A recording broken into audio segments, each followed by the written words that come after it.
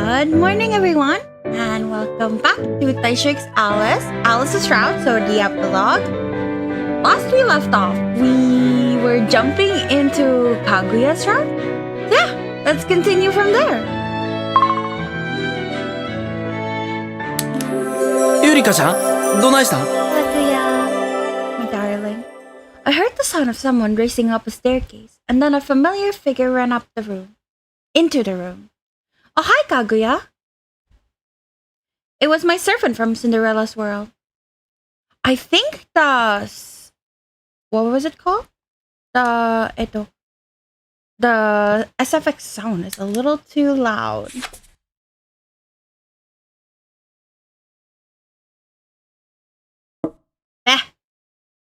Bro.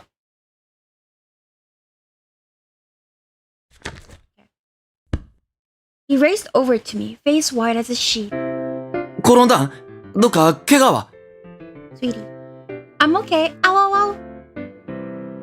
I tried to get up, but my tailbone twinged in protest. 動いたらあかん. 病院、大げさか。とりあえず、部屋に行って怪我の確認をしよう。He slid an arm under my legs. What? The next thing I knew, I was in midair. Whoa! On the verge of losing my balance, I flung my arms around his neck to anchor myself. ちょっとの間、我慢しててな。お姫様。Girl. Oh my god! I didn't finish watching the last stream in time, but I am here. Hi, Night of Beauty! To recap, basically, we just went to all the guys' routes, and right now we're at Kaguya's. Hi! Thank you for coming. I shrieked as he kissed me on the forehead. Seriously, what kind of shoujo manga is this? Where are we going? ゆりかちゃんの部屋で確認をしようと思って。さすがに廊下で脱がすなんてできんやろ？誰かにゆりかちゃんの肌が見られるなんて嫌やし。I see? Okay. Huh. Stripping? Naked?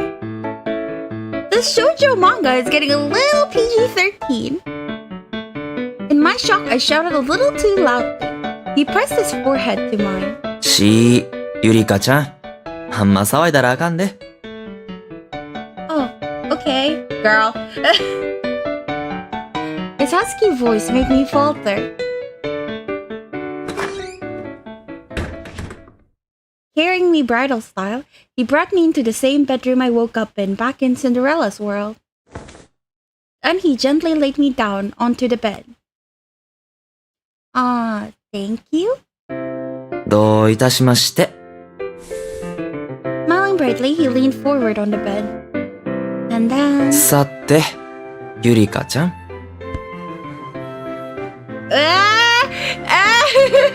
I can't take this. He crawled... I just woke up, bro. He crawled toward me on his hands and knees. Yes? What is it? I was trapped. Nowhere to run. And even if I could run, his intensity had me paralyzed in place.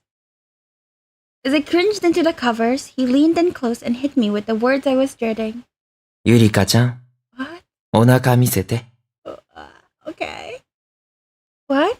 お腹見せて。Okay. I think this is him trying to check if this is the real Yurika. Because in his route, we fucking stabbed ourselves in the tummy. Okay, because I remember Kaguya being like extremely sharp.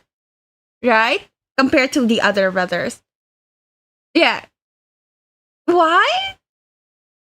Forget PG-13. This is getting R-rated. I don't think showing your belly is R-rated. But okay. ゆりかちゃんが見せてくれないな Oh my ら、 god. 無理やりにでも。At this demand, I raised both hands in protest. No, please stop. Like, yeah, you're super hot and everything, but we're not even dating. え? Kaguya. What? Howdy, did I come in at a personal moment? Hi. thank you for coming. Yes, you did. The men in this game get very touchy, to say the least. So yeah. After a brief silence, Kaguya moved back and sat down on the bed. ゆりかちゃん Bro is devastated. Yes? I stammered under the intense pressure emanating from him. 僕と付き合ってないってどういうことなん Bro is gonna fade away again, I swear. Exactly what it sounds like? そのままの意味って His expression was frozen on his face, like a mask. How are you doing today? I'm doing good. I think I'm a little sleepy, but I already drank coffee before stream, so not a problem. How are you? How was your night? Now he was scaring me in a very different way. Since when was Kaguya like this? ゆりかちゃん Oh no! 僕のこと嫌いになったん Honey, don't say that! No, it's nothing like that. じゃあ僕のことが嫌になった No? He leaned in close again. 僕なんかした君が嫌だと思うところは全部直すように努力するせやから僕を Oh, right, I forgot. Baby has abandonment issues. Honey. He grabbed me by the shoulders, but right before anything got X-rated. おい、どうした？大丈夫 At last, two familiar faces arrived to rescue me. My day was good, just trying to find a laptop to trade for. Oh? Trade? Like, trade with something else? I've never heard of people doing bartering these days. 取り込み中だったか。悪いな。Alas, my saviors promptly turned to leave. Don't go, Cinderella! は Bro is confused. Cinderella turned back and gave me a funny look. I've been so worried about you all this time. When we fell into the lake and got separated, I always wondered what happened to you. But now I see that you're back at home. The screen keeps going black. Oh no, does it? Because it looks fine on my end. Really? Wait. Maybe do this? Does it help? No, it doesn't help. It got worse. No, okay. Like this? No, it's purely black now. No, I broke it. Okay. I'm gonna kill it, and then I'll turn it on again.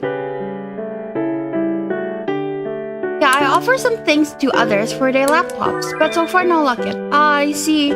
I hope you get clients soon. I'll reset the game. It's black fully now, so.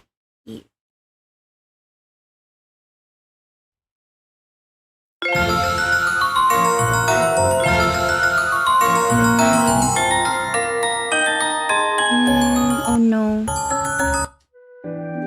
Oh no. Okay, that works. This one? Okay. Like this? Hopefully?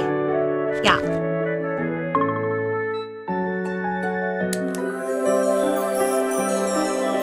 Because I didn't notice it turning black earlier. I see it now. Yay! Okay, good.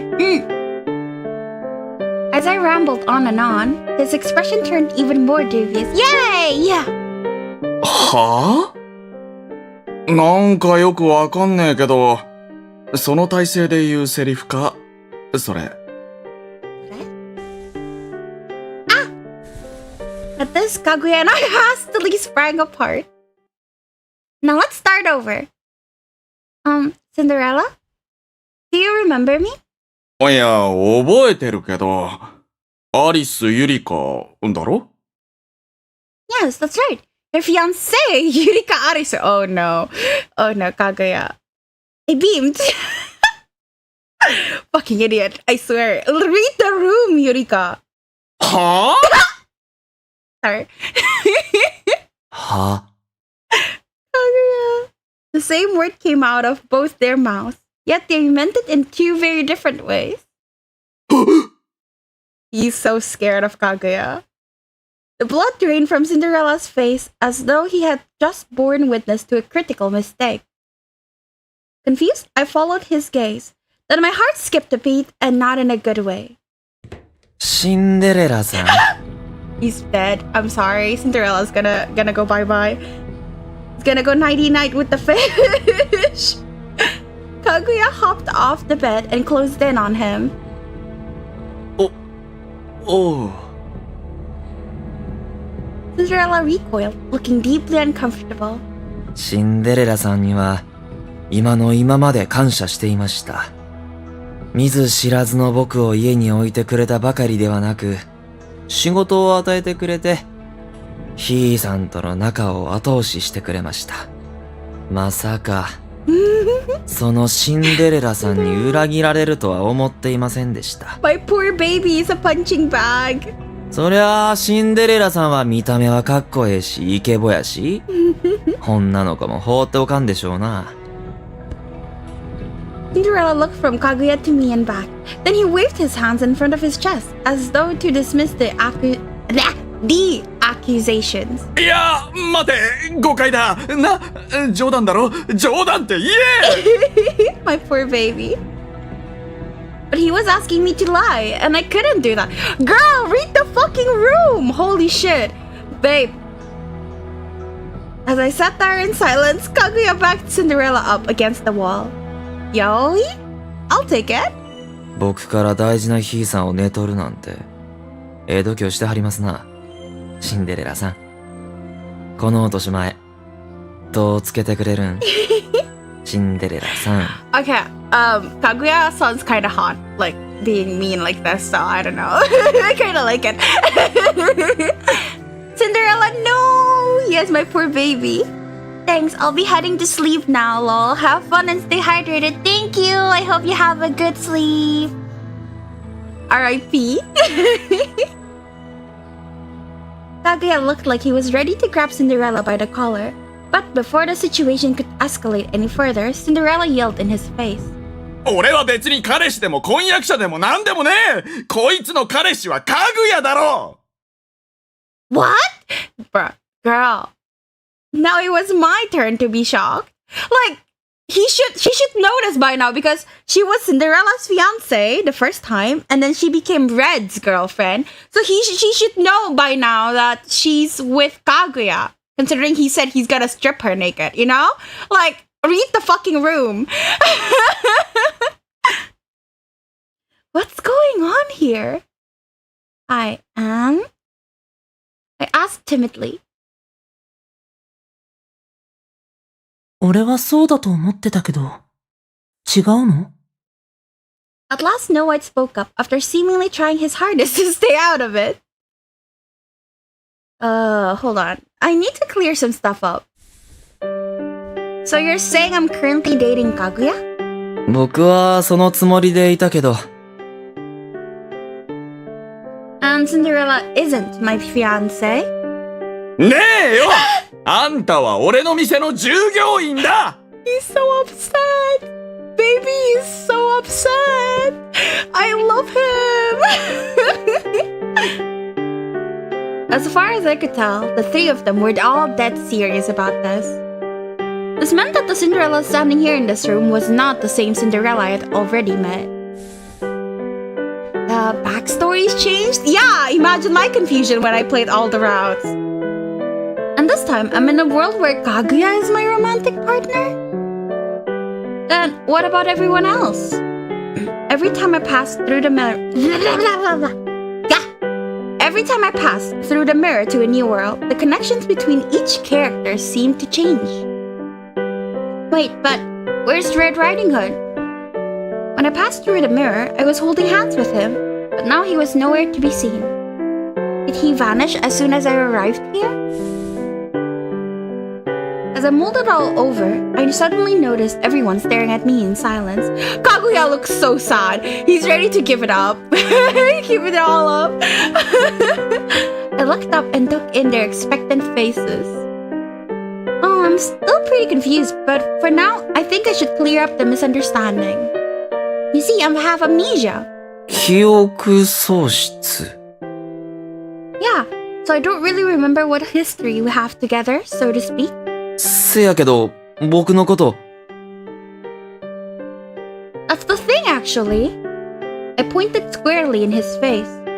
It appears I've come here from a different world. Yay! Isekai! My favorite genre. At first, I was wandering through the darkness, but then I met the guy named Alice. Then I followed him through the crystal mirror to the looking glass world. There, I learned that Cinderella was my fiancé.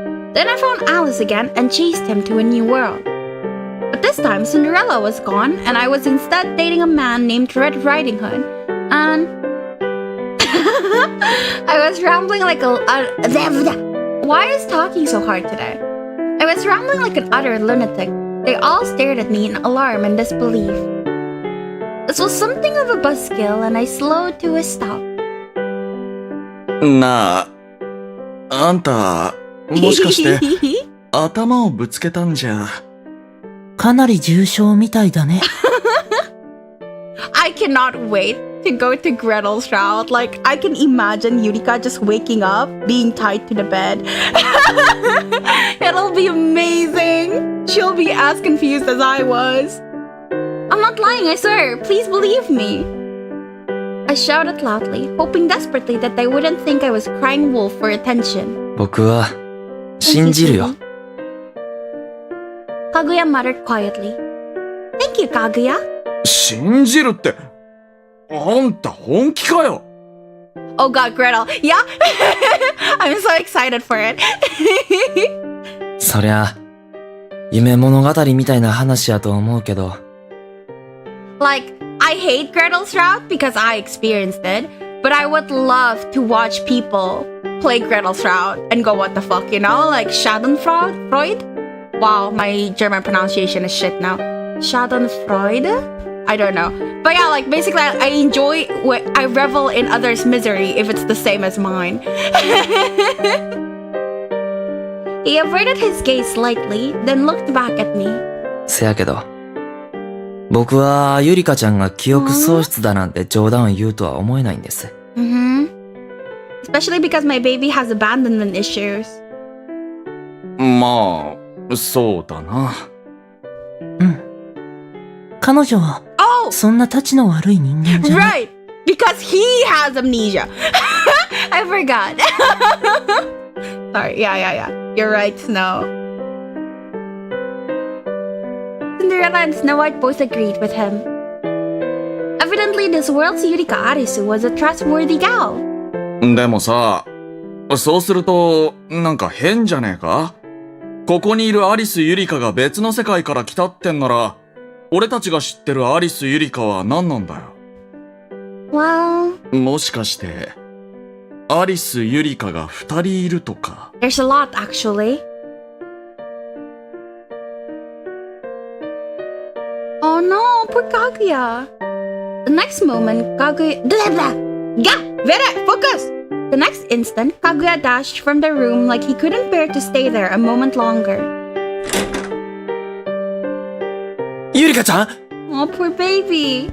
ゆりかちゃんどこにおるん Naturally, we chased after him, but Yurika Arisu was nowhere to be found. いない。さっきまで何してたっけ？ゆりかちゃんは取りに行くものがあるって2階に上がって。じゃあ、やっぱり、こいつはアリス・ユリカなんじゃねえの？ただ、まあ、記憶がおかしくなってるみたいだけど。Everyone looked back at me. I don't know what to say. But Alice knows who I am, and I need to hunt him down. なんで、アリスくんなん I don't remember what Alice did in Kaguya's route. I don't know. Wait, so do you guys know him? 知ってるも何も。ここに住んでるからね。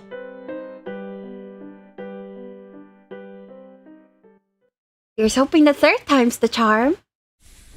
I can't hear anything inside.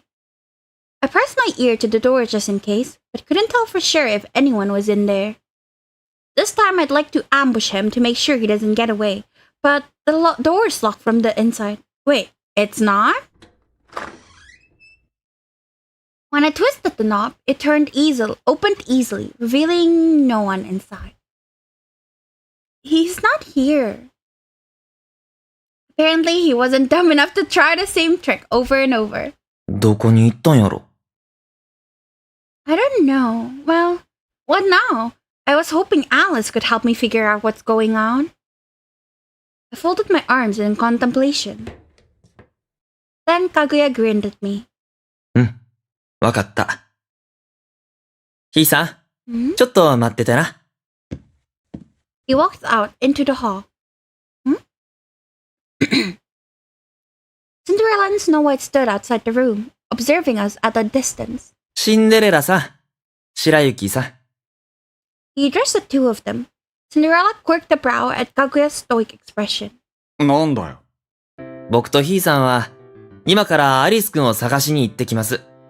今から Because he probably thinks Alice is hiding there. So if they think they're going out, if Alice thinks we're going out, then he'll come out. Maybe? 今から。喫茶店の仕事はせやから、シンデレラさんと白雪さんのお二人にお願いします。ちょっと待て。アリスを探しに行くのはいいけど、別に今じゃなくてもいいだろう。He had a point. My heart raced as I waited to see how Kaguya would counter. いたたたたたたた。Eh? Then, out of nowhere, he doubled over, clutching his cheek. 前にシンデレラさんに殴られたところが今さら痛み出してきた。I remember! He got punched! 殴ったの殴っていや、殴ったな。殴ったんだ。いや、でも、あの時のあれは勘違いで、だな。勘違い。勘違いで僕は全力で殴られ吹っ飛ばされたんですよね。しかもその後の謝罪が悪いなってだけあったし。こういうのって、労基署に駆け込んだら。Apparently Cinderella really didn't want a reputation as an evil corporation. わかったからかぐやこいつを連れて今すぐアリスを探してこい。これは店長命令だ。 At this, Kaguya straightened his posture. ほんまですか？やっぱりシンデレラさんは頼りになりますわ。Beaming, he slung an arm around Cinderella's shoulders. まあな。After getting the answer he wanted, Kaguya shoved Cinderella out of the way and raced back over to me, grinning. I love Kaguya. He's such a good boy. ほんじゃ、探しに行こうか、ひいさん。Okay. If anyone's evil here, it's not the corporation. I think Kaguya is a very good boy. I don't know what Yurika is on about. おらへんな。No. Together we ran around to all the places Alice was likely to go, but no luck. And again, our chances of finding him were slim when we didn't even know which direction he went. You know Alice, right, Kaguya? 知っとるで。What's he like? せやな。めっちゃおしゃべりで、ようあんな言葉がポンポン出んなーっていつも感心するわ。An accurate assessment, to say the least. No matter what world I'm in, he's always the same. Noticing Kaguya looking at me, I cocked my head at him. Alice seems the same, but what about Kaguya? Save? Oh no, I don't need to save. He seems a little different. Come to think of it, you're a bit different from the other Kaguya I've met. ほんま？どう違う？ Well, you're more flawed, I guess? Girl, you can't say that. What the fuck? 人間らしい。ningen rashi. Okay, so more human-like. Okay. That's way better than saying flawed. I mean, like, you've got a big ego? Or maybe you're just more cunning? No. Arrogant? Irreverent? Overbearing? Girl. You're just dissing him at this point. Oh, sorry, I don't mean to be rude. I meant to cushion it, but instead I gunned him down point blank. いや、 He smiled stiffly. 君の言う通りや。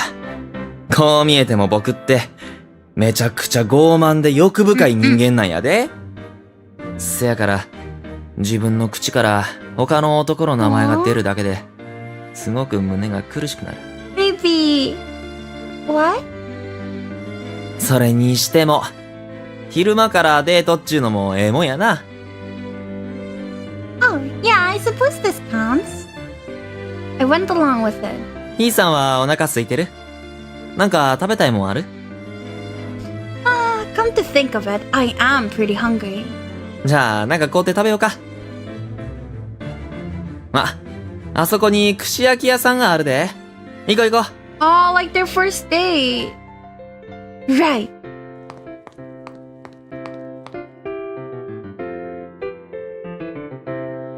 And so we sat down on the bench at the lakeshore and had ourselves a late lunch. はい、どうぞ、ヒーさん。Kaguya pulled off the outer layer of his kimono and spread it out on the bench. Apparently he wanted me to sit on it. Thank you. Then he sat down next to me and pulled out freshly purchased kebabs. ちょっと待ってな。今、僕が用意するから。He slid each piece of meat off its skewer onto a paper plate. How will you respond to this gesture? Feeding. I can do that. I took the plate from him and set about removing the meat from the other skewers. This way it's easier to eat, right? Oh. It's just like his Yurika. There, all done. Now we had a plate full of kebab meat, on kebab. I stopped one with a fork and held it up to his mouth. I'll say, Hesitantly, he bit down on the meat. How is it? めっちゃ美味しい。I know, right? Gosh, I feel so pampered. I sighed. Kaguya was such a gentleman. だって僕の彼女さんやし。I wanted to correct him and say that his real girlfriend was Yurika Arisu, but I couldn't bring myself to. で、ヒーさんは僕の知ってるヒーさんとは違うのかもしれんけど。He lowered his gaze to the ground. 前にもこうして、ここでヒーさんと同じもん食べたんやで。I know. Wow, really?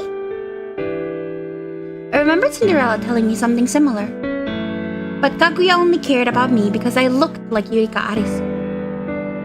He didn't actually care about me. Kaguya, you're dating Yurika Arisu, right? うん、せやで。Do you think that I'm her? I can't remember our history together, so I'm not sure. On the contrary, I have different memories altogether. Do I even still count as Yurika Arisu at this point? He looked at me wordlessly. He wasn't smiling, but he wasn't angry either. His emotional state was inscrutable as he seemed to gaze into my very soul. 姿も声も、僕にとってはアリス・ユリカそのものに見える。せやけど、僕の知ってるアリス・ユリカとは違うのかもしれへんな。What do you mean? 君には、僕との思い出がないから。君は覚えてないやろうけど、僕が僕としていられるんも、全部彼女のおかげなんやで。彼女は仮面をかぶった僕の姿を暴いて、力ずくで僕の心を救ってくれた。This sounds cute until you remember that Yurika Arisu literally stabbed herself in order to prevent him from dying. So, I know, man. 僕が知ってるアリスゆりかっちゅう女の子は、笑顔が可愛くて、キラキラしていて、そして、その子は僕を好きでいてくれて、Huh? 僕を救ってくれた。Well, if I don't remember you, and I'm not in love with you, I guess I'm not Yurika Arisu after all. 難しい話やな。Just check her stomach! He smiled and tilted his head. Agreed. I nodded, smiling back at him. 月の都の人は華やかで美しくて、老いることはない。君は、月の都の人間なのかもしれへんな。His Yurika is goddamn insane. Well, he wants her a little insane.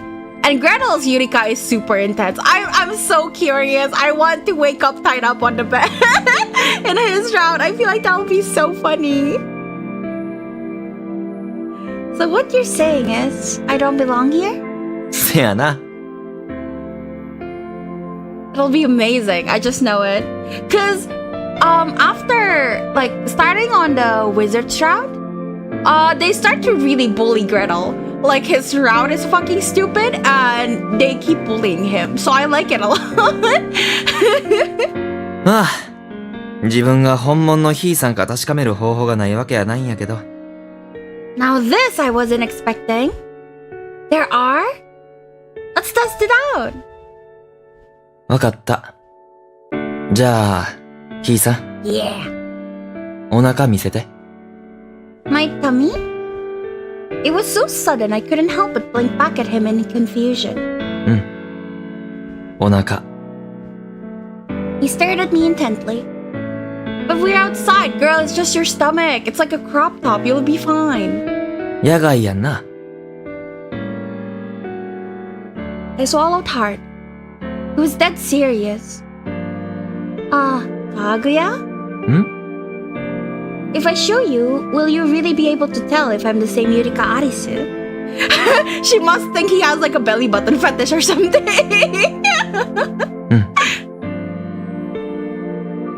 Should I do it? If anyone saw me taking my clothes off out here, they'd think something very different was happening. Girl, just open your shirt. And in broad daylight, at the lake.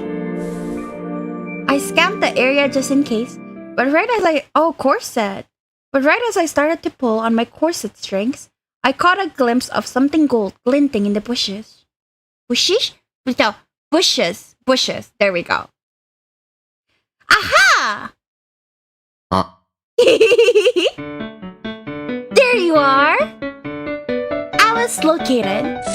しまった Hastily, I retied my corset. Should have told me you were there, you pervert! 一度ならず二度までも僕のことをどこぞの盛りがついた赤いやつと緑のやつみたいに言うな The green one is definitely... okay. The green one is definitely Gretel. And the red one is red? I'm stupid. I was like wondering which one was red. Like, it's literally his name, Red Riding Hood. You were hiding in the bushes, spying on me. If I hadn't noticed you, you would have seen my naked body. 被害妄想も大概にしろ自分はそんなに魅力のある人間だと思ってるのか自意識過剰な女性様の典型か君は Then why did you stay quiet? Why did you follow me here? Explain it to me so I can understand. それは He fell silent. Just kidding. I stuck my tongue out at him, then pounced, girl. I got you this time. Bro, he is terrified. I'm gonna leave the Sprite here while I go to the toilet. Be right back. Please enjoy his terrified face.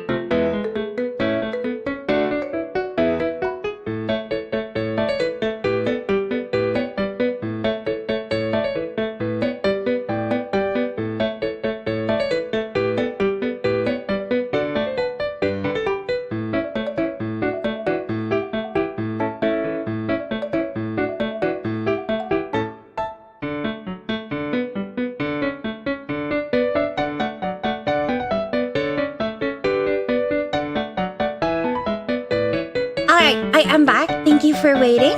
He looks so horrified. I forgot I left it there. Sweetie. I got you this time. くそ人を油断させた隙に捕まえるとは卑怯だぞ I'm just playing by your rules, punk. Where have you been all this time? I've been looking for you. そんなの君が僕を探していたから隠れていたに決まっているだろ東大元暮らしというからな、君に見つからないように君の後をつけて回ったわけだ Kinda weird, but okay. Also, you could get a look at the goods, you peeping Tom. 見てないんだから全然ラッキーでもスケベでもないだろ君の方こそこんな真っ昼間の野外で男と二人きりで何をしようとしていたんだ Well, Kaguya said he could prove whether I'm really Yurika Arisu. だからといって君は簡単に男に腹を見せるのかちょろいにも程がある今時のラノベやエロゲのヒロインの方がまだ低粛だぞこの淫乱アバズレビッチ Oh, I love this game. So fucking stupid. Then why didn't you stop me? なんか、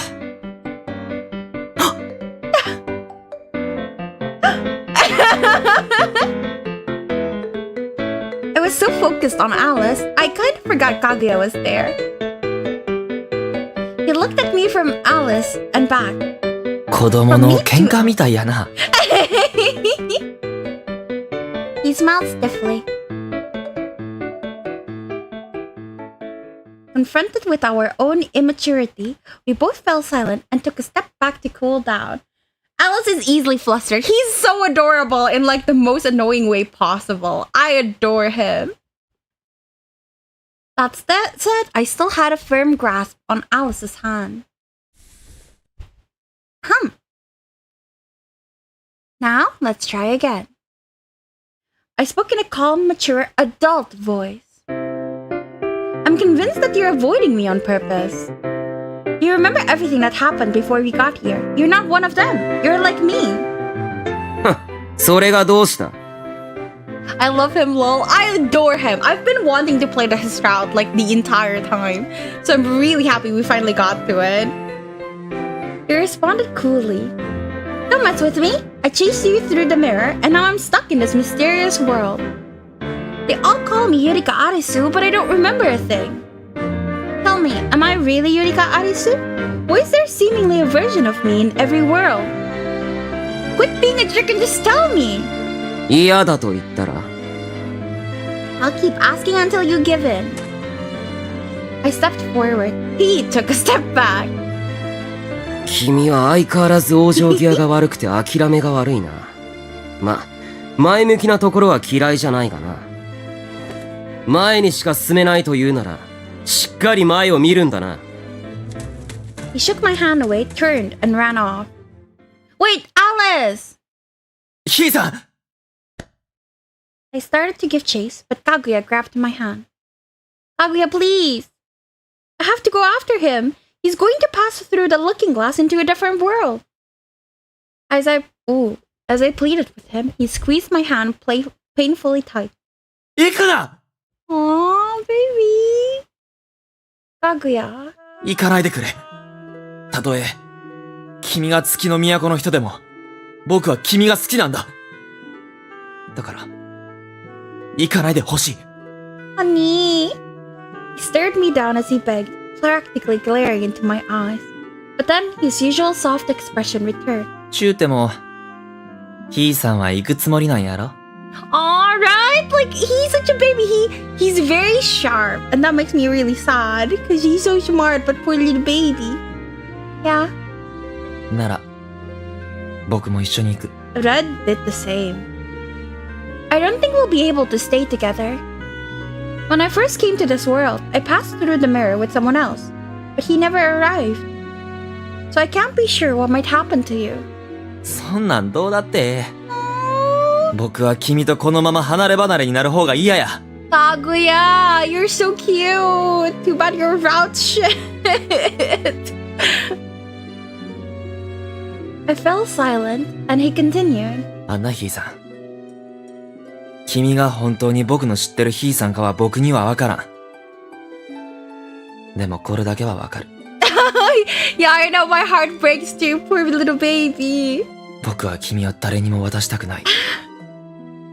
たとえ、月の都の人が相手でもや。Okay, you can come with me.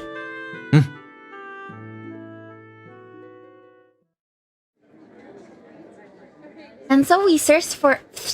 Why is talking hard today? Ah, my stupid tongue. And so we searched for the nearest mirror. Here we go. I bet he passed through this one. Kaguya.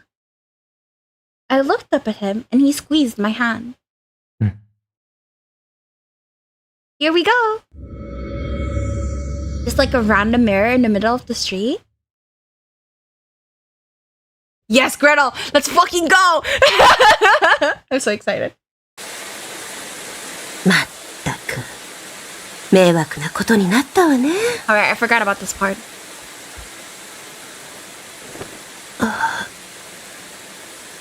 When I awoke, I was in an unfamiliar house. 足がしびれ。 He's so cute as a kid. What happened, babe? As I shifted my weight and looked around, I saw a bunch of grown-ups wearing black. 誰？ここは？ All I recognized was the look in their eyes. Their hostile, mistrustful eyes. あれは？ On the far side of the room was a small altar. Sitting on top was a photo of my mother. どうしてお母さんが？ I had a bad feeling about this. すみません。ここはどこですか？なんでお母さんの写真が？何を妙なこと言ってるんだ。ここはお前の母さんの実家で、今は葬儀の最中だろう。葬儀？ねえ、なんかこの子おかしいわよ。やっぱりあの時のことがショックで。あの時のことって何ですか？教えてください。お母さんはどこにいるんですか？落ち着きなさい。お前のお母さんは死んだんだ。To a kid? You would say that to a kid like that? Bro, must protect. No, for real though. Poor baby. お母さんが死んだ。I couldn't believe it. 嘘だ。 I didn't want to believe it. なんでお母さんが？だってあんなに。So beautiful and kind and good at cooking. So protective of me. And I loved her dearly. But the last time I saw her, she was crying. The fucking cage really gets to me. 母さん！お母さ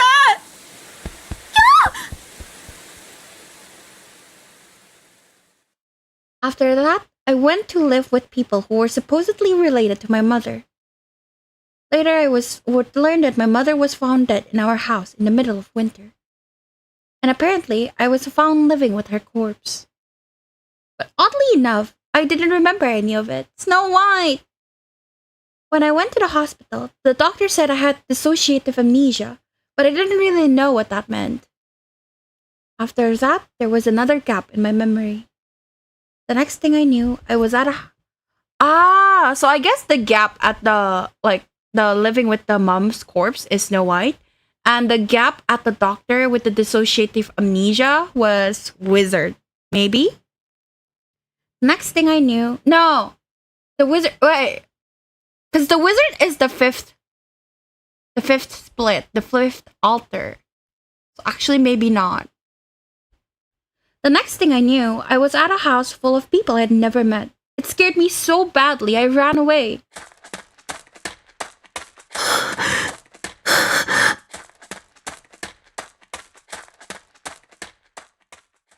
But no matter how far I tried to run, I'd always wake up back at a house full of strangers. どうしてあんたは人を困らせることばかりするの？妖精！この子はかわいそうな子なんだ。少しくらいうちで面倒見てやってもいいじゃないか。I think the male relative said it nicer. He's just like a poor orphan. Like, why say unloved? That makes the relative sound so unkind. だから面倒見てきたのに。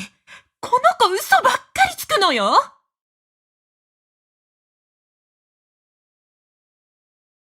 Every time my relatives shunted me around, I was forced to change schools. Be it at home or at school, I had nowhere to belong. I had very few memories of that period in my life. This is making me want to play Amnesia. I might start an Amnesia playthrough after I'm done with Taisho x Alice. The next thing I knew, I was lying on a hospital bed. ここは You're big now! No, the cute kid is gone! 目が覚めた？具合はどう？どこか痛いところはある？ It had happened again. Once again, I was talking to a soft-spoken woman whose name I didn't know. 覚えてる？あなた、湖で倒れてたのよ。びっくりしたわよ。朝起きたらあなたはいないし、あちこち探し回ってたら、病院から連絡が来て。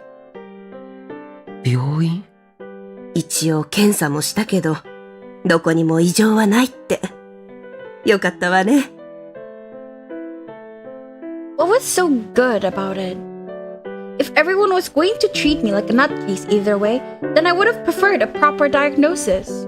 I get that feeling. With nowhere else to go, I accompanied the orphanage worker back to the bamboo house. But they treated me like a troublemaker there too. お前のせいだ! Out of nowhere, someone threw a book at me.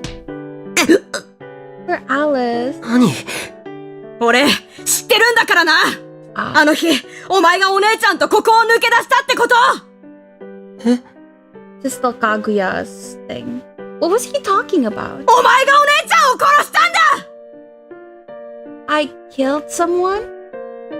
Killed who? こら！やめなさい！だって！知らない。Oh, poor baby! 人殺し！人殺し。Poor baby! Not the tremble in his voice! 人殺し。 That is such good voice acting that makes my heart clench. At this, I thought of my mother. I didn't know how she died, but she was most certainly dead. Apparently, I had been living with her corpse, though I didn't remember it. I was always so confused about that.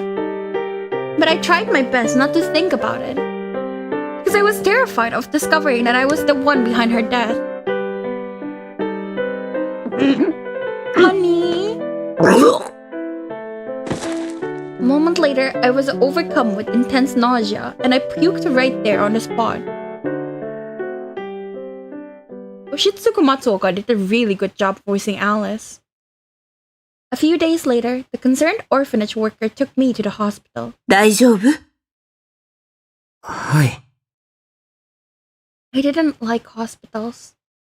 Oh my god, this child. Yeah, he's been through a lot. No wonder he's got all these alters. And I was especially nervous to visit the psychiatric ward. Yes, the VA. Yes, I love him. He's so good. アリステアさん、お入りください。はい。 Summoned by name, I entered the examination room. The psychiatrist was a middle-aged man with glasses and graying hair. As I sat down on the stool, he looked up from the documents on his desk. 今日はどうしましたか？すみません。なんだか少し緊張してるみたいで。This is exactly what Arisu, the altar, said. The silence terrified me. Desperately, I searched for something to say. I tried to laugh it off, but I wasn't sure if it sounded natural. なぜ緊張しているんですか？それは、Dude. Dude? Why? I wasn't expecting him to ask. Instantly, my mind went blank. I needed to say something, anything, now. The words wouldn't come to mind. Steely gaze made me want to bolt. 問診票によると、あなたは普段からぼーっとしていて、いつの間にか時間が経っているということがあるそうですね。So yeah, this is the dream that Arisu had in the wizard shroud. He noticed me fumbling and changed his question. はい。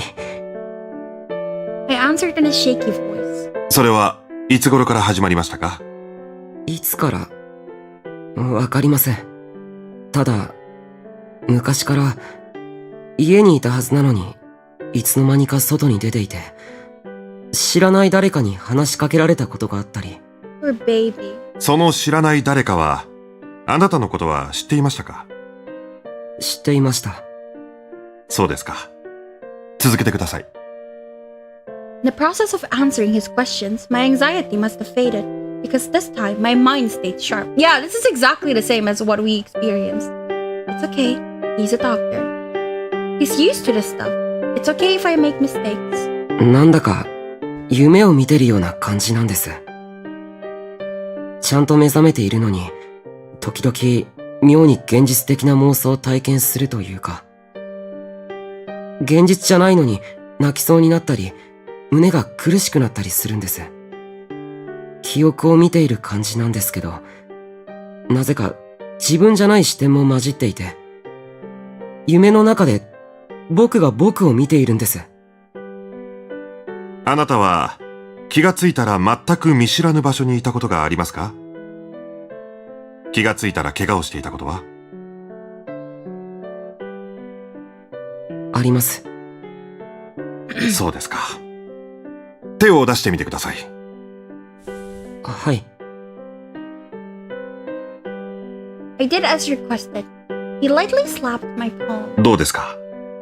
痛みは感じますか？はい。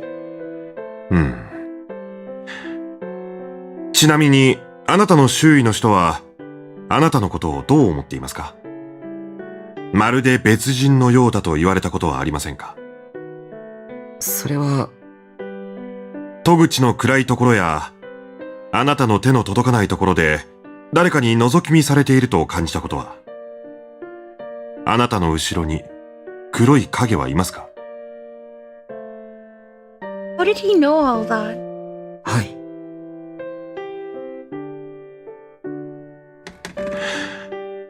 わかりました。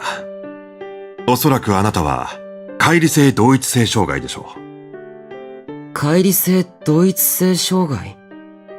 乖離性同一性障害とは、乖離性障害の一つで、切り離した感情や記憶が成長して、別の人格となって表に現れるものなんですが、多重人格という言葉を、テレビや小説などで聞いたことありませんか？あります。僕は多重人格なんですか？まだ乖離状態を見ていないので断定はできませんが、ほぼ間違いないと思います。It didn't really click. あなたは頭の中で誰かと会話をしたことはありますか？いいえ、ありません。I lied on reflex. Have you talked? Oh, to Alice in the mirror. Not sure why I did that. では、あなたが小さい頃、ご両親に何か嫌なことをされたことはありますか？誰かがあなたを叩いたり、何かとても嫌なことをされたことは覚えていますか？いえ、ありません。そうですか。わかりました。All at once, I feel sick. He probably thought I was abused as a kid. この病気の人は、幼児期から児童期にかけて、強い精神的ストレスを受けていることが多くてですね。誰かにいじめを受けたとか、誰か大切な人を目の前で亡くしたとか、そういったことが引き金となって乖離が行われるんです。Yeah, that's why I was confused, because I remember he split into Cinderella the moment he broke a wagtail, like a wagtail figurine. So I was very confused, because that's what I know too about it, that you dissociate when there's something traumatic happens. Maybe he's already like in a heightened stress state over like his dad not coming home and his mom being worried and all that. And then his friend moved away, and then he broke the expensive wagtail. So maybe that's why I was surprised too that he split. もちろん、それだけが原因というわけではありませんが。よくわかりません。わからない。どうしてわからないんですか？ It felt like he was judging me. My throat tightened. Poor baby. 僕は Honey. いつも気づくと記憶がなくて、最初のうちはそのことにも気づかなかったんです。あなたが記憶がないことに気づいたのはいつからですか？なんとなく気づいたのは2年前です。多分。ある日目が覚めると知らない場所にいて、知らない人たちがいて。So during Kaguya then? お母さんがいなくなってて。Yeah, after Snow White, before Kaguya. お母さんは死んだって知らないおじさんが。わかりました。もういいですよ。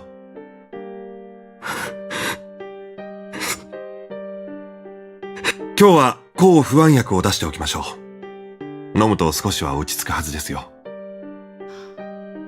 That's why Gretel overdoses. Alright, I get it. 少なくとも、今の君には必要なものだ。次の診察の時には色々と検査をしたいのですが、大丈夫ですか？検査？血液検査と MRI、CT、脳波測定といったところかな。別に特に痛みはないので、心配しなくても大丈夫ですよ。血液検査は少しチクッとするかもしれませんが、もちろん、嫌なら受けなくても構いませんよ。君の心が落ち着いてから、ゆっくりとやっていきましょう。はい。では、施設の人を呼んできてもらえるかな。はい。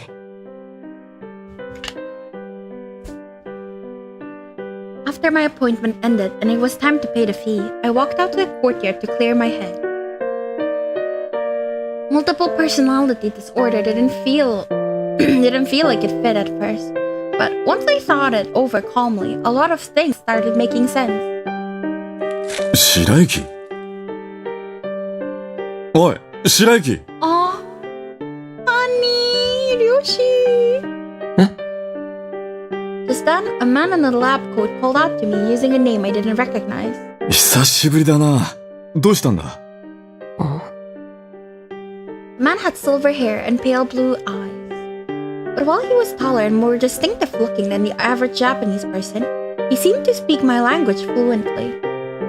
If I had ever seen him at any point in my life before, surely I'd remember it. あれからいろいろと気になってたんだが、連絡先もわからなくてな。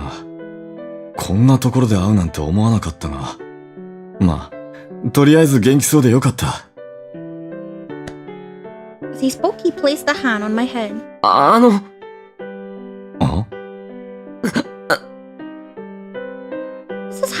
This had happened to me several times now. In the past, it was always miserable for both of us, but starting today, things were going to be different. Now I knew I had a disorder.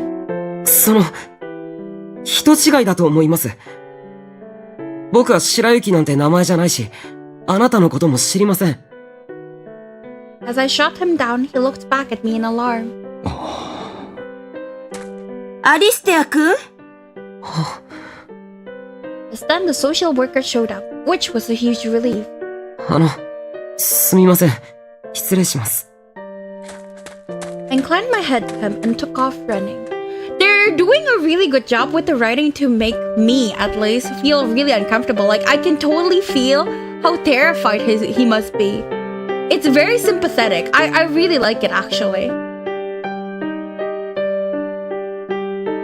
Never in my wildest dreams did I imagine I'd encounter that man again. At my next appointment, I was officially diagnosed with dissociative identity disorder. どうですか？何か生活などに問題はありますか？施設での暮らしはどうですか？ At the orphanage, the other kids all avoided me. No surprise there. Multiple personality disorder was something you saw in fiction, not real life. Whenever the adults were nice to me, the other kids saw it as special treatment for the pathological liar. アリステア君には誰か友達はいないのかな？ Sweetie. いません。そうか。アリステア君、これは相談なんだがね。うちの病院に入院する気はあるかな？え？私が君の力になろう。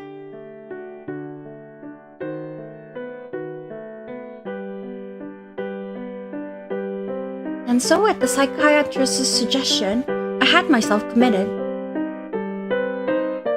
君は今、とても暗い場所にいる。Ah, he's trying to get the wizard. 真っ暗で何も見えない。さっきからどれだけの距離を歩いたのか、どれほどの時間が経ったのか、よくわからない。どこまで行けども同じような景色が続くばかりで、方向の感覚というものも、時間という概念も、ここでは何もかも失われてしまっているのかもしれない。きっと、君が息を止め、足を止めれば、あとは鼓動の音しか聞こえないのかもしれない。でもなぜだろう。暗闇の中で、君は自分の姿だけは見える。君は前に進み続けた。さあ、目の前には何が見える？何も真っ暗なままです。何も見えないか。交代人格同士でのコンタクトは取れるようになったが、主人格である君が交代人格と会話することは無理なようだね。すみません。いや何？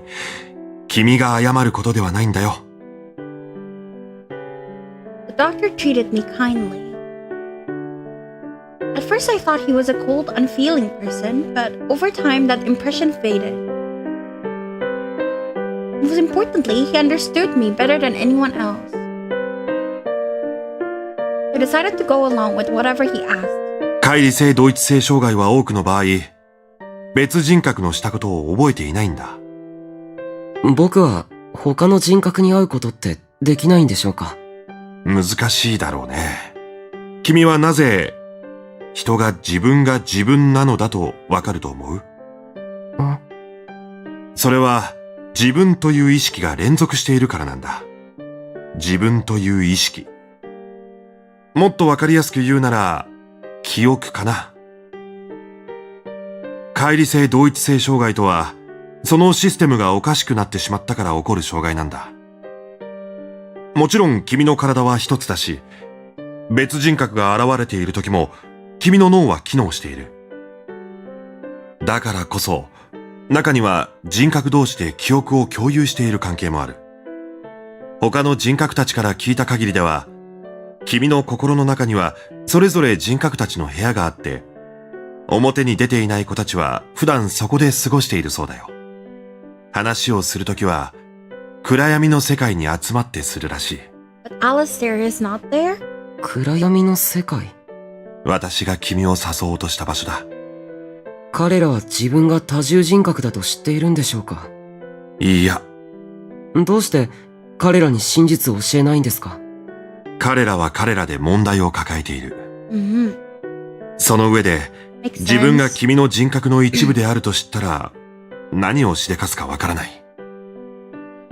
君が記憶のない時に活動している人格たちは、独立している人間のように見えても、それは切り離した君の感情や記憶に過ぎない。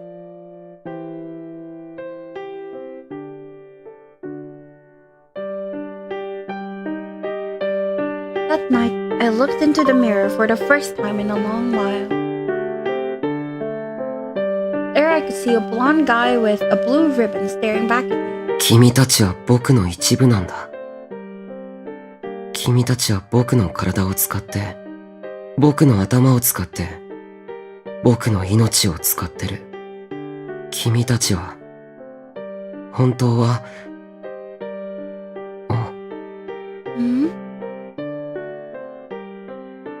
Lurking inside me were versions of myself I didn't know. They had no self, but I had no confidence. Am I really me? I love the writing for the ID here. I love it so much. I wish I could discuss it with my friends, but my friends don't even know I'm streaming, so I can't share. Given that humans were highly adaptable creatures, I had picked up on this pattern fairly quickly. This time, I landed on my feet. Whoa. That is, until my legs buckled under me. Where am I? As far as I could tell, nothing much had changed. However, Kaguya? Kaguya! I knew it. He's not here. 1 minute I was holding hands with Kaguya, and now I wasn't. He had vanished, just like Red Riding Hood. I wonder what awaits me in this world. What awaits you in this world? Well, girly, you're gonna have a bad time. As my heart raced with excitement and fear, someone suddenly called out to me from behind. Someone suddenly called from behind me. Called out from behind me.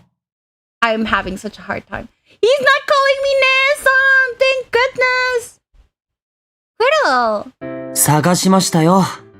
こんなところで四つん這いになって、何か探し物ですか？ I wanted to say, I'm looking for Alice. Do you have a microscope? But now wasn't really the time for height jokes. Because Alice is short. Instead, I got straight to the point. Say, Gretel, can I ask you a weird question? Are we, by any chance, currently dating? Bro is shocked. Gretel, however, ignored my question. He helped me to my feet and... Ow! Karate chopped me on the head. 何寝ぼけたこと言ってんですか？ He shook his head at me in exasperation. Oh, sorry if I... 当たり前じゃないですか。僕たちは家族公認の恋人です。Amazing. Yes. Neon. 何がやっぱりなんですか？ Seems like I'm moving through each world in order. Now I'm in a world where you're my boyfriend. Girlie, don't say that to Gretel. Girl. I'm so scared for her. ゆりか？ He frowned at me dubiously. This time I should probably cut to the chase. Chasing Alice, that is. Say, Gretel, do you know Alice? アリス？あの金髪チビのことがどうしたってんですか？ I need to find him. ああ、なるほど。それで四つん這いに。彼小さいですもんね。I mean, he's not that short. Wait to steal my joke, Gretel. Do you know where I can find him? 知りませんよ。っていうか、なんでまたあの人のことを探してるんですか？ Well, I really need to ask him something. そうですか。I'm scared. ほら、手を貸してく I'm ださい。scared. Okay. He took my hand. Huh? アリスさんを探しに行くんでしょ？ What? 僕も一緒に探してあげます。Really? Thank you. Really? That's it? Are you sure? I don't believe him. As we walked, I scanned our surroundings. Once again, Gretel looked at me dubiously. さっきから落ち着きがないですね。Well, I thought maybe he was tailing me again. 彼を探してるのに、彼がつけてきてるんですか？ Well, if he doesn't want to be found, he might try to hide behind me, you know? It was a reasonable suspicion, especially after last time. まあ確かにあの人ならやりかねませんね。Gretel nodded, smiling grimly. Come to think of it, I never asked any of these guys how they were connected to Alice. I'm sorry, I forgot how. So how do you know Alice? Are you friends with him? 別にお友達じゃありませんよ。ただの知り合いです。気づいたらそこにいたって感じで、大して話もしたことないし。でも、不思議とあっちは僕のことを知ってるみたいに、人の触れられたくないことをズケズケと言ってきて。Oh, I remember, I think in Gretel's route, Alice was the one who convinced him to go after us and get rid of the sibling relationship so we can date? Yeah, I think I remember that. Yeah. Oh, wow. So, how would you describe him? 嫌味な人ですね。あと、チビなくせに上から目線で、体の割には態度がでかくて。Interesting. Sounds like Alice, alright. 何笑ってるんですか？ Huh? I'm smirking? I pressed the hand to my mouth. ええ、気持ちの悪いくらい、ニヤニヤと。Huh, weird. But I didn't have a mirror on me, so I couldn't check. Oh, what about me? Do I know Alice? 知ってるからこうして探してるんじゃないんですか？ Point, I guess. Eating around the bush was getting me nowhere. Maybe Yurika Arisu and I were two different people after all. But perhaps like the others, Gretel would be willing to believe me. Like the others. Yeah. However... ゆりか。 I'm scared. Help. Gretel suddenly addressed me in a serious voice, so I glanced over. He returned my look with a scowl. アリスさんのことを探してるのは分かりましたが、恋人でもある僕に他の男のことを聞くなんてマナー違反なんじゃないですか？ You are the last person I want to hear about manners. Oh, sorry. ま、別にいいですけど。This world's Yurika Arisu was currently dating Gretel. Surely anyone would get upset if their beloved gushed about some other person, even her. Gretel faced forward and showed no signs of commenting further. So far, each guy seemed a little different when he was the designated boyfriend, and Gretel was no exception. For the most part, their personalities stayed the same, but maybe it was the change in the relationship that made them seem different. Or maybe each character came across differently based on who was that particular world's protagonist. アリスさんですが、この辺りにはいないようですね。Yeah, apparently not. We walked up and down the main street, but no sign of Alice. Based on past experience, I knew that the scope of our research was limited. The mansion, the lake, the cafe. Frankly, I could count all the locations on one hand. Should we go back home? アリスさんはいいんですか？ Nah. なら、帰りましょうか。僕たちの家に。Do I sleep in a cage? I'm scared. Okay, we're at the cafe. It's the cafe! I knew it. This place is a cafe, right? そうですけど。Do we work here together? This was a completely serious question on my part, and yet... Ow! Once again, he karate chopped me. Don't hit me, you jerk! いや、なんかボケてるのかなと思って。What am I, an old TV? He was such an ass to me, it was hard to be sure that we were actually dating. Dude, is he sane in this world? Ain't no way he's sane. I'm waiting for the other shoe to drop. No, this is his route. There's no way he's sane. しっかりしてください。僕たちは学生で、ここは喫茶店でも、元喫茶店ですよ。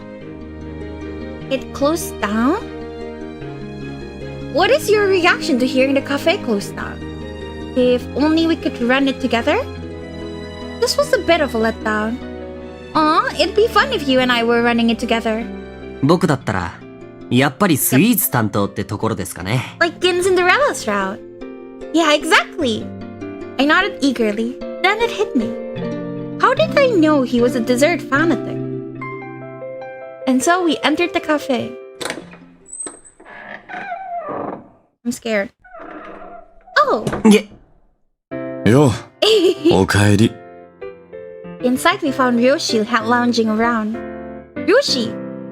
I exclaimed on reflex. His eyes widened slightly. 何しに来たんですか？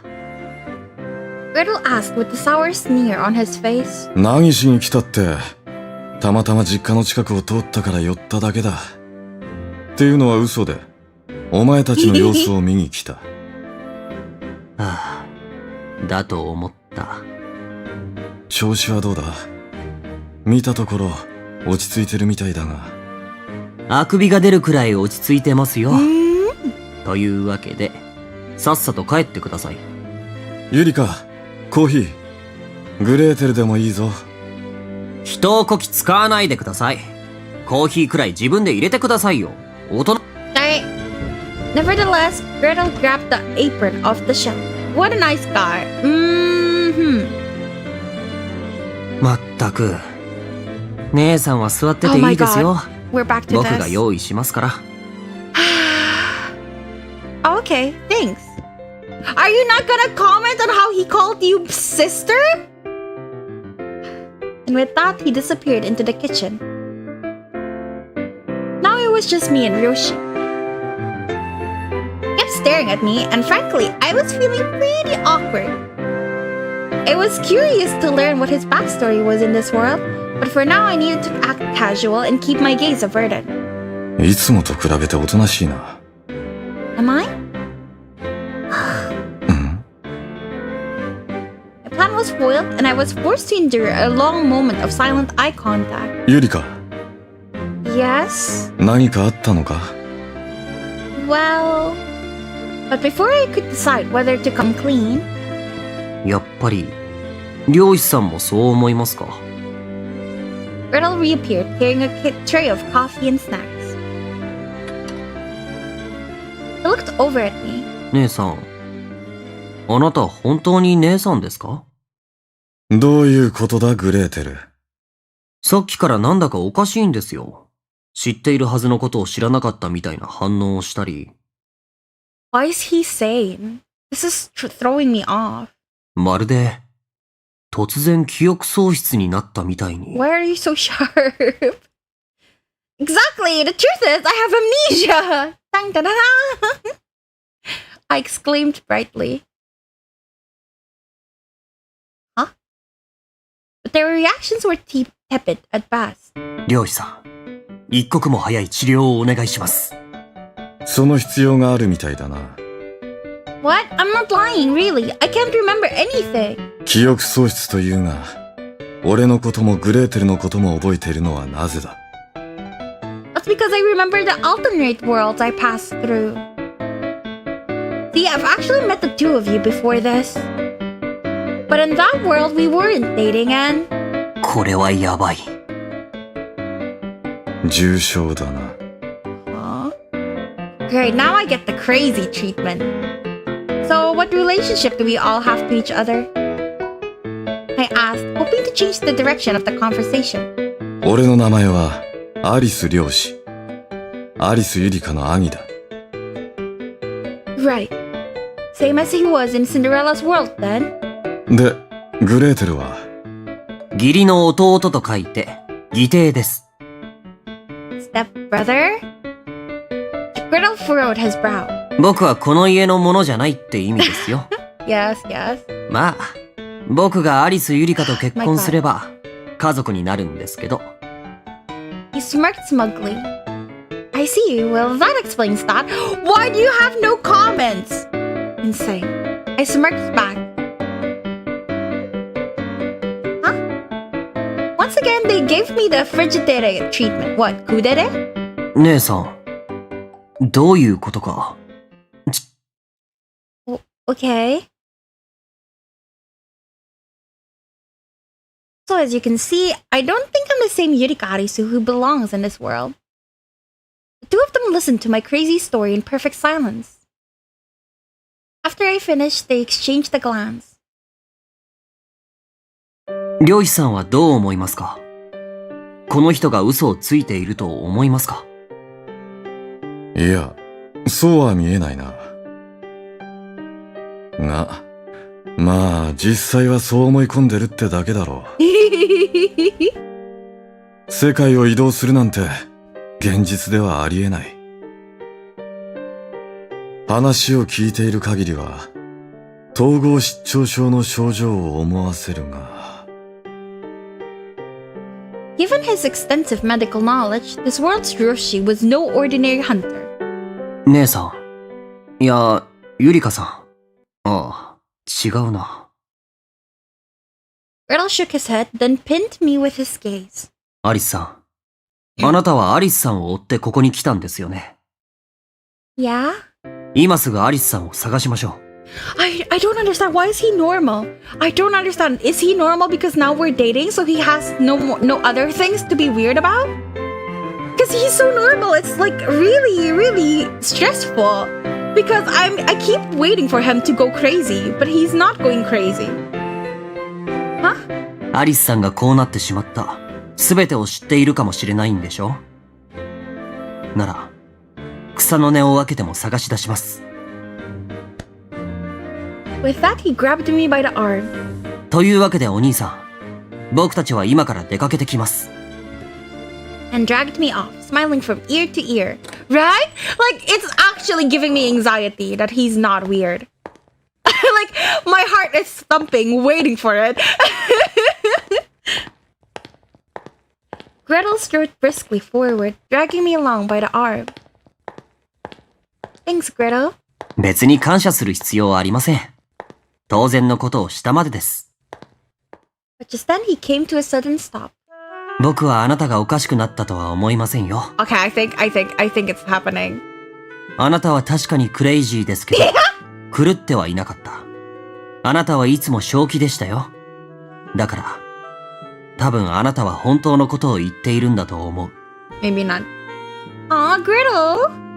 Sure enough, Gretel was no different from the rest of them. Whoever this Yurika Arisu girl was, they all loved and trusted her from the bottom of their hearts. Perhaps that's how they managed to detect an imposter so quickly. Tim! Aha! え？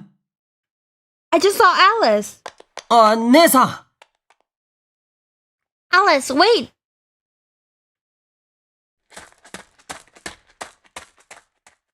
I tried to give chase, but soon lost sight of my quarry. That's strange. Was I just imagining things? 姉さん！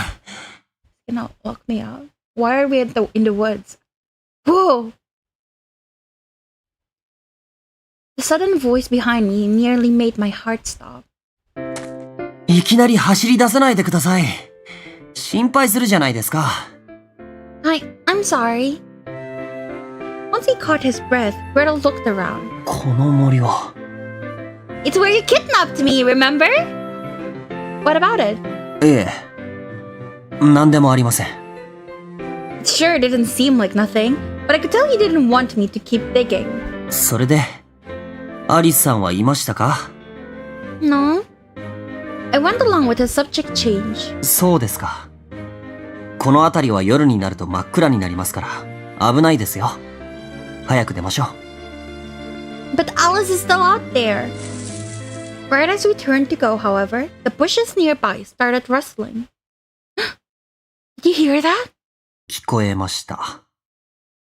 Together we looked in the direction of the sound. Fred? Will you seek help from Gretel?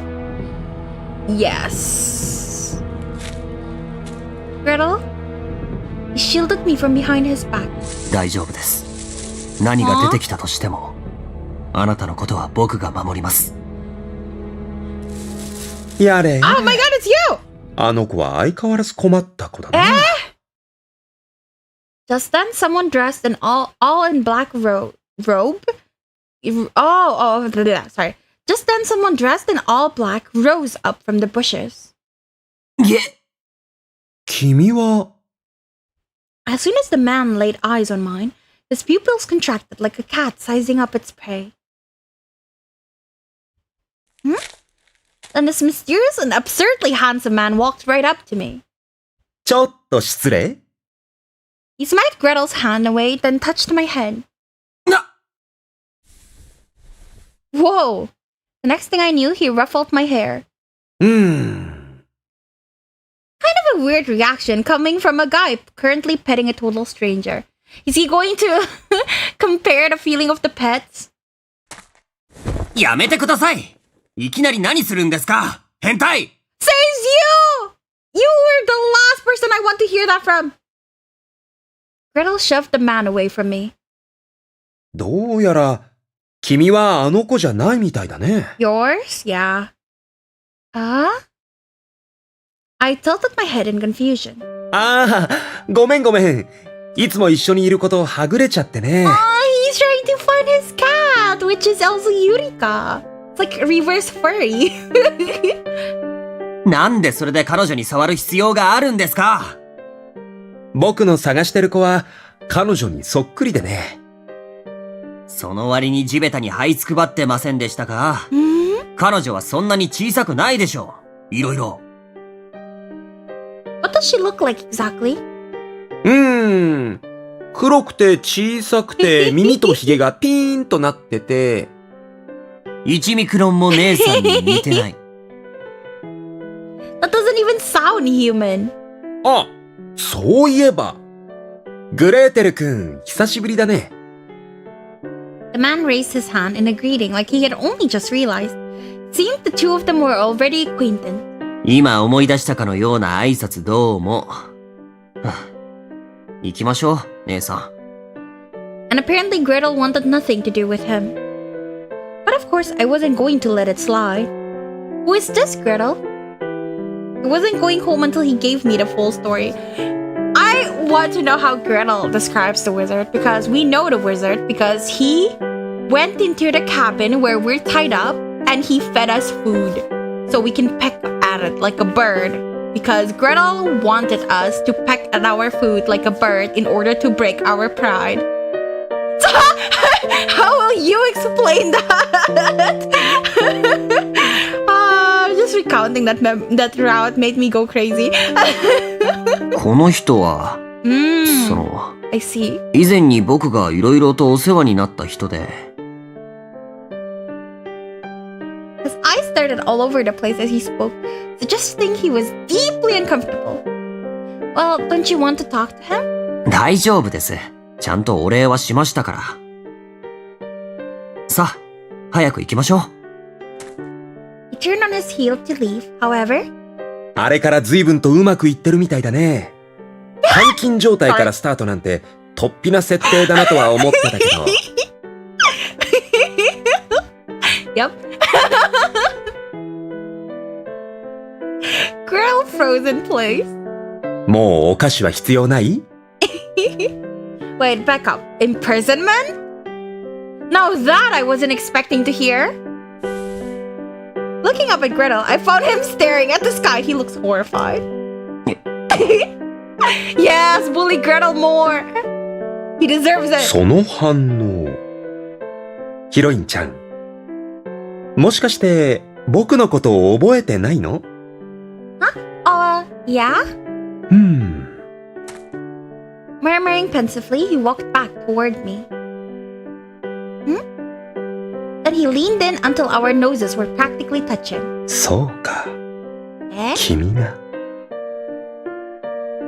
I could see a meek, soft girl reflected in his gentle amber eyes. Perhaps my eyes were reflecting something back at him too. But was it really me he was looking at? Or was it a different me?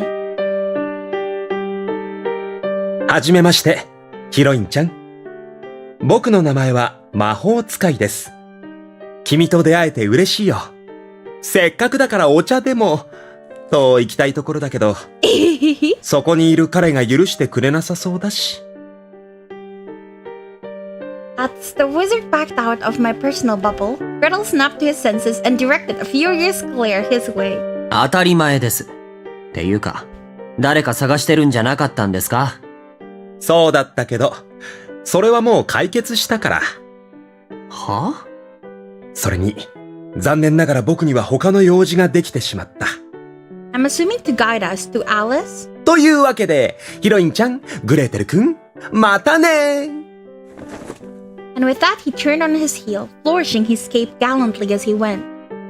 Wait, please! I hastily gave chase. Tell me, have you seen a blonde guy somewhere around here? アリスくん？ Yes, Alice. You know him? See, I've been chasing him. At this, the wizard's eyes narrowed into little crescents.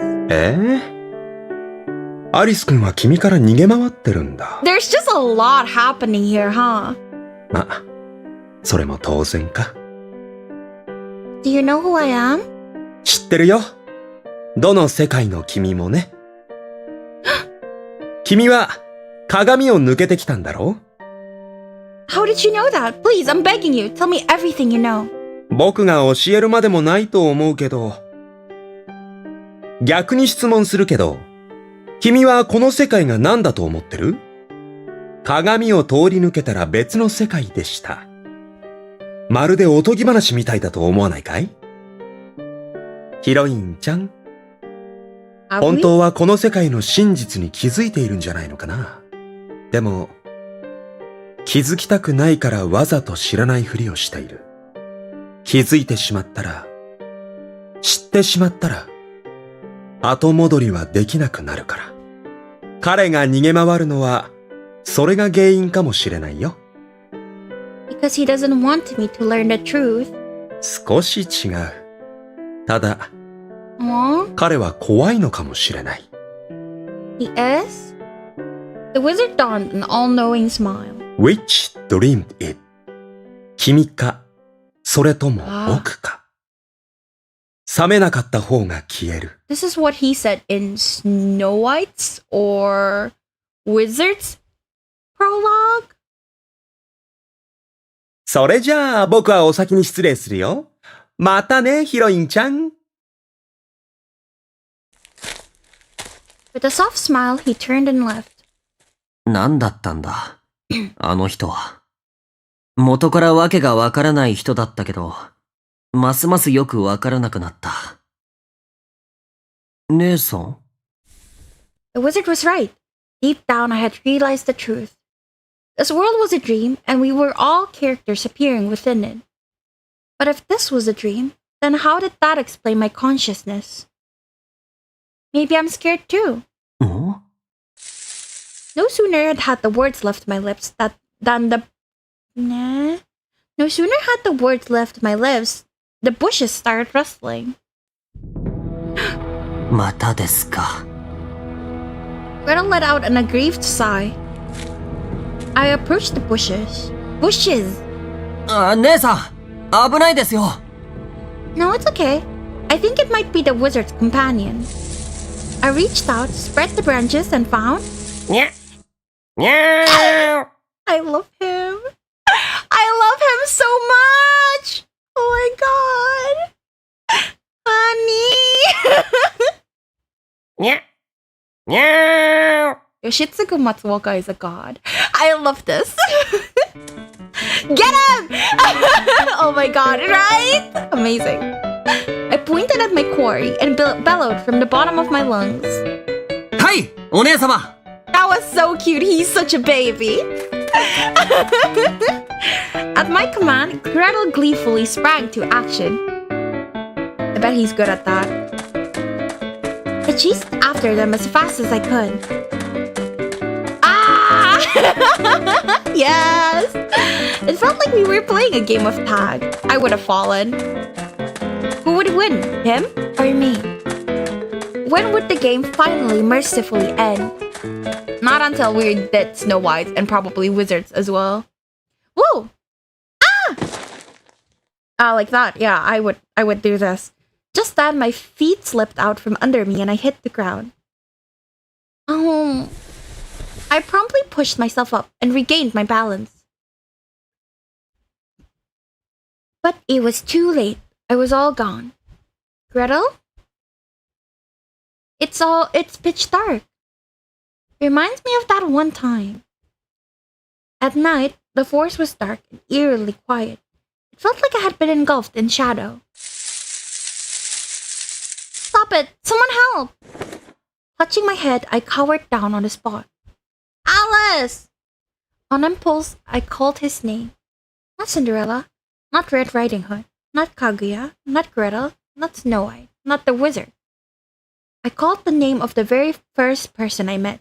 The first one to call me Arisu. Reminds me of that one time. I was just like thinking, like, which was it? Back when we were stabbed and was carried by Gretel? Back when Gretel OD'd and we ran away with him to the cabin?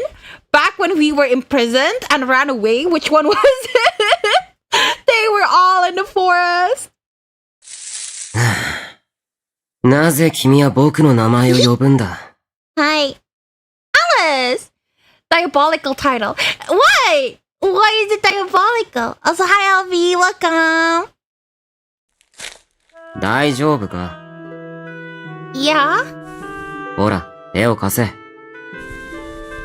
I reached out and he pulled me up onto my feet. Thanks. なんだもういいだろ早く手を離せ Don't worry, I won't let go. こんな場面で妙に意味深なセリフを言うな何が大丈夫なんだ全然大丈夫じゃない日本人なら日本語の意味くらい正しく理解して使用しろそれとも大丈夫の聞き間違いか What? 僕はマスラオか What is this translation, bro? It's so different. どうした君らしくもないいつもみたいに言い返してこないのかリボンがほどけているぞ。I smell a CG. I'm locked in. そこに座れ。僕が直してやる。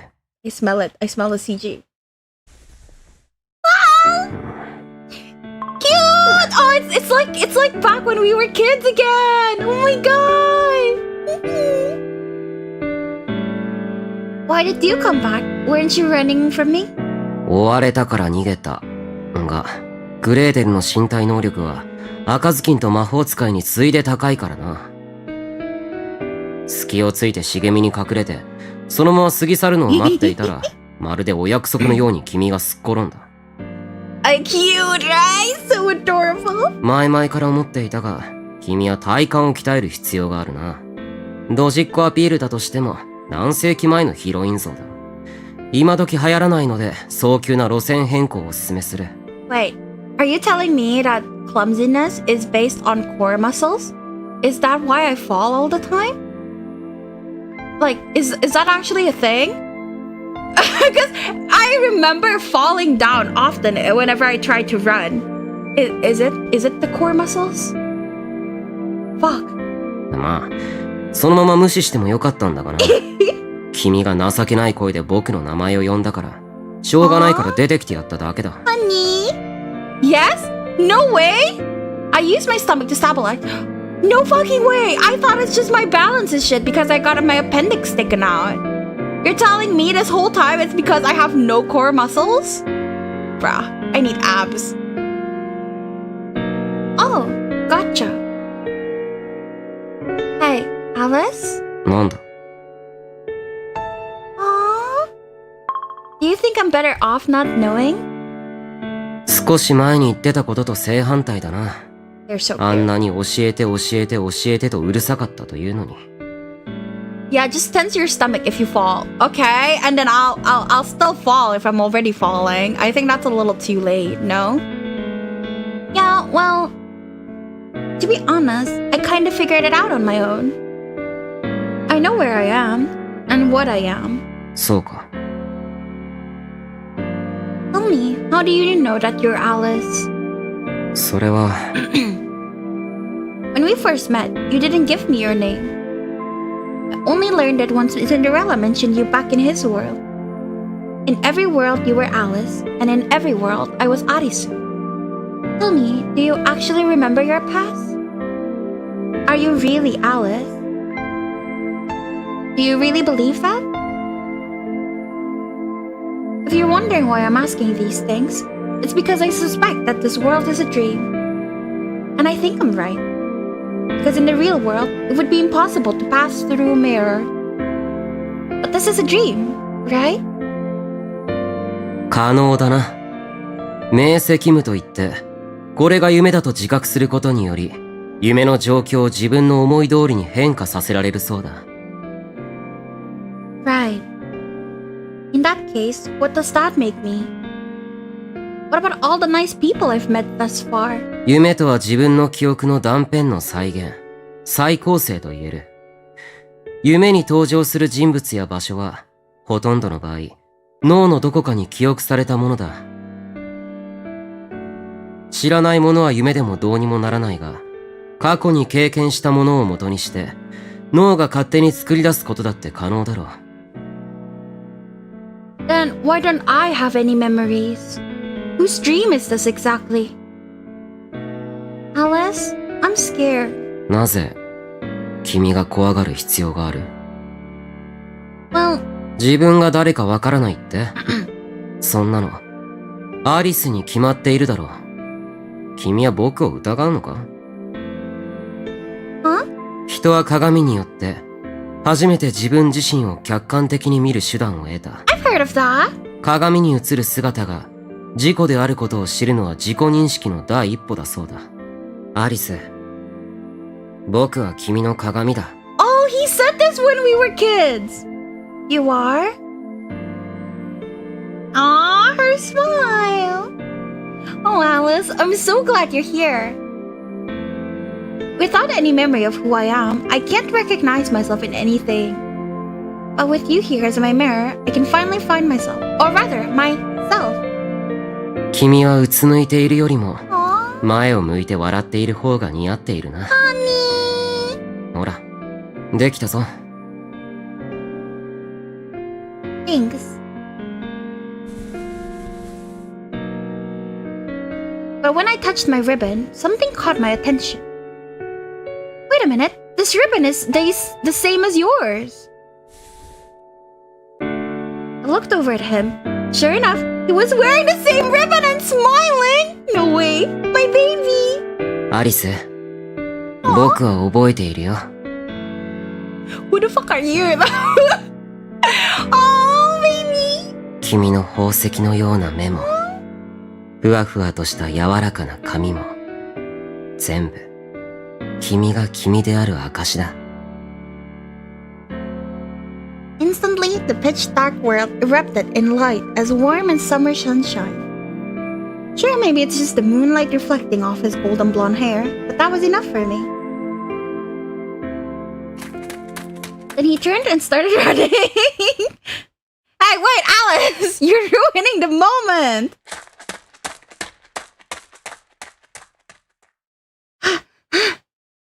I'm back at the lake?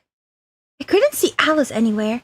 Perhaps he had already moved on to another world. 姉さんじゃない、アリスさん。 Gretel! よかった。すみません。ついうっかりあなたを置いてきてしまいました。怖かったでしょ？ってそのリボン、どうしたんですか？ I'm sorry, I have to go now. 行くって、どこへですか？ To the next world. わかりました。わかりましたよ。僕もついてきます。I'm so sad then! Wait, that means Cinderella's the only one who didn't come with us. Because my running theory right now in my head is that they're going with us and then we're gonna go to Alice at the very end and we're all going to reunite. And that's how Alice is healed or some shit. But Cinderella didn't come with us. We were fine. Imagine if he just like made our hair look like shit. I wouldn't put it past him. He let out an exasperated sigh, but I could tell he wasn't trying to be condescending. Hey, how come you're so nice to me? Don't let Vera cook. Hey, my cooking has been right this whole time, okay? The DID, the altars, the dream world. I am so smart. I may look the same as your Yurika Arisu, but that doesn't mean I'm really her. At this, he smiled sadly. 確かにあなたは、僕が知ってるアリス・ユリカじゃないかもしれない。でも、目の前に僕の大好きな人とそっくりな人が困ってるんですよ。手を差し伸べる以外の選択肢なんて、あります？ I'm so surprised at how normal Gretel is. You wouldn't have known his route was like that from playing this. Thank you, Gretel. どういたしまして。さあ、お手をどうぞ、お姫様。You're so normal. Okay. He took my hand in his. Well, here we go. Ready? Jump!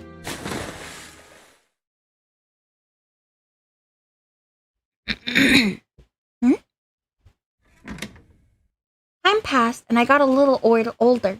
わかりました。薬を出しておくので、ちゃんと飲んでおくように。先生。すまない。今日は患者が立て込んでてね。話は後にしてくれないか。はい。It was around that time that the psychiatrist started to distance himself. Our lengthy counseling sessions had shrunk to... I can't talk! Why? Our lengthy counseling sessions had shrunk to a quick chat at most, and yet he always looked exhausted. A short while later, he stopped visiting me entirely. 今日から担当医になるアリス漁師だ。Then I was assigned to a new doctor, the silver-haired man I once met in the courtyard. アリス。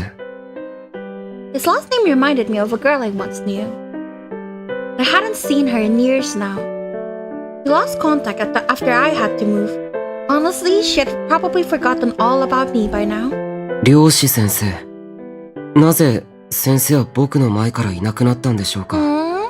先生だけじゃない。お父さんもお母さんも。みんないなくなった。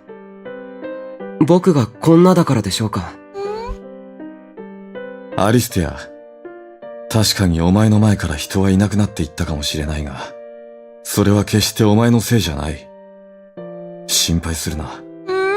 俺はお前を見捨てない。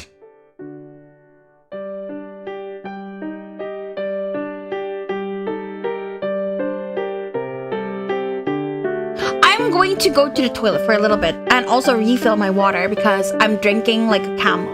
Be right back.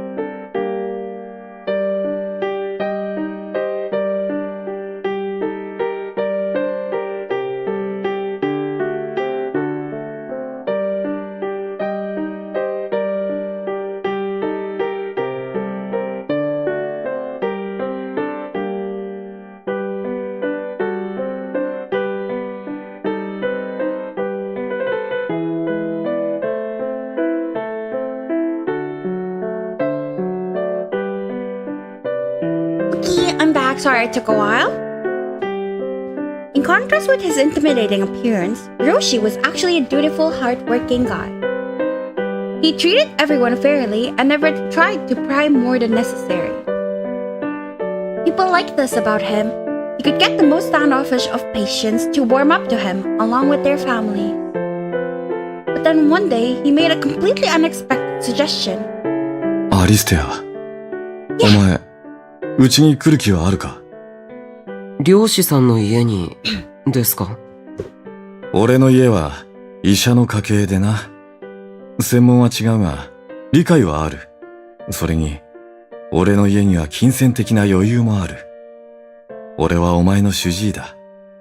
俺はお前の家族にはなれない。が、俺の家族なら、お前の家族になってくれるかもしれない。アリステア、お前には、お前を支えてくれる理解者が必要だ。The support network. My mother, the psychiatrist. They were all gone now. Even they couldn't truly accept me. But if I couldn't even accept myself, then who could?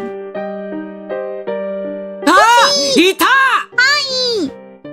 Roshi is so nice. I'm honestly debating on buying the second Taisho X Alice, the heads and tails one. I'm still thinking about it, but honestly, I'm tempted. ようやく見つけたぜ、あっちゃん。誰？ Whenever someone called out to me, it always puts me on guard. Inevitably, I had come to expect that it would be the work of someone I didn't know using my body behind my back. お前、あっちゃんだろ？変わってねえな。ほら、俺だよ、俺。狼。What happened to us hating TXA? It's so interesting though, and their portrayal of DID is actually really good in my opinion. In my humble opinion, as an uncultured swine, I really think it's really good. It's so interesting. But I'm still thinking about it because I'll have to play through the entire epilogue first, just in case, because usually the route always starts really good. And then the ending sucks balls. So I'll have to play through the entire epilogue to decide whether or not I'm buying heads and tails.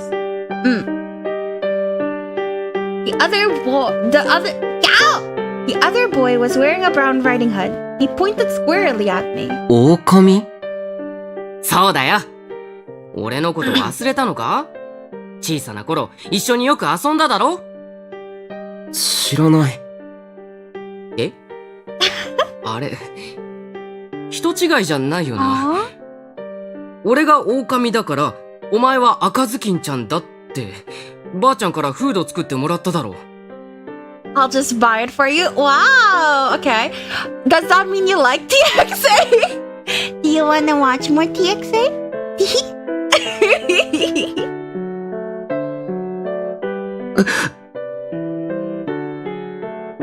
My face froze in fear. I didn't remember that at all. それは僕じゃない。Oh, poor Alistair. No? But you wanted so bad you'd buy it for me. Oh, poor Alice. And so I ran away.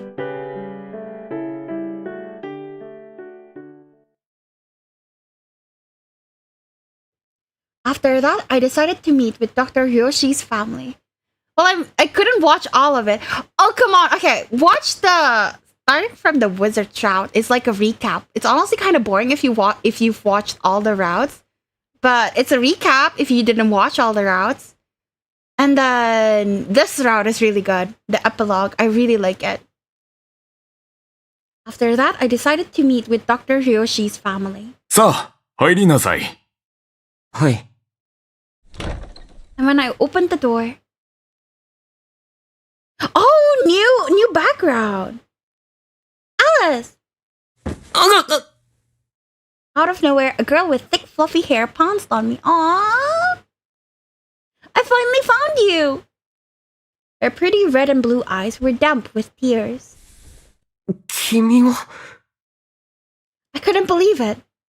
Never in my wildest dreams did I believe I'd see her again. Do you remember me? It's me, Arisu, Yurika Arisu.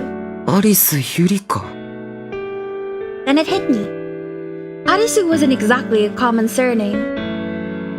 And my beloved Yurika Arisu had an older brother. It was all too obvious. Why hadn't I realized it before now?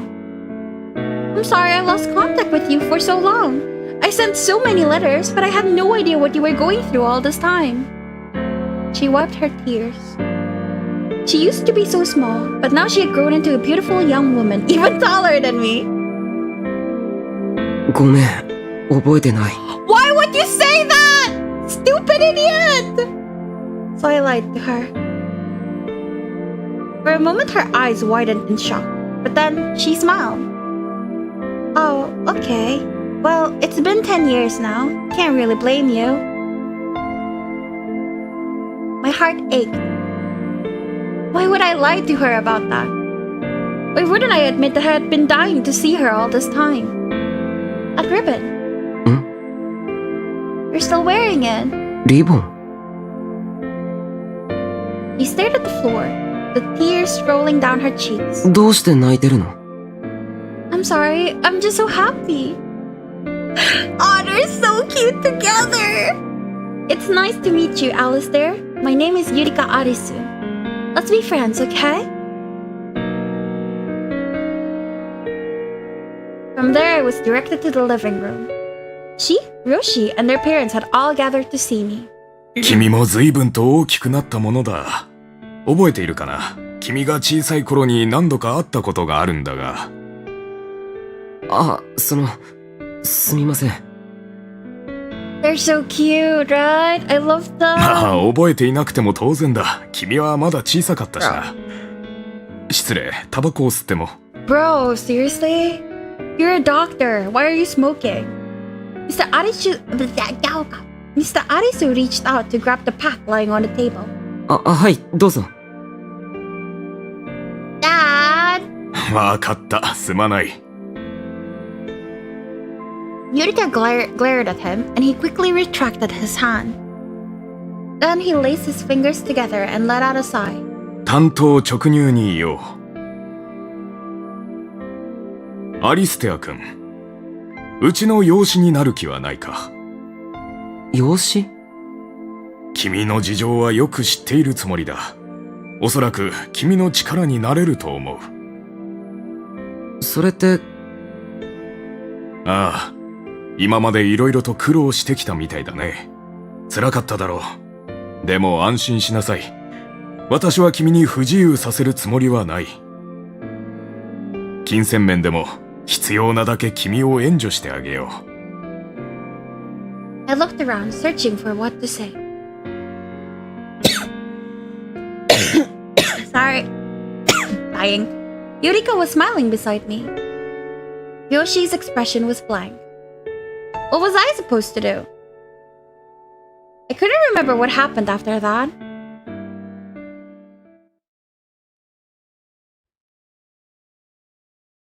Ultimately, I ended up joining the Arisu family.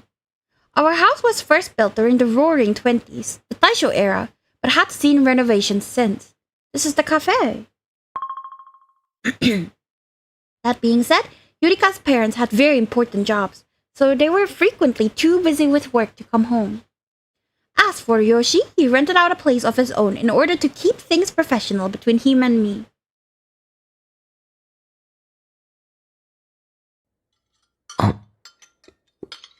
How was it, Alistair? はい、美味しいです。 Yurika handled all of our meals.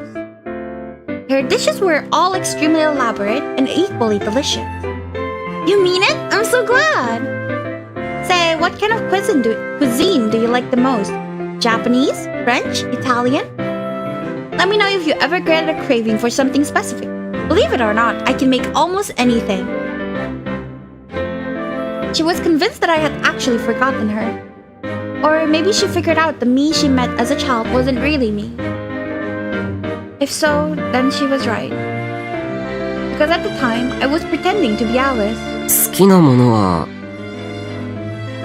別に何でも大丈夫です。 Oh, I see. Well, if you think of anything, let me know. はい。Alistair? はい。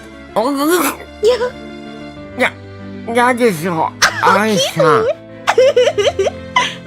Out of nowhere, she pinched my cheek. Just thought I'd soothe those tense nerves with a little massage. 緊張なんて。 You sure?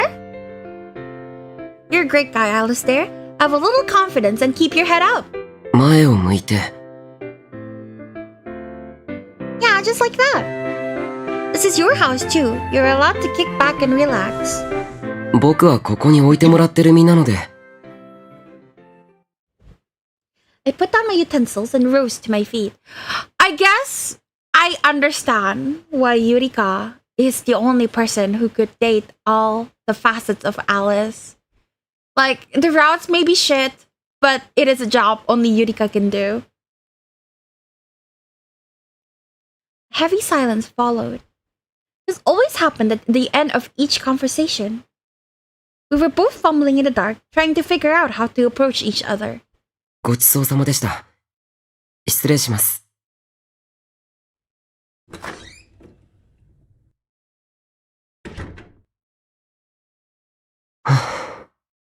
なんでだろう。彼女は苦手だ。She used to be such a crybaby, but now she had grown up. She didn't need me anymore. Aw, baby! Don't say that! With help from Yurika's parents, I was enrolled at the local community college. Here's your lunch! ありがとうございます。 Her red and blue eyes gazed at me. Say, I have a favor to ask. She blushed bashfully. Can we walk to school together?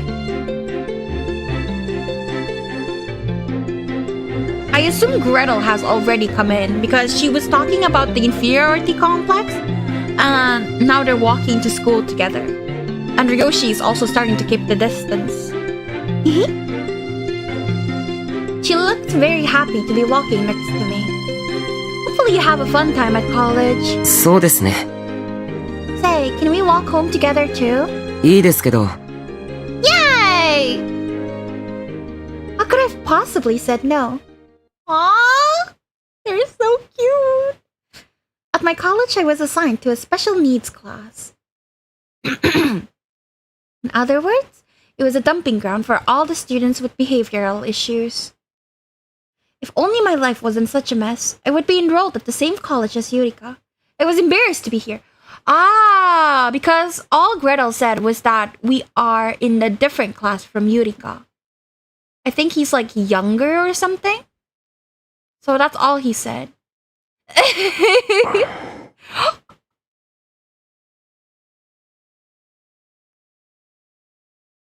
After school, I stood at the front gate and waited for her to arrive, just as we agreed. Then after a while, I spotted her headed my way. Another guy was with her.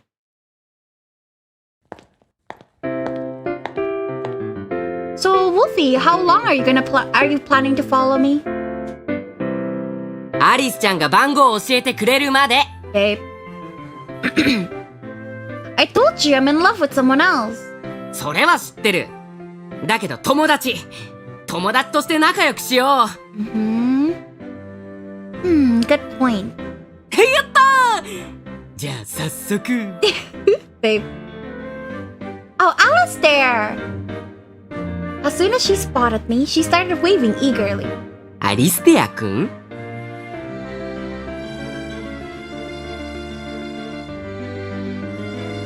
Then I made eye contact with the guy in the brown hood. あ！ Wait, what? We were all startled. Oh, Gretel remembers this! Oh!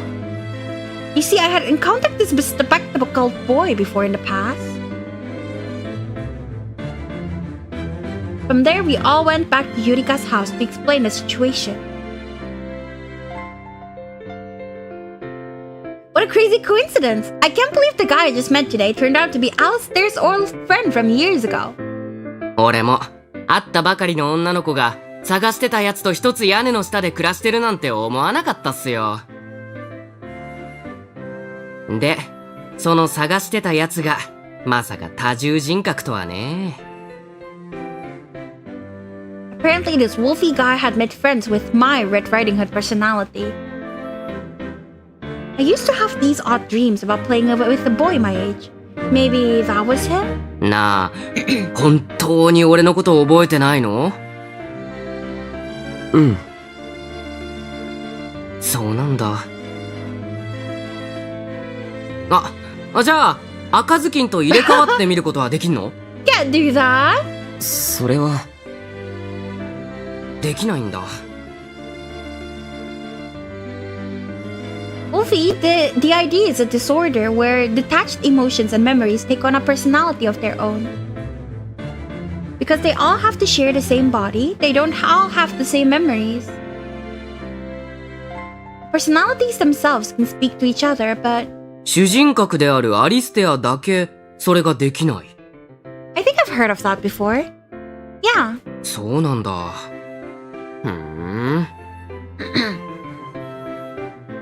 うん、わかった。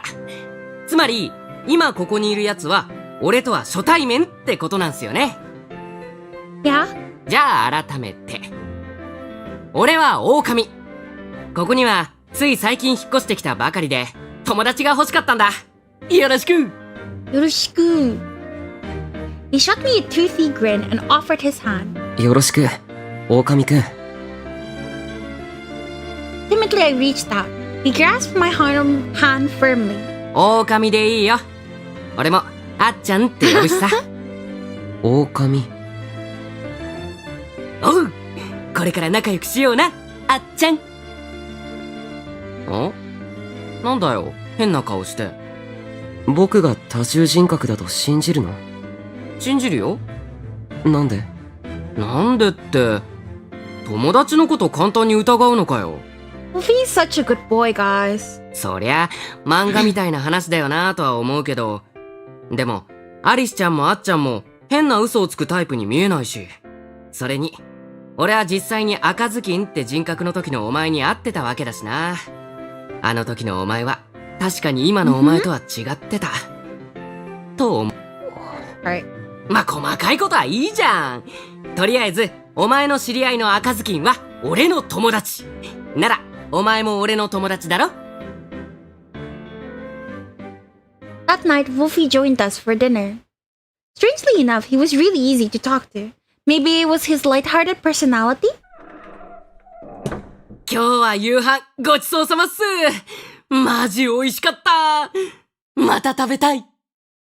You said you live by yourself, right? Do you cook? まあ、適当にいろいろ。Oh, cool. じゃ、また明日 See you. Take care on your way home. はーい。And with that, he dashed off. That was the first time anyone ever called me a friend. Yeah, he's happy, baby.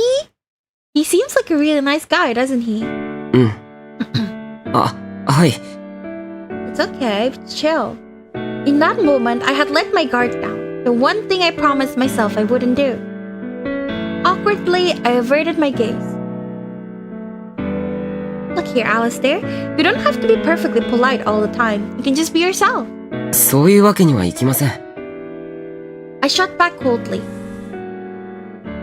Then I bowed my head in apology and went back inside the house.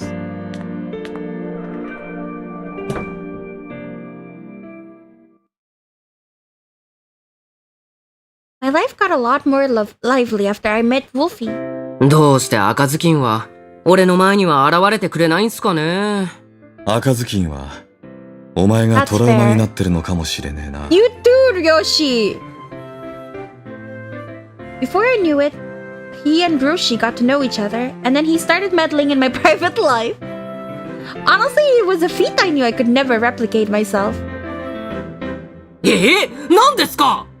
シンデレラから話を聞く限り、白雪と赤ずきんが生まれた経緯は母親が関係している。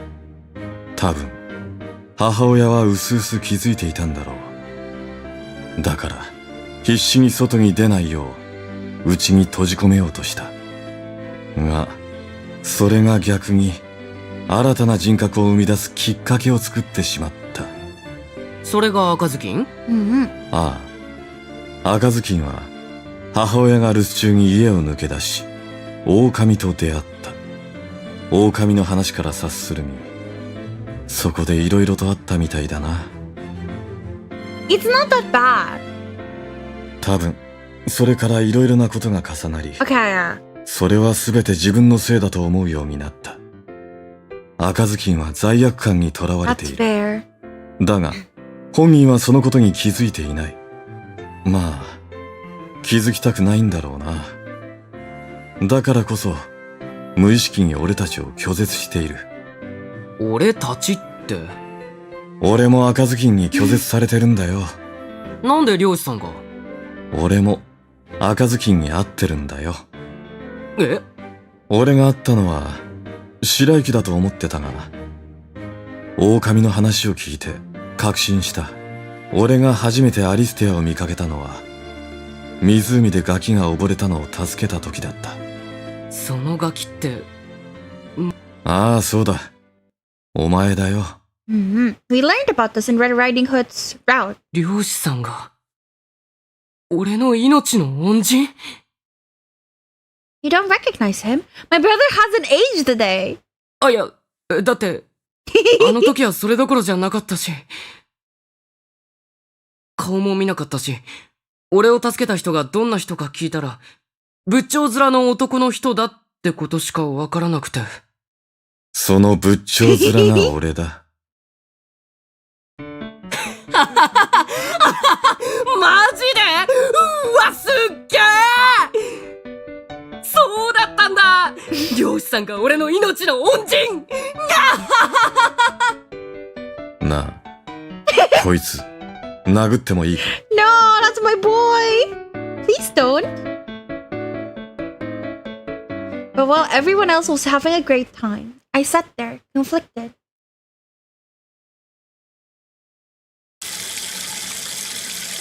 That night, I approached Yurika as she was doing the dishes. Huh? 僕がやります。Oh, you don't have to. Could it be that Gretel has like a very polite demeanor because of like the inferiority complex and the fact that he doesn't want to let his guard down to Yurika? That makes a lot of sense actually, because in his route, surprisingly, trust was like one of the main points where he can't trust Yurika to like him enough. That's why he hired the wizard to try and see if Yurika would escape. Right? I see it. I see the vision. You could help though. I'll wash the dishes and you can dry them. Sounds good, Alice? いや、僕が全部。She stared at me until I caved. There was something truly magical about her eyes. Listen, Alistair? Yurika spoke up suddenly as we were putting everything away. This is just my interpretation, but I think your mother wanted to understand you. At this, I realized she had seen right through me. She had noticed that the earlier conversation upset me, since it had felt like they were insulting my mother. 僕もそう思う。Aww.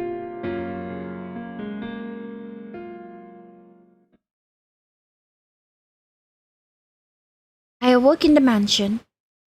Oh, it's this place. In Red's world, this was my house. アリスちゃん？ Snow White! Yes? I looked over in the direction of the voice and froze. 今日はどうする？イノセントにする？ノスタルジックにする？それともロリータ？ Lolita!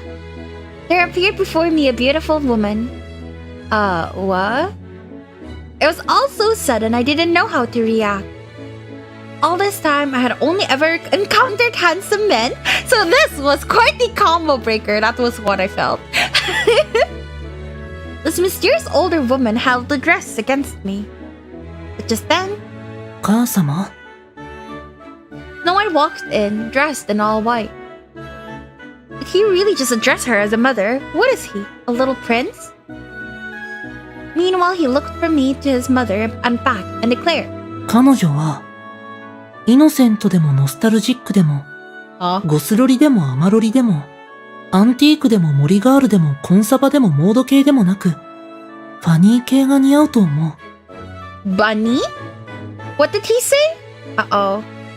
彼女は、イノセントでもノスタルジックでも、ゴスロリでもアマロリでも、アンティークでもモリガールでもコンサバでもモード系でもなく、ファニー系が似合うと思う。Anike? I don't know that word. Gag costumes? Did we wear gag costumes in his route? Funny! Gag costumes? それなら、ここに着ぐるみがあるわ。Smiling brightly, mother held up a kitty onesie. Like the one Gretel forced on us? うん、いいね。Snow White nodded with a straight face. じゃあ、アリスちゃん、早速、お着替えしましょう。What? Putting her hands on my shoulders, she started to direct me to another room. いってらっしゃい。Hey, wait! どうしたの？あ、もしかして、猫ちゃんじゃなくて、ウサギちゃんの着ぐるみが良かった？ Sure. 違うよ、母様。What? 彼女は、ダイオウグソクムシの着ぐるみがいいんだよ。I would wear that! That sounds awesome! I pictured myself dressed up like a big white roly-poly. あら、そうだったの。気づかなくてごめんなさい。ダイオウグソクムシ、そんなものあったかしら。No, no, forget all that. I shook the isopod and its many legs from my mind. Snow White, have you seen Alice around here? アリス。Yeah, I don't think there's Alice in this one. He felt still, his brow furrowed slightly. 母様、Eh? 彼女と少しの間、二人きりにしてくれないかな。これからお着替えしようと思ったのに。I gotta go, Vera. Thank you for the stream. I'll watch it later. Thank you for coming, Night of Beauty. Hope you have a good day. Bye-bye. お願い。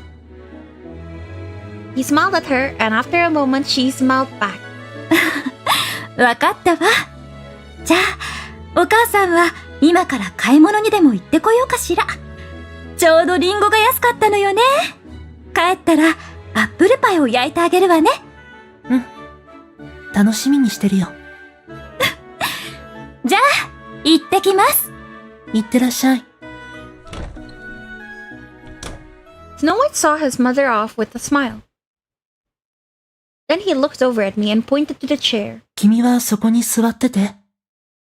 僕は紅茶を入れてくるから。Oh, okay.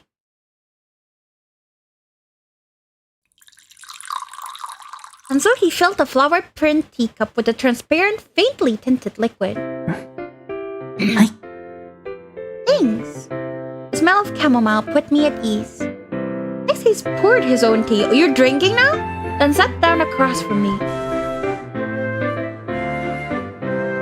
As I sipped my tea, I looked at him. He was a man of few words and didn't emote much. But he was really sweet when he was interacting with his mom earlier. Perhaps that was the real him. I'm gonna save, because I haven't saved in a while. Comment on the tea. Great tea we're having! I exclaimed cheerfully. He looked up at me. そう。よかった。How will you compliment Snow White's skill? Effort, right? He likes effort, yes. It must have taken a lot of practice to get this good at making tea. He beamed back at me, yay! Manji Tenshi! He's my angel! で、本題だけど。Wow.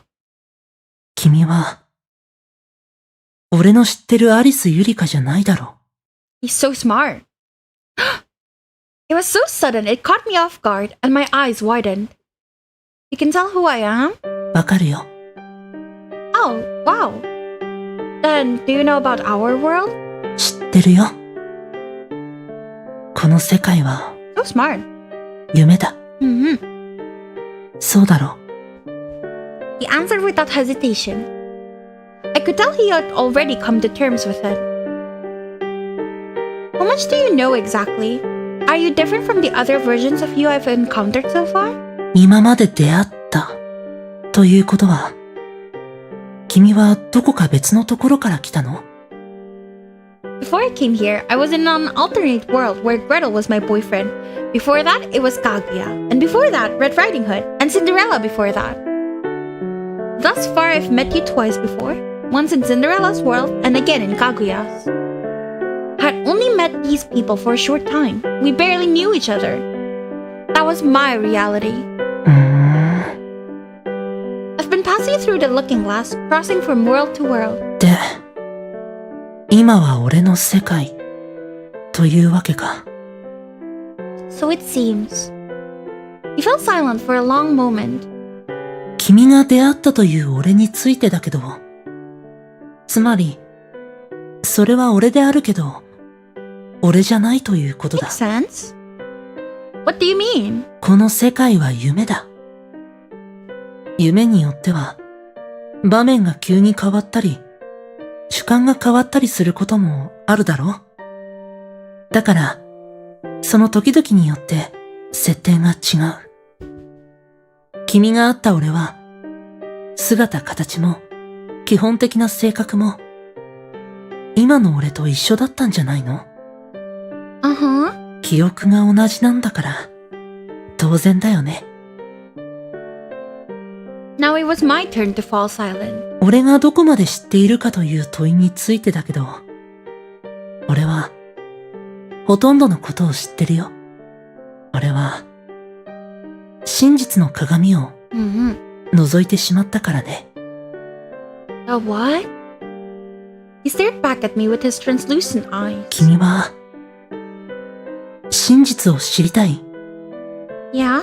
それが、君にとって良くないことでも。Yeah. When I nodded firmly, he rose to his feet. わかった。じゃあ、ついてきて。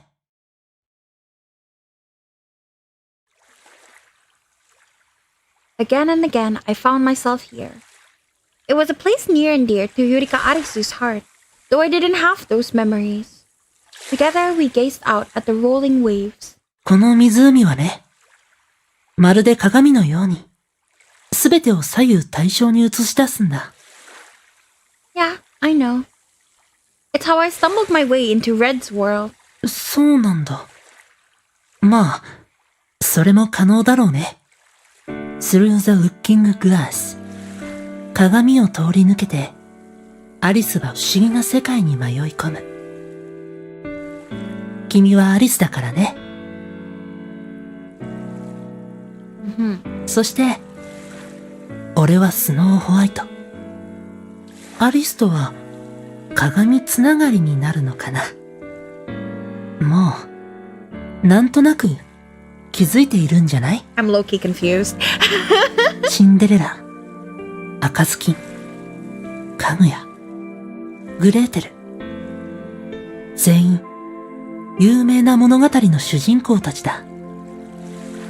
きっとそこでは、彼らが主役の物語があったんじゃないかな。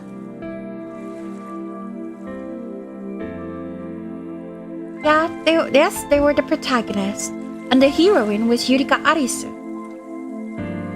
She was me, but I wasn't quite her.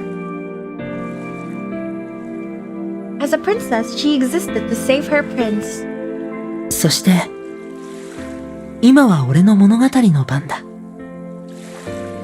鏡よ鏡、鏡さん。見たいものを見せておくれ。欲しい言葉を聞かせておくれ。俺は、自分のいる場所が夢だと自覚していた。だから、夢の状況を自分の思い通りに変化させられた。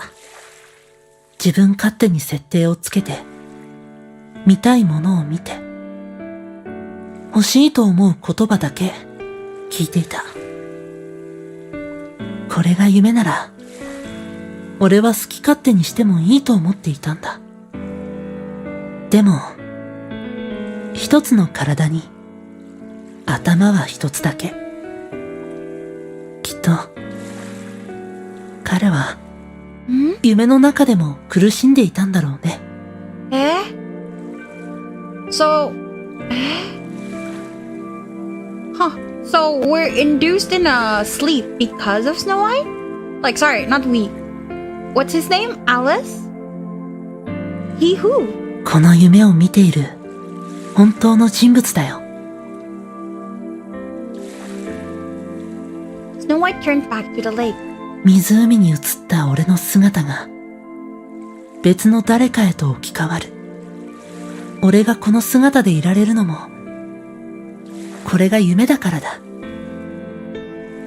夢から覚めれば俺は別の顔で別の声をした俺になる。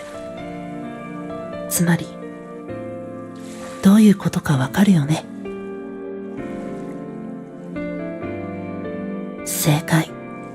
俺たちは複数ある人格のうちの一つ一つなんだ。この世界はその一つ一つの人格が見ている夢なんだ。次々と世界が変わるのは Makes sense. そのせいだね。ちなみにこのことに気づいている人物はほとんどいないんじゃないかな。If these worlds are all dreams, then why do I have a consciousness of my own? 君は物語のヒロインだから。君が今まで見てきた物語には必ずヒロインが存在したんじゃないの？ You're right. They all really seem to love her. そうだろうね。He smiled. この物語を作った人物が現実世界にいる。彼女が君を操っているんだ。Controlling me? What for? わからない。俺は彼であっても彼女ではないからね。俺がわかるのはここまで。あとは他の人に聞くか自分で答えを見つけるしかない。 Right. I guess I'm on my own. I looked down at my hand. My mind, body, and soul were all a figment of someone else's imagination. What could I possibly hope to achieve? Sensing something in my silence, Snow White spoke up again. 君はアリスを探しているんだよね。彼を見つけてどうするつもり？ At first, I started chasing him because I thought he had all the answers. But as I pursued him through all the different worlds, I started to figure things out by myself. Then I got scared. I started questioning my own existence here in this so-called dream. Then Alice told me that I'm Arisu, and that really means a lot. He validated me. He saved me. I don't know the real reason why he keeps running from me, but when I was lost, he found me and led me by the hand, and now I'm here. That's why I'm going to find him. Besides, I still don't have my most important memories. I grinned and Snow White smiled back. そっか。やっぱり君は彼女とは違うな。Huh? I stared at him, my eyes as round as saucers. 君と同じ顔、同じ声、同じ性格をした俺の物語のヒロインだよ。俺は彼女が現れるまで自分で紅茶すら入れたことがなかった。彼女の存在が俺を変えてくれたんだ。You must really love her, huh? 大好きだよ。だから俺は君のことを助けたい。俺を悪夢から救ってくれたお礼がしたいんだ。Offered his hand to me. What? But I'm not her.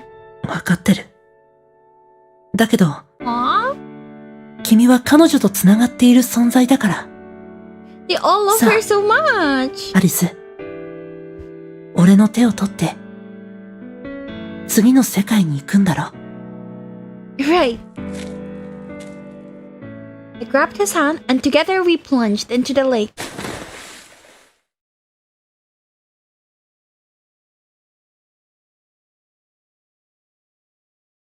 A few months had passed since we first reunited.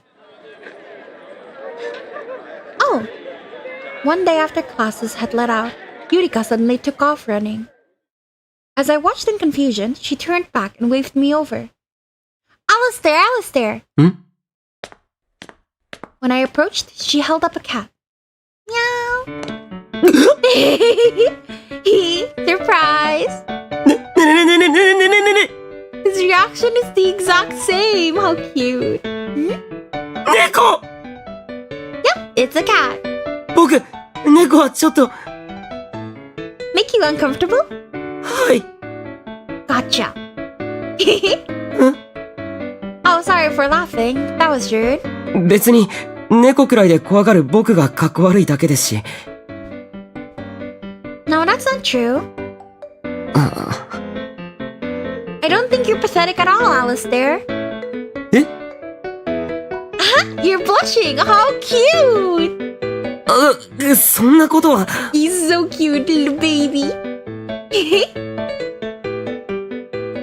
By this point, I had gotten used to my new life, but we were still distant.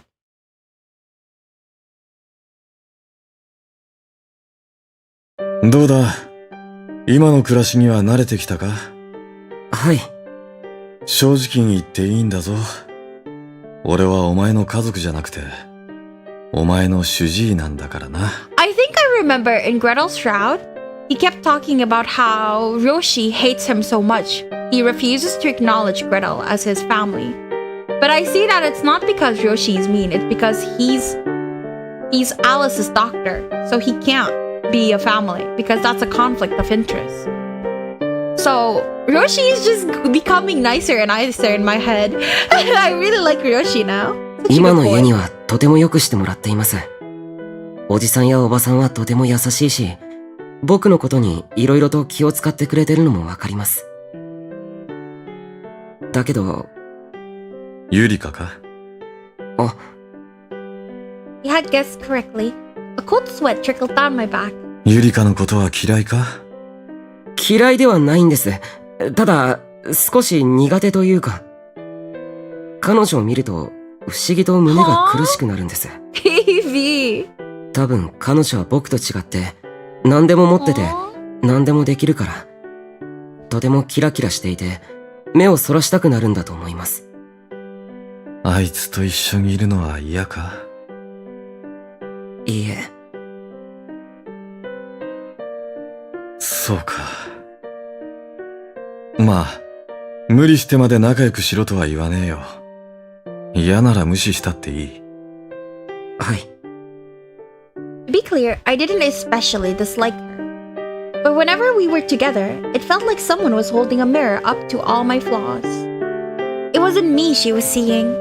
It was Alice.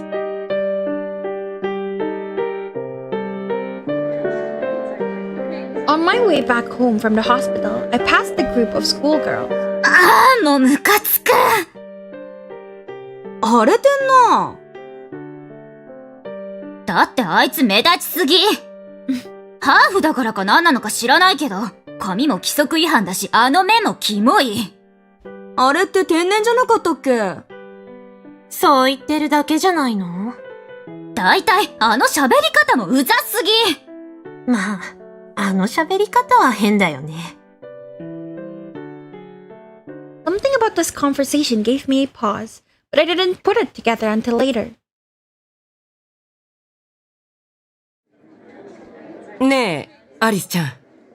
What's up? ずっと思ってたことなんすけど。Sorry, but I'm not accepting any declarations of love right now.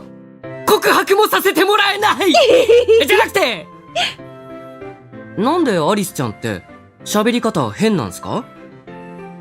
Do I?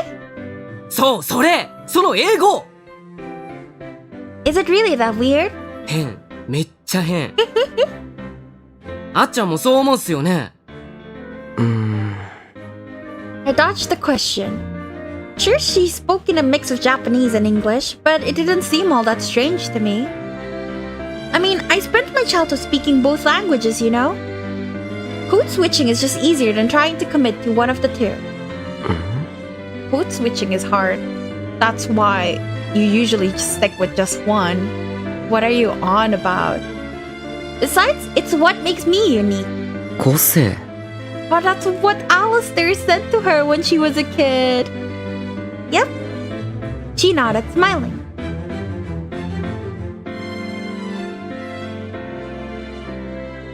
Say, Alice, mind if we stop by the store real quick? はい、どうぞ。お、アリスちゃん、今日も可愛いね。Thanks. Is there a cutie discount I can get? アリスちゃんは本当に日本語が上手だね。Just then a thought occurred to me. Maybe she was switching languages on purpose. Maybe she was playing the part of the silly foreigner in order to draw attention away from me, the guy who didn't look Japanese. That was when I realized who those schoolgirls were gossiping about. Aww. So I decided to ask Yoshi about it. They were siblings, so I figured he would have some insight. 一つ聞きたいんですが、彼女って最初からああいう喋り方でしたっけ？あ？英語混じりの。ああ。僕が最初に会った時は普通だった気がしたんですけど。どうだろうな。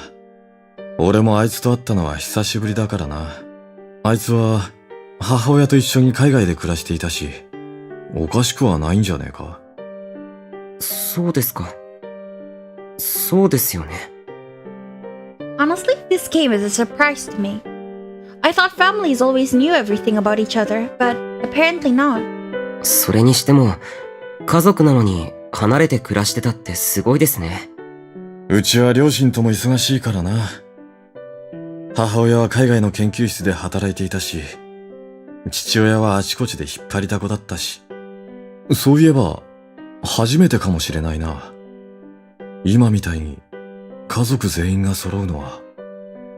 彼女もずっと一人ぼっちだったんですか？ああ、そうだな。For the first time, I had discovered a crack in her seemingly perfect facade.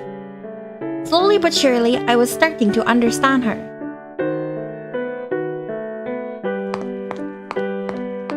Sorry about that. Were you waiting long? いえ、別に。I looked at her. Her red and blue eyes seemed to sparkle in the light. What? 僕は好きだよ。君の宝石のような目も、ふわふわとした柔らかな髪も、Sweetie. 全部君が君である証だ。Huh? ごめん。なんとなくそう思ったんだけど。That's what you said when you were a kid. She fell silent for a moment, then smiled softly. Thanks. うん。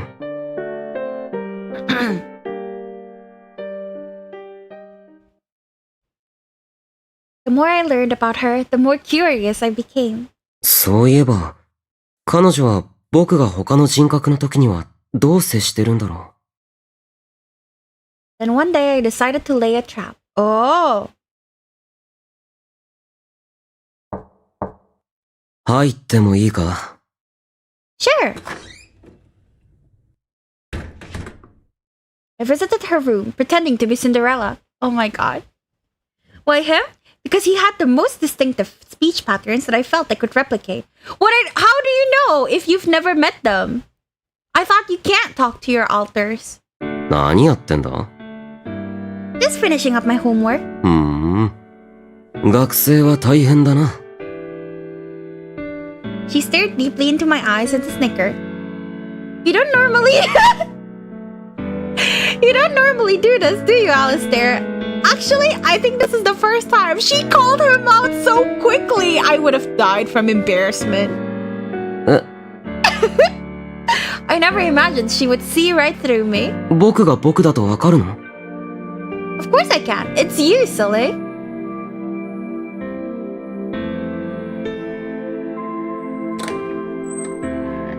After that, the vibe between us slowly began to shift. 拭き掃除終わったよ。 Thanks. ここ、昔は喫茶店だったんだよね。 Supposedly.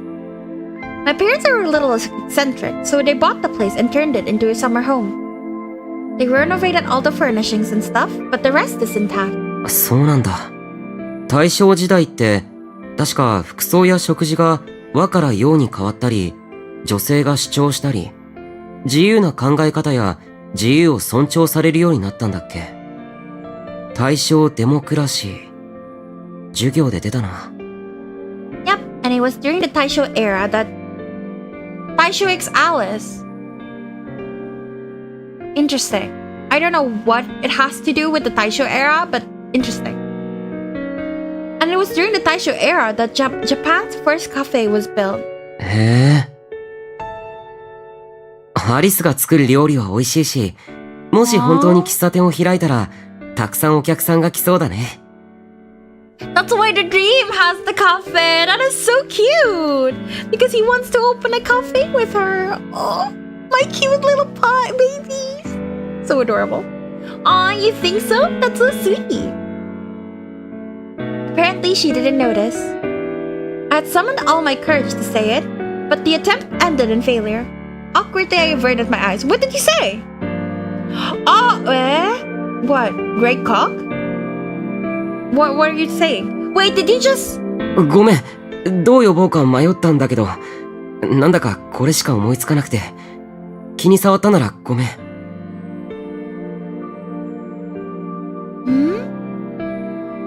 No, not at all. Now say it again. え? Say my name. アリス。 Isn't it Yurika? He's blushing, so cute. What's up, Alistair? She smiled bashfully. Just like she used to all those years ago.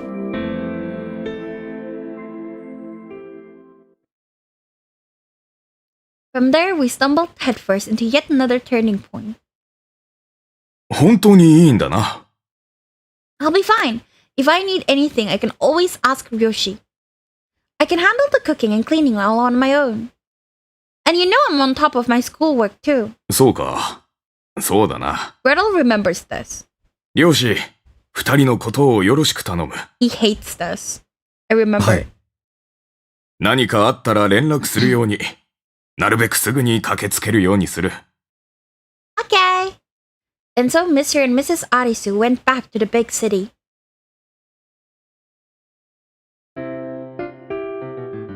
Guess it's just you and me from now on. そうだね。That being said, her parents didn't come home much to begin with, so nothing would really change. Are you gonna miss them? どうだろう。僕にとっては本当の両親じゃないわけだし、アリスの方が寂しいんじゃないの？ According to Roshi, their family situation had resulted in Yurika spending a lot of time home alone. So I figured she was probably happier with her family around for a change. But then she smiled and said, I'll be fine as long as I've got you. Aww. Back in my bedroom, her words replayed in my head over and over. 僕がいるから寂しくない。それってどういう意味なんだろう。僕が多重人格だから賑やかってことなのかな。それとも。Could she have feelings for me? まさかな。そんなことあるわけない。I hadn't done anything to earn her love. Gretel says this too.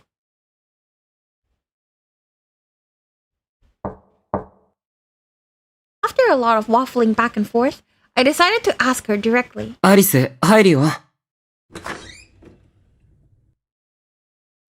When I opened the door... What is this, huh? How dare they sneak this in? I found her standing there in her underwear.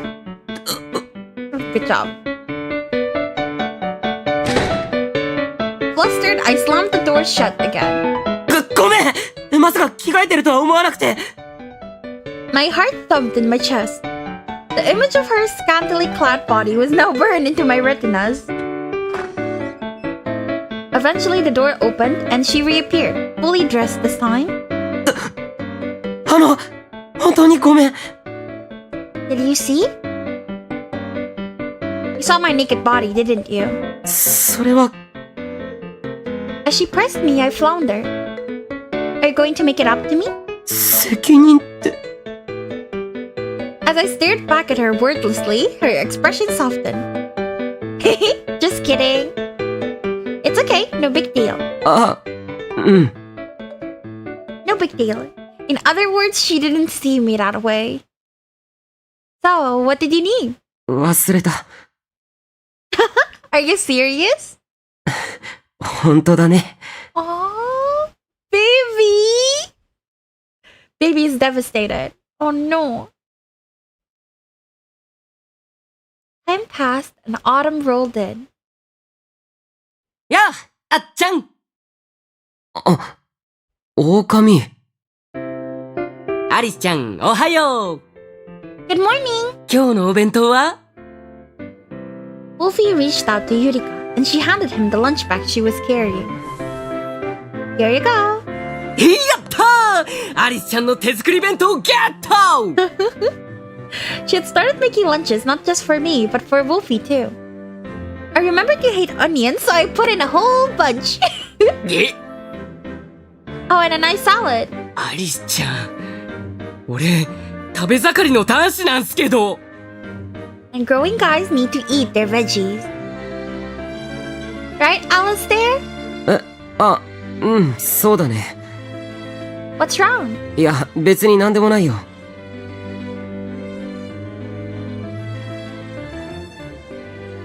After a while, it was time for us to part ways. See you later, Alistair. うん、また。 I waved goodbye and they headed off without me. Deep down, a voice inside me told me to just accept it. We were the same age, but I was going to community college while she was enrolled in a 4-year university. We couldn't be together 24/7. Gretel is gonna come. But if only I could go to the same college as her. いやーせ！ I sensed Wolfie approaching and deftly dodged. って避けるなよ！危うく転ぶところだっただろう。避けるに決まってるだろ。僕は肩叩かれ人形か？というか、なんで君がここにいるんだ？貴様の家から学校までの経路に、ここは存在しないはずだが。Oh, now I'm really sad. This is in Gretel's dream. This exact scene is in Gretel's dream, except it's Gretel. So like he really wants it. So much so that his alter started dreaming about it. My baby!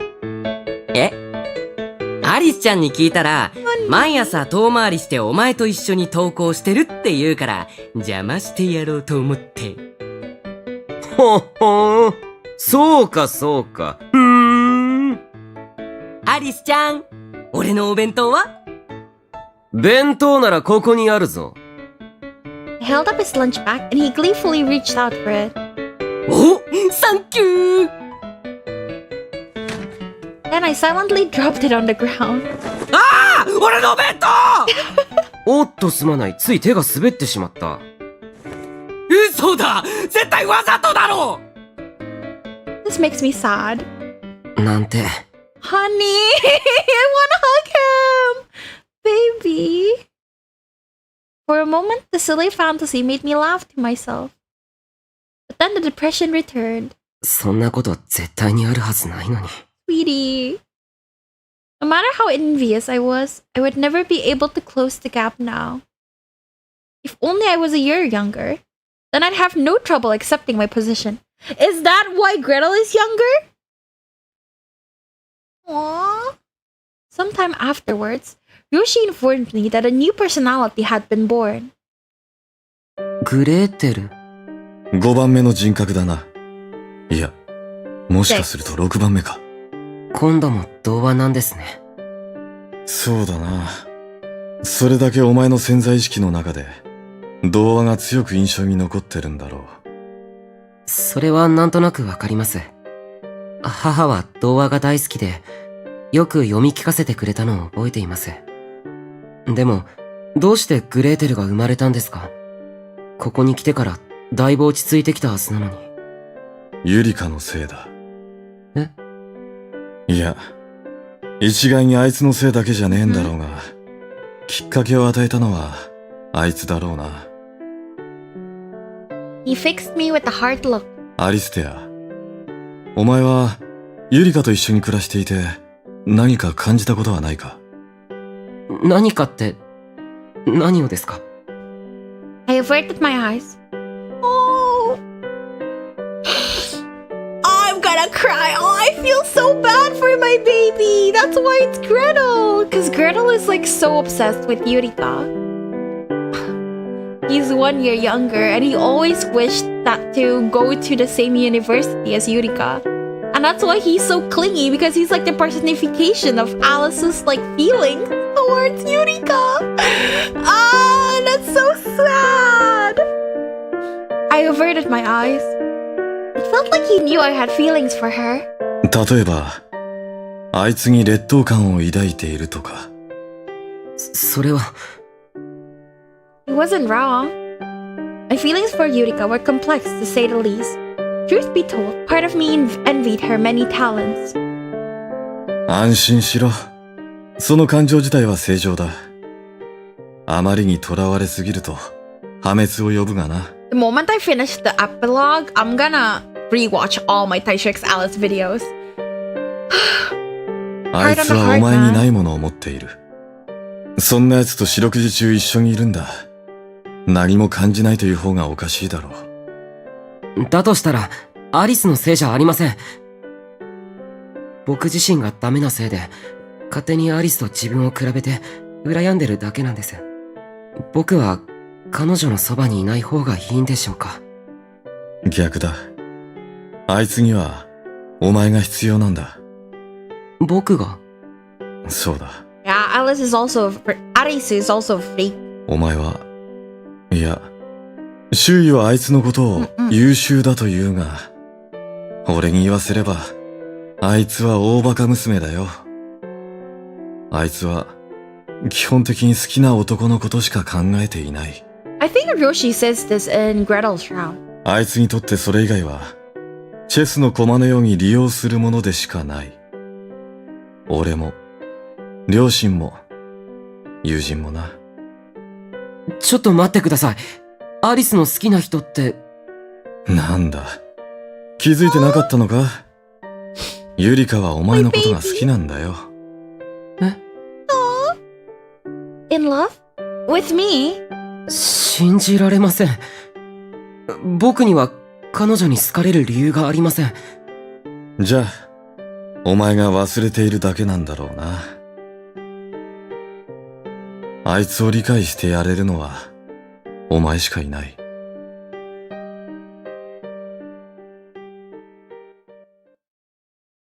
アリスは僕のことが好き。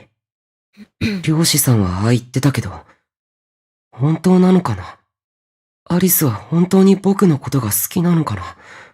それとも、僕の中にある誰かのことが好きなのかな？ He loves all of you. She, I mean. The more I thought about her, the less I understood.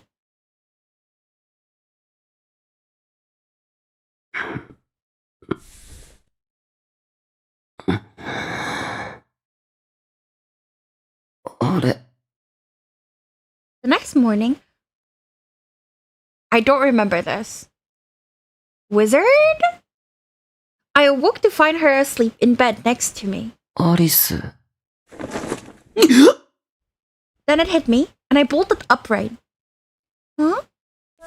なんで僕のベッドに Oh, sorry. Oh, right. Last night Gretel was resting his head in my lap. We must have dozed off. ごめん I apologized, then raced out of the room. なんで僕が出ていくんだいや、でも、膝枕してたんだ。僕じゃないけど。Aw, poor baby! I thought back to the way she looked in... Why? I thought back to the way she looked in her underwear. Alice? 何 Sorry, did I cross a line? いや、別に、僕がしたわけじゃないし、アリスこそ嫌だったんじゃないの？嫌だったら断っても。I don't mind it actually. そうなんだ。This came as a bit of a relief. At the very least, you didn't seem upset about me, with me. Say, Alice, what do you want to have for breakfast? 僕は何でも。Yeah? Maybe I'll make eggs Benedict. Does that sound good? Cool. I'll call you when it's ready. ありがとう。She smiled warmly, then headed off to the kitchen. 嫌じゃないか。それは僕だからか、グレーテルだからか。どっちなんだろう。Alistair. Baby.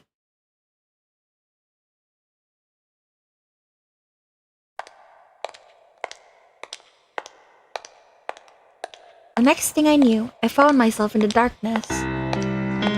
This is nothing like before.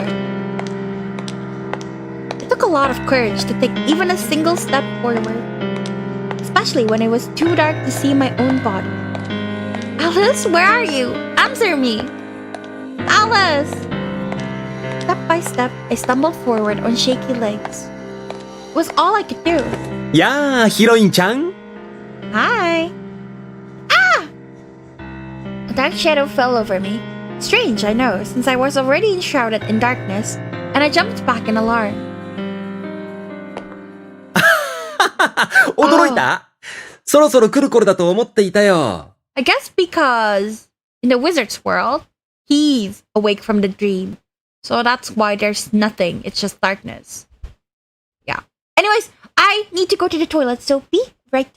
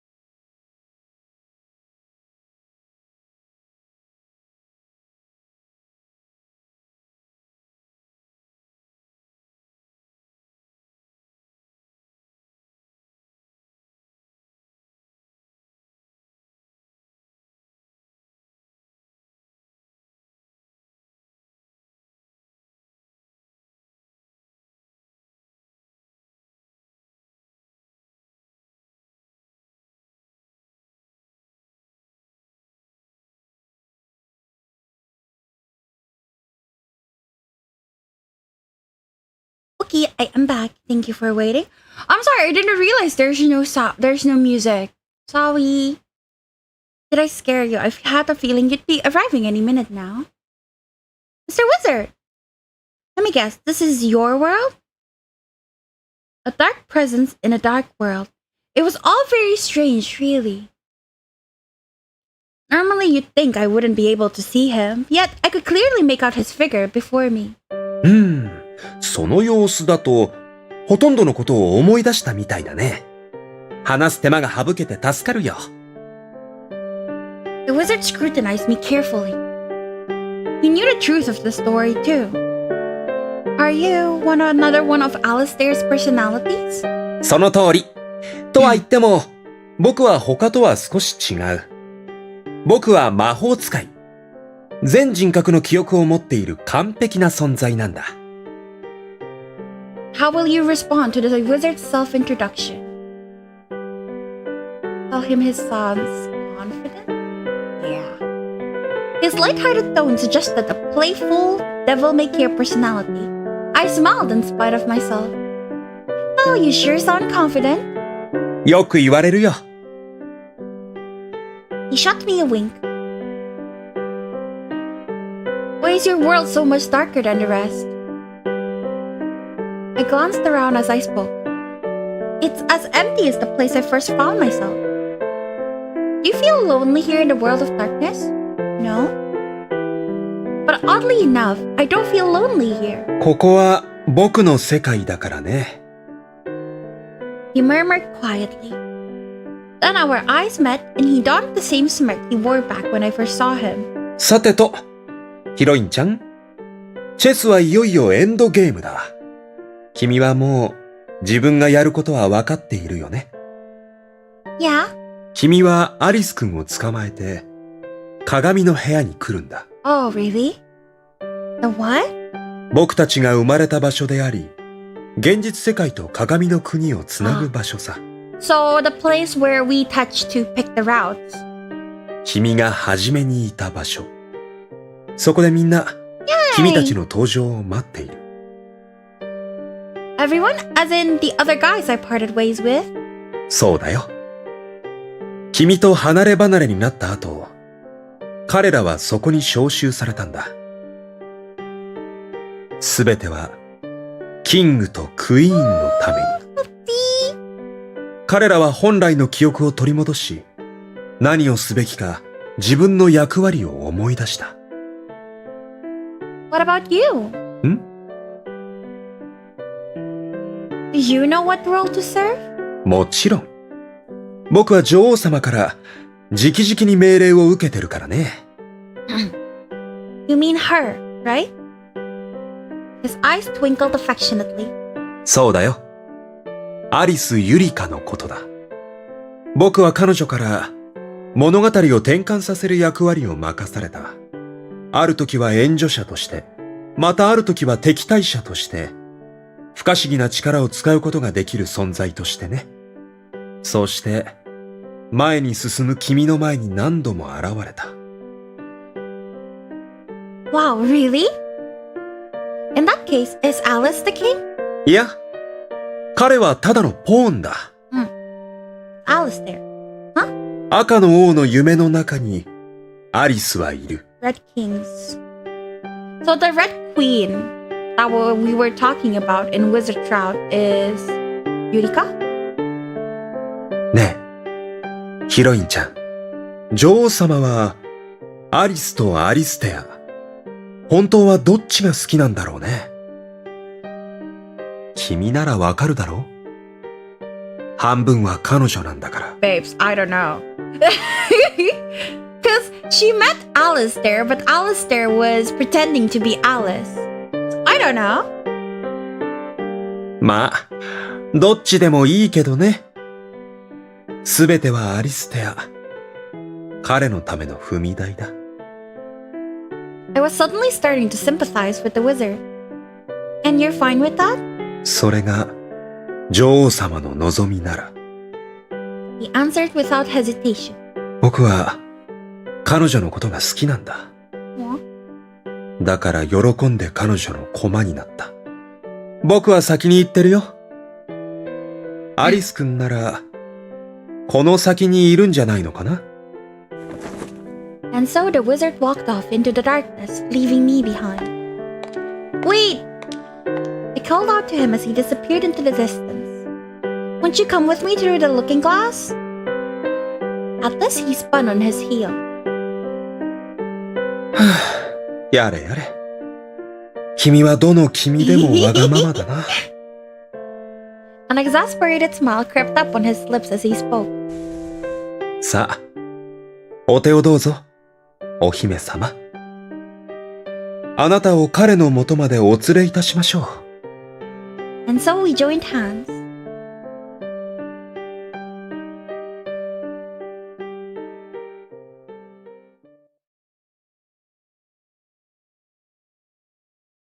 あれ、ここは。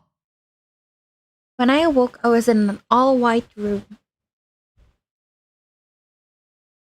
At first, I thought I was dreaming. White walls, white ceiling, white floor, white bed. Ah, I was so close! White walls, white ceiling, white floor, white bed, white. It was all too surreal.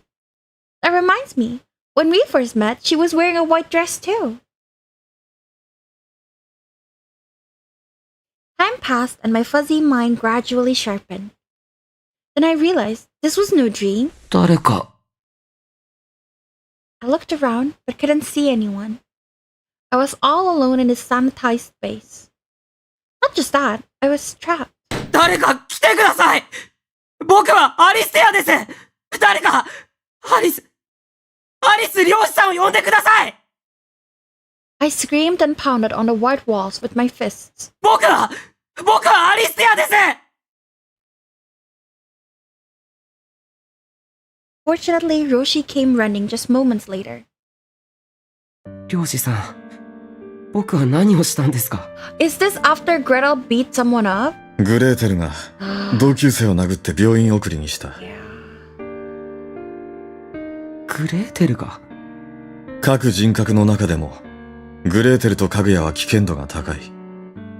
グレーテルはユリカ以外の人間に対する関心の低さと、かぐやは実証行為の恐れがある。お前の中にある人格は必ずしもお前の味方とは限らない。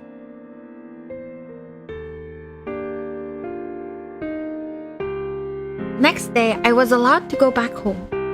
When I checked the calendar, I realized I was missing a few days' worth of memories. Right, I understand. Thank you very much. As she spoke on the phone, Yurika grinned gleefully. Come to think of it, what was she doing here at noon on a weekday? So it actually happened in real life. Yurika actually grabbed the chair and destroyed all the windows when she heard that Alistair is sent home. Gretel.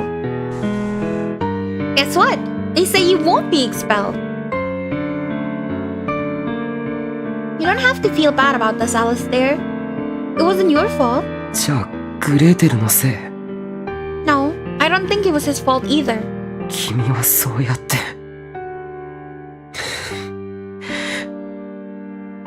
I swallowed the rest of the sentence. Blaming her wouldn't fix anything. アリスは学校には行かなくてもいいの？ No, it's okay. どうして？ Well, in the end, she never did answer the question.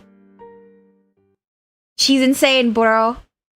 Then one morning, as my suspicions towards her grew,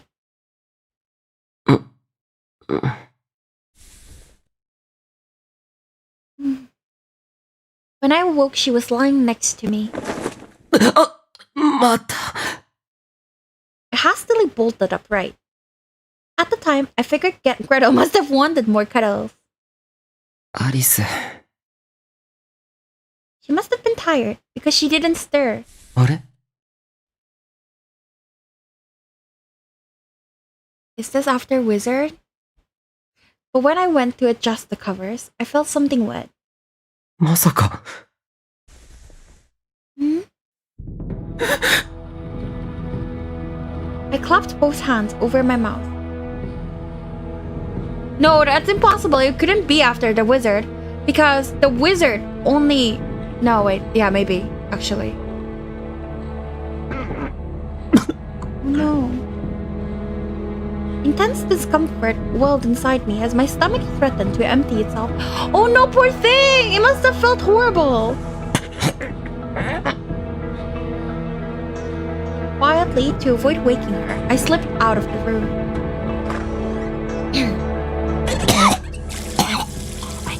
Poor baby! Because he has no recollection of it.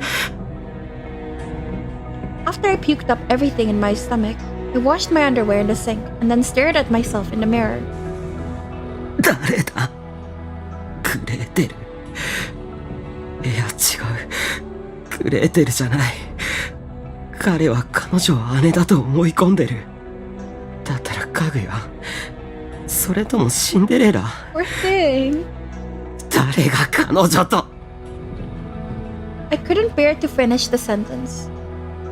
I really disliked that Yurika took that next step without like everyone else's permission, you know? Like there's like 6 altars in his body and she fucked one of them, but she didn't ask for permission with the others. It's really, really horrible. My chest was filled with a muddy mix of anger and sadness and disappointment and jealousy, and it was driving me insane. Assuming I wasn't well past that point already. Poor thing. 君たちは彼女のことが好きなのか？だから彼女と寝たのか？彼女も彼女だ。彼女はどうしてこんなこと？ I feel so bad! I feel so bad! Poor thing! アリスは君たちのことが好きなのか？ Is that... Alice, are you okay? Are you feeling sick? She had woken up and come to check on me. アリス。 I looked at her. The image of us having sex came to mind. It wasn't the first time I'd ever thought about it, of course. But it felt like I hadn't earned the right to look at her in that way, so I had turned a blind eye to it. 大丈夫だよ。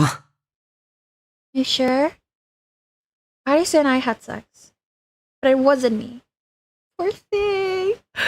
Oh, that must feel so horrible. Honey. After that, I started openly avoiding her. Hey, Alice? 何？ She'd probably noticed. ごめん。用があるから。先に行ってもいいかな。 Oh, sure. Yeah, when we did Wizard Shroud, and she said she gave the wizard her first, I was like, what the fuck, you know? Because there's multiple guys in there. You can't do that unless they all give consent. But I didn't realize Alistair would be the one to wake up there. You know? Like, oh, that's horrible. こんなことがしたいわけじゃないのに。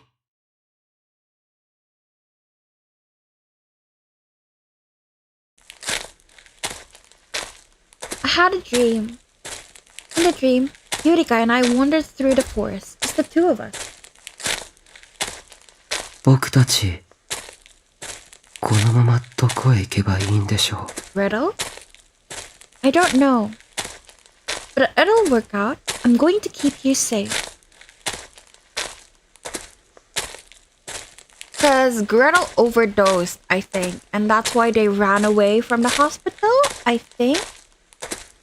So, is this that? 姉さん。 Yep. Then I came to my senses and stopped short. Gretel? アリス。僕はどうして？ When I looked at her, my heart nearly stopped. Her face was bandaged up. I don't remember. その傷、どうしたの？ Which part is this? Well... Just then a jolt of searing pain shot through my body. What's wrong? Are you okay? I looked down at my aching fists and froze. Poor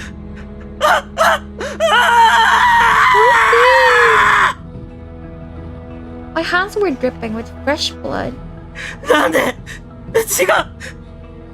Alistair, calm down. まさか僕が君を I remember. So in Gretel's shroud, Yurika got jumped by the friends of the guy Gretel punched. And then she got beaten up by them and almost R-worded. But then Gretel went into the forest and almost burned them to death. And right now they're coming back from that. Shit, that happened in real life? I thought that was in the route. That's crazy. That happened in from all the other routes. You're telling me the Gretel route is the canon route? You're crazy. No. You didn't do anything, Alistair. Please believe me. じゃあ他の奴が君を傷つけたのかよグレーテルのせいかそれとも別の誰か Poor thing. かぐやか Poor thing. I feel so bad. No, it wasn't. もう嫌だもううんざりだ Poor thing. Alistair.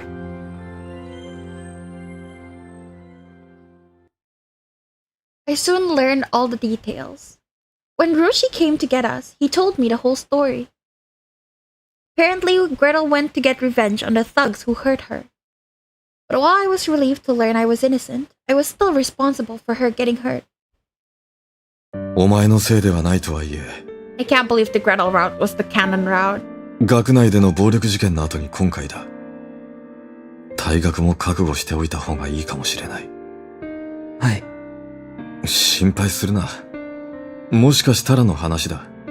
お前に何があっても、ゆりかやうちの両親、それに俺が全力で守ってやるよ。How many times had this happened now? How many times was I going to cause problems for people who were only ever kind to me? 漁師さんはん？どうして僕に良くしてくれるんですか？そりゃ、俺が漁師だからな。治療するもの。単なる言葉遊びだ。そうですか。俺がこの道を目指したのは、ある人物の言葉がきっかけでな。Snow White? 俺はこう見えて、血が苦手なんだ。意外です。だろ？両親は何も言わなかったが、かえってそれが辛かった。お前には何も期待してないって、無言で言われてるみたいな気がしてた。だから、本当は医者になんてなりたくもなかった。でも、そいつは俺が医者に向いていると言いやがった。No, why? 何も血を見るだけが漁師の仕事じゃないってな。まあ、今でも俺が医者に向いてるとは思わないが、俺は結構この仕事が気に入ってる。で、まあ、つまり何が言いたいのかっつうとだな。俺は、お前を救いたいんだ。Roshi. I knew, of course. I knew Roshi was probably talking about one of my other personalities. After all, he had called me Snow White back when we first met.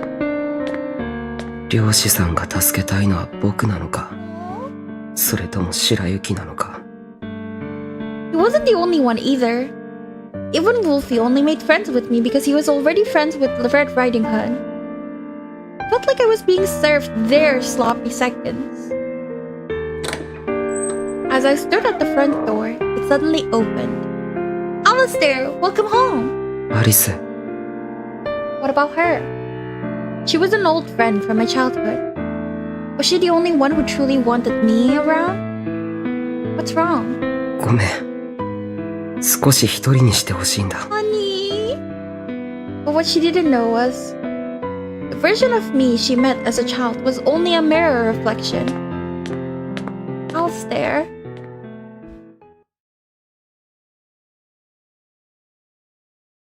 Alice, the me in the mirror. At first, it was just a game.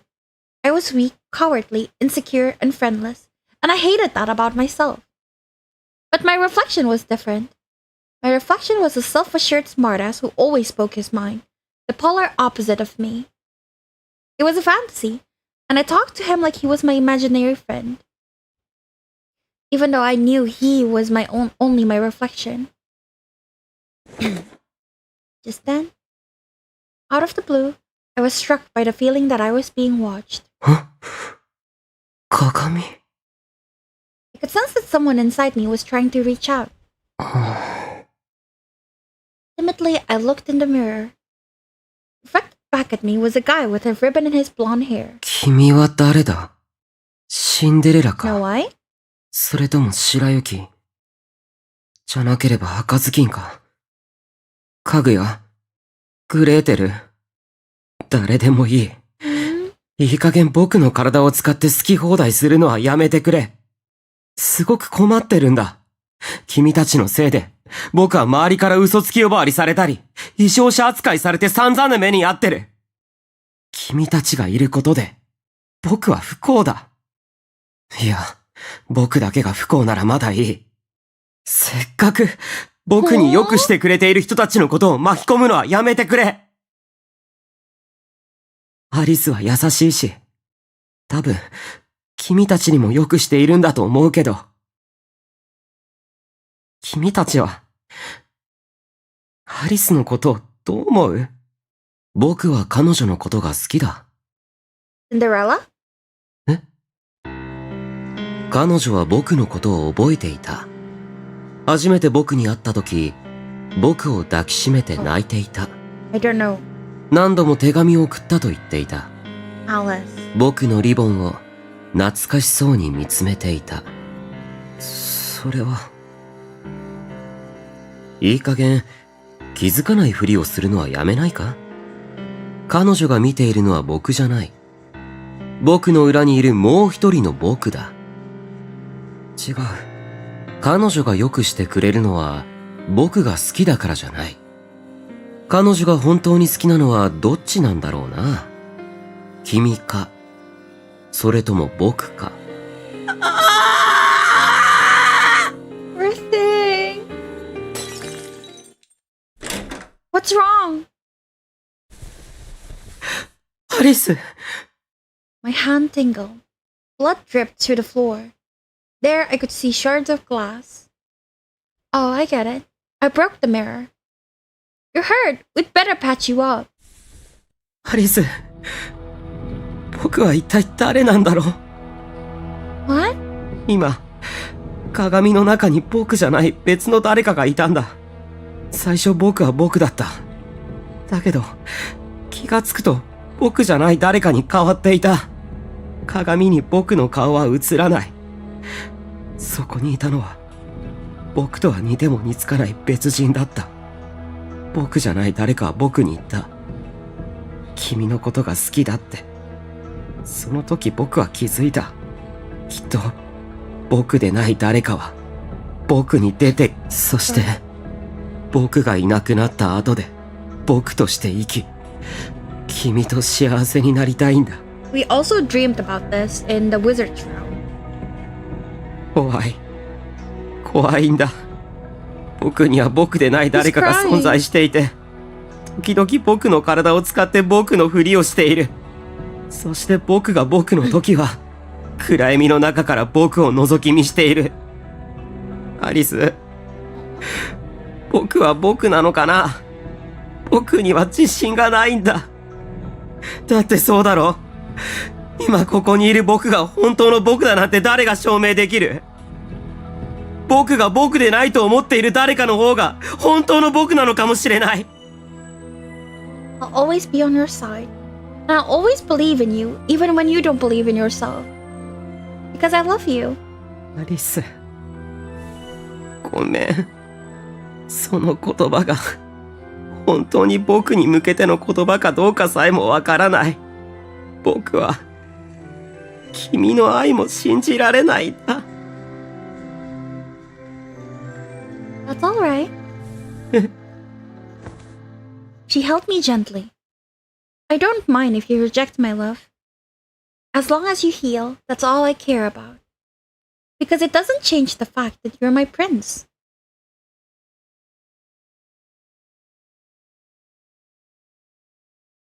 眠れない。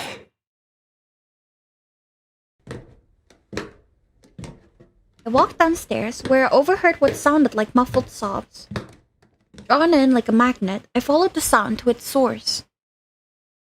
アリス、 The kitchen door had been left ajar, and I could see her through the crack. Soft, fluffy hair, red and blue eyes. My princess was crying. The day I decided to do the deed, I called out to her first thing in the morning. アリス、 What is it, Alistair? She was smiling, like always. なんでもない。But I knew the truth behind that smile. I don't remember Arisu crying, and the reason. I pretended to go to school, but instead I went to the lake alone.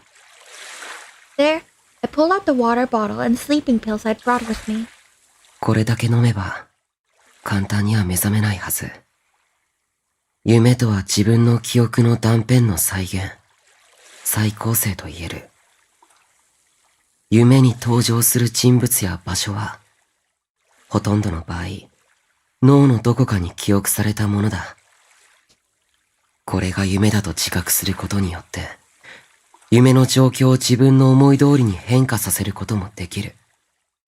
夢の中なら、彼らと話せるかもしれない。僕が目覚めなかったら、アリスは悲しむかな。またいっぱい泣かせてしまうのかな。I don't want to keep hurting you. That's why I have to end this story once and for all. I'm doing it all for you, my beloved Arisu.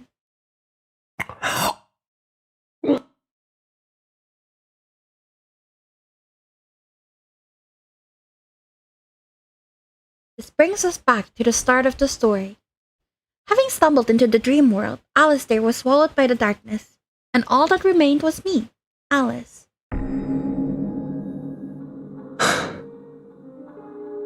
ダメだ。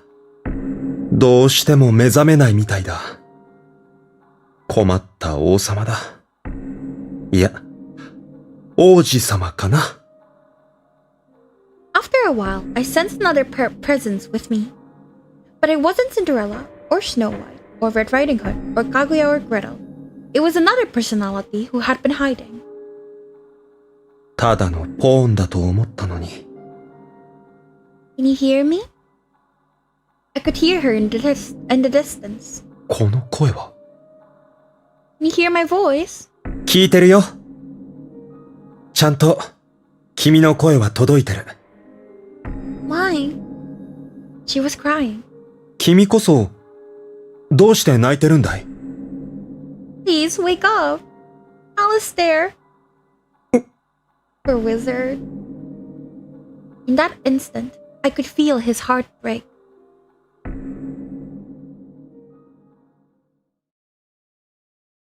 There was always Alistair's name on her tongue. She talked to him endlessly, be it casual conversation or anguished pleas for him to wake up. But then, one day, something different happened. Can you hear me? Can you hear my voice? 聞こえてるよ。I have a favor to ask. Something only you can do. Let's pretend. I'll be the Ohime-san, the princess, and you'll be the wizard. She spoke not to Alistair, but the hidden personality. 王様と女王様じゃなくて？ Sorry, it's not the lead role, but it's still a really important part to play. だろうね。作者にとって最も都合のいい存在はいないと困る。I've already picked up a setting too. It's set in the looking glass world where everything is topsy-turvy. Amid a colorful cast of gender-flipped fairy tale characters, I'll take on the fucking heart! I'll take on the role of the heroine and join them in their twisted tales. How will the story end? It's up to me. Since there's no script, even I don't know what will happen. But I know what I want the ending to look like, and that's all that matters. Because I really love happy endings. But you knew that, didn't you? 初めて知ったよ。 You see, the wizard has a very important role.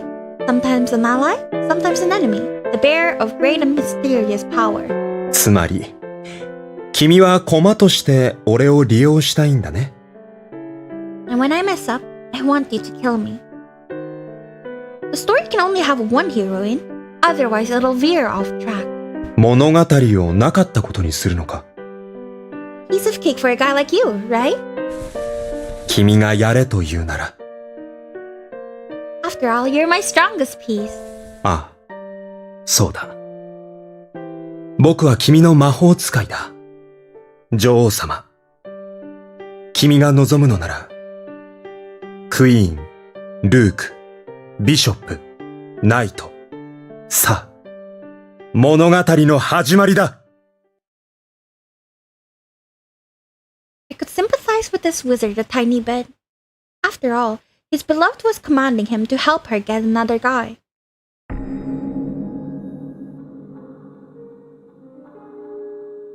おや？これは。はじめまして。僕は魔法使いと言います。君はキング？違う。僕はポーンだ。僕の名前はアリステアではなく、アリスだ。アリス？ When I gave him my name, he seemed to put it all together. 君がここにいるということは、王様は眠っているのかな？ああ、そうだな。まったく。我らが鏡の国の王様は困ったものだね。進みは遅いし、守られてばかりで自分はいつも安全圏にいる。I really like the chess allegory. I feel like it's very smart. キングをチェックメイトされれば負けだからな。仕方がない。キングは最も価値がある重要な駒で、プレイヤーの分身だ。僕たちとは違う。そうだね。君は全てを知ってるの？いいや。僕は君と違って万能じゃない。アリステアとして見てきたものの記憶はあるみたいだがな。じゃあ、君は一応現状を理解しているわけか。そうなるな。彼女が泣いている。大好きだった人が目を覚まさないんだから、当たり前だよね。だけど、彼女の恐ろしいところは、それでおとなしく待っていないところだ。彼女は、この夢の中まで彼を助けに行くつもりみたいだ。彼女は、王子様を救うために、僕たちに物語をプレゼントしてくれるらしい。おそらく、そうするしかないんだと思ったんだろう。アリステアを救うためには、彼の心に住んでいる僕たちを救う必要がある。本来なら、もっと時間をかけてやるはずのことを、彼女は数日で成し遂げようとしている。正直、彼女のやり方は無茶苦茶だ。こんな危険なこと、お兄さんは許すはずがない。だが、時間がなかった。そうだね。こうして僕たちが話している間にも、時間は進んでいる。Why don't we have time? 立ち止まってはいられない。もうすぐ、この世界に彼女がやってくるだろう。でも、それは本物じゃない。僕たちの記憶にある彼女の姿であり、キングとクイーンが作り出した理想のヒロイン。だけど、彼女は最弱のポーンでもある。誰かが助けなければ、鏡の国にたどり着く前に、闇に飲み込まれて消えてしまうかもしれない。That's why he always appears whenever we start a new route. その時は誰かが彼女に、アリス・ユリカであると教えてあげなければならない。僕に彼女を救えと？君ならそうすると思ったんだけど、違うのかい？僕は誰かの言いなりになるのは嫌だし、誰かのフォローなんてのも真っ平だ。君は相変わらず素直じゃないね。君がアリスなら、彼女を救ったのは君だろ？僕は好きだよ。君の宝石のような目も、ふわふわとした柔らかな髪も、全部、君が君である証だ。だけど、彼女は君ではなく、アリステアを選ぶだろう。彼らを救うたびに、アリステアは自分を取り戻していく。そして、採用にたどり着いたとき、君は君でなくなる。まあ、僕も人事ではないんだけどね。僕は僕の役割を果たした後、彼女に殺される。そして、救われた彼らも。僕たちは、アリステアを救うための駒なんだ。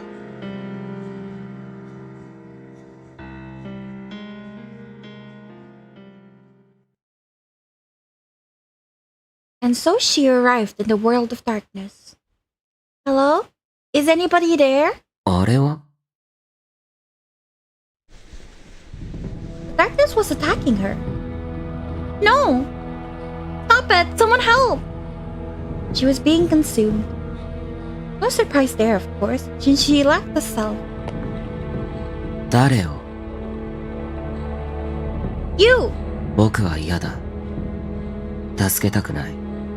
自分勝手で、弱くて情けなくて、他人の力を借りなければ何もできない愚か者。潔さも清々しさもないちっぽけで、惨めったらしい甘ったれの人間に、どうして手を差し伸べなければならない。Is he talking about Alistair? I called out into the darkness, not to her, but to Alistair, who had also been consumed. It was his job to save her, not mine. What? 君は今、闇に飲み込まれようとしている。なぜかわかるか？それは自分がないからだ。君は自分が誰かわかっていないだろう。君は誰だ？どうした？何も思い出せないのか？ Well, I'm just me. Those were the words I had been waiting to hear. まったく。世話が焼ける。ほら、捕まれ。Huh, honey? I reached out to her. Okay. 走るぞ。Right.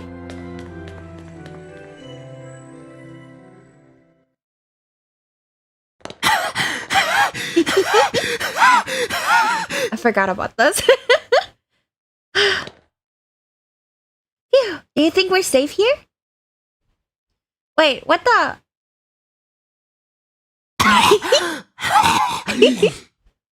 I love him. Are you okay? 大丈夫なわけないだろ。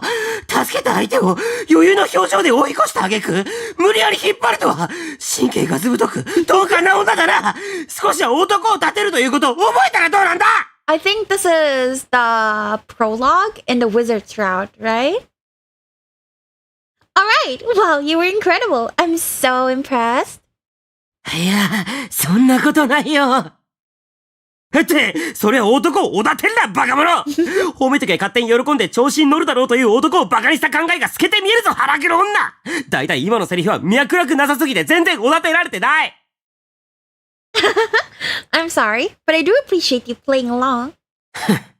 君はとんでもなく嫌みったらしい人間だな。Anyway, thanks for saving me. アリスだ。Lisa! Hi! Welcome! I'm like at the very end of my route, I think, in this game. Hi! What was it? Stardew Valley. Did you do lots? I noticed you're like the only one playing left. And Neona and Madness are no longer playing.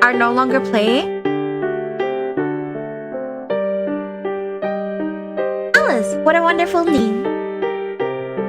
She didn't remember me. But perhaps that was to be expected. She wasn't the same girl I knew. I went off on my own world. I wanted to play a bit more. Oh, so you have like a single player save file? Did you deforest well in there too? Did Did you cut down lots of trees? But a new story was about to unfold, and she didn't need more information than was strictly necessary. Say, do you know who I am? 自分を有名人か何かだと思っているのか。嫌みったらしいだけでなく、随分と自意識過剰なんだな。僕が君を知っているわけないだろ。You don't? But back when the darkness attacked, you called me a selfish, weak, pathetic fool who can't do anything on my own and all that. Honey. Or were you not talking to me when you said that? How are you liking your story so far? Right now, we are like at the conclusion of the entire game. So like a lot of things have been revealed and like I am absolutely honestly, I hated the story before we got here, but I think now I actually kind of like the story, which is embarrassing to admit. I really like it. I think I'm gonna finish it by today. さあ、どうだろうな。Not only that, but when you asked me, you don't know who you are, correct? You implied that you knew I had amnesia. And when you get a good turnaround, well, it still doesn't forgive the mistakes that it did. Like, it touched a lot of sensitive subjects very carelessly, which I did not appreciate at all in like some routes. But the overarching story is so good, and it fixes a lot of the plot holes and plot twists that are included in the game. So it's like very solid writing. It's just they need to use their brain a little when they're dealing with sensitive content. But yeah, it's actually really good. And the voice acting is amazing. So it's like doing really good and providing a lot of emotion to the stories. Doesn't that mean you know more about me than I do? ああ、そうだな。Unsurprisingly, she was just as sharp as her progenitor. I knew it! 君は随分と能天気だな。ついさっきまであんな目に遭っていたというのに、何事もなかったかのようにのほほんと笑っている。Well, yeah, the crisis has been averted. 一難去ってまた一難という言葉を知らないのか？ I don't see any fire around here. Besides, I've got you. 僕が君を助けると思うのか？やれ女性差別だ男女平等だなんだと騒いでおいて、都合の悪い時には女性であることを主張する女性様の典型か君は。I missed his rants. No, I don't expect you to save me. But as long as you're around, I have nothing to fear. Oh, and obviously, if you're ever in trouble, I'm happy to help you. 君が困ったら？ I'd certainly appreciate it if you lent a hand. 結局そうなるんじゃないか。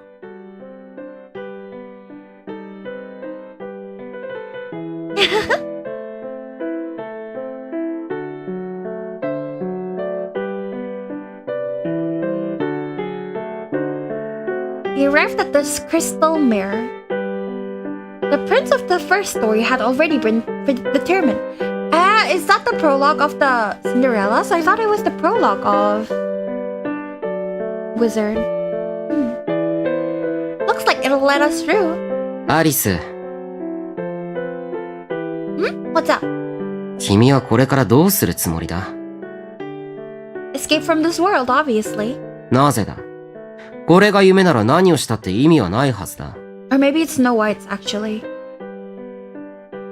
Maybe, or maybe it's a lucid dream, and I can't control the outcome at will. And if that's the case, I'd like to try and brighten this place up a bit. 君は本当に身勝手だな。この夢を見ている人物がそう願っているかどうかなんてわからないだろう。夢は夢だ。楽しい夢を見れば、目が覚めた時に辛くなるだけだ。So, you think I should just shrug my shoulders and give up? このまま目覚めないことも本人にとっては幸せなのかもしれない。Alistair, then. Look, I know I'm just some selfish frou-frou girl, like you said. But I want this dream to be so much fun that they wake from it feeling warm and fuzzy. Besides, if I'm literally part of this dream right now, then that means my viewpoint is at least partially the dreamer's too. I mean, think about it. If this is a dream, then you and I share the same consciousness. そうだな。アリス、君ならできるさ。I was wondering why he was smiling during this part of the prologue. Oh, honey. Okay, I see. It's all coming together. Darn right I can. I promised to help her. But I was not her prince. I was a side character designed to spice up the main story. I existed both here in the darkness and occasionally in the looking glass world as well. Okay. Ah! 何やってるんだ、あいつは。I don't know how to scream properly. Sorry. It's you. この気違いWhat? 君はバカなのか、それとも頭がおかしいのか、狂ってるのか、イカれてるのか、頭のネジが何本かポーンと抜け落ちたのか、昨日からうるさいんだよ。君はあれか、もしかしてゾンビか。それなら納得できるのだがな。脳みそが腐って言語中枢が働かなくなっているわけだからな。Which one was this? Which world was this? I think this is Kaguya's, where she's just screaming. Yeah, because Kaguya kissed her, and then she started screaming about it. Right. I remember. In the Looking Glass world, certain details changed depending on the story. She would always forget that she first met me in the darkness. But I didn't really mind it. I watched from the sidelines as the prince and princess pledged their love. Whenever she messed up, she was brutally killed off. Afterwards, a new version of her would spawn into the world. アリステア、いい加減目を覚ましたらどうだ。彼女は君が現れるまで何度だってやり直す気だぞ。But my voice still didn't reach him. That said, we were slowly getting closer. Every time she saved one of the souls sleeping inside Alistair, I felt him regain some of himself. And in exchange, I was slowly losing mine. I don't know who to like, Alice or Alistair, I don't know. Bro.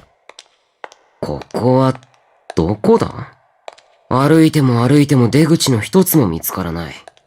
真っ暗で何も見えない。さっきからどれだけの距離を歩いたのか、どれほどの時間が経ったのかよくわからない。僕はどうしてこんなところにいるんだ？ Oh, he forgets.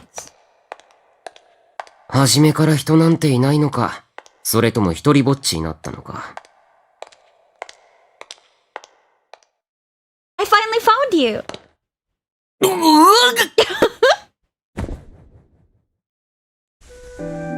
So tell me, who are you? What are you doing here? Do you know where we are? そんなこと僕が知るか。突然現れたと思ったら、勝手に人を押し倒して、勝手に僕のセリフを奪って、君の方こそ何様ですかというか、痛いんですけど、重いんですけど、早くどいてくれないかな。I think this is the prologue in episode 1.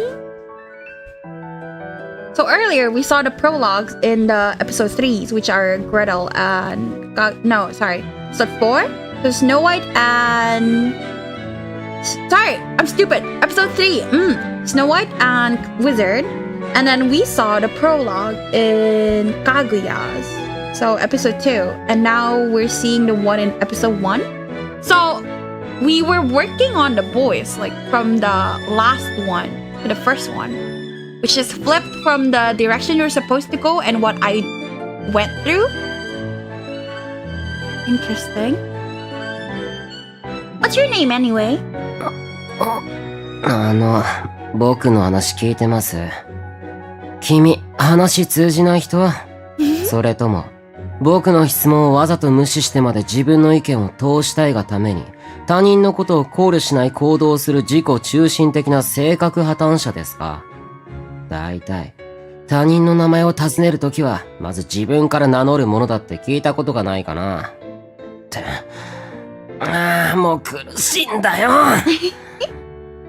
Oh, I'm sorry. I was just so happy to see you. I couldn't help it.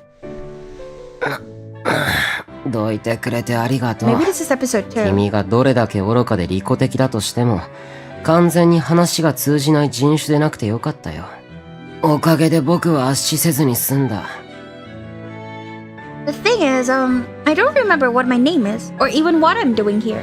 だから名乗れない。つまり記憶喪失だと？ Most likely, yes. I've been trying to remember, but for some reason I just can't. Almost like I'm not myself. Everything's so fuzzy. That's all you have to say? 僕は記憶喪失かと聞いただけだ。君が身勝手に語り出した自身の状況から推察したに過ぎない。いわば条件反射であり、ただのレスポンスであり、社交辞令であり、そこに君への深い興味も、ましてや君への同情心なんてものは1ミクロンも存在しない。Yeah, I guess that's fair. We've only just met after all. So, what's your name? Who are you? Can you tell me where we are? 君もめげない人だ。人はそれを脳天気とも無神経とも、空気を読まないとも言うね。You're no basket of kittens yourself. 僕ほど素直で心優しい人間なんてなかなかいないと思うが。なんせ、君みたいな失礼かつ無遠慮な人間にわざわざ自らの時間を消費して付き合ってやっているんだからな。気に入らないというのならば、僕と話をしなければいいだろう。If I didn't like you, we wouldn't be here right now. 君はド M か。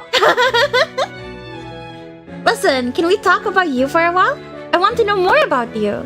普通は他人のことより、まずは自分のことを知りたいと思うんじゃないのか？記憶喪失なんだろ？ Well, yes, but look, I spent all the time wandering alone in the dark, and now I finally found you. Of course I'm going to be more curious about you. 自分の名前もわからないくせに、出会ったばかりの他人に名前を求めるのか。変わっているな。You think so? ああ、変わっている。変だ。おかしい。頭がイカれてるとしか思えない。What even is a one corn dog shy of a picnic? Is that a real phrase? I've never heard of it before. Am I really that strange? Oh, I know. In that case, how about you choose a name for me? は？ちょっと待て。話が飛躍したぞ。なぜ今の会話でそうなるんだ？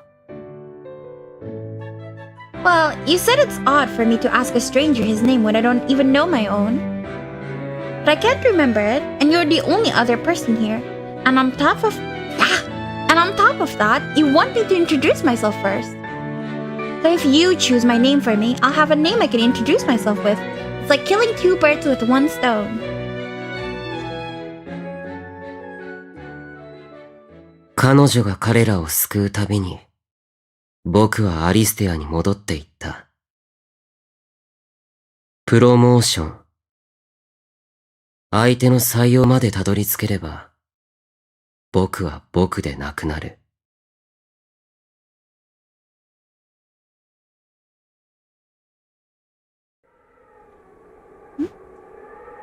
Suddenly, I found myself falling through the darkness. It was so dark, I couldn't even tell how far I'd fallen or how much time had passed. But at least I had plenty of time to think. All the world is a stage. This is a story I created to save my prince, the real Yurika. And I am merely a player. Step by step, I move my little white pawn. For that is mine. I figured you out, Yurika Arisu. Keep talking and talking, pretending to be me. But from here on, I get the feeling your voice won't reach. The farther I fall, the more distant your voice becomes. On second thought, I can't hear you at all anymore. Are you worried? Well, don't be. I'll play my part to perfection. But I'm not doing it for you. I'm doing it to save the prince who wandered into the looking glass world. Because I'm his princess. Interesting. ここはいつ来ても真っ暗だな。君の心はまだ晴れないままか、アリステア。彼女は君を探しにここまで来たぞ。お姫様に迎えに来させる王子様がどこにいる？さっさと目覚めて、彼女を笑顔にさせたらどうだ？彼女は泣いているより、笑っている方がずっとよく似合っている。So, the one we met, was it Alice? And not Alistair? だから、笑ってくれるなら何だってしてやる。僕の手が必要ならいつでも差し出してやる。たとえ、僕が僕でなくなっても。Alice! 君だってそうだろ。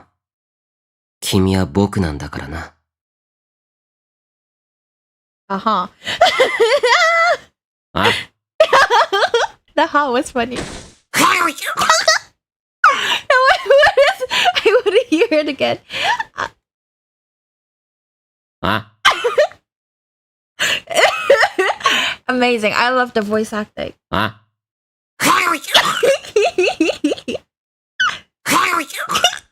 Amazing. Okay, I'm done.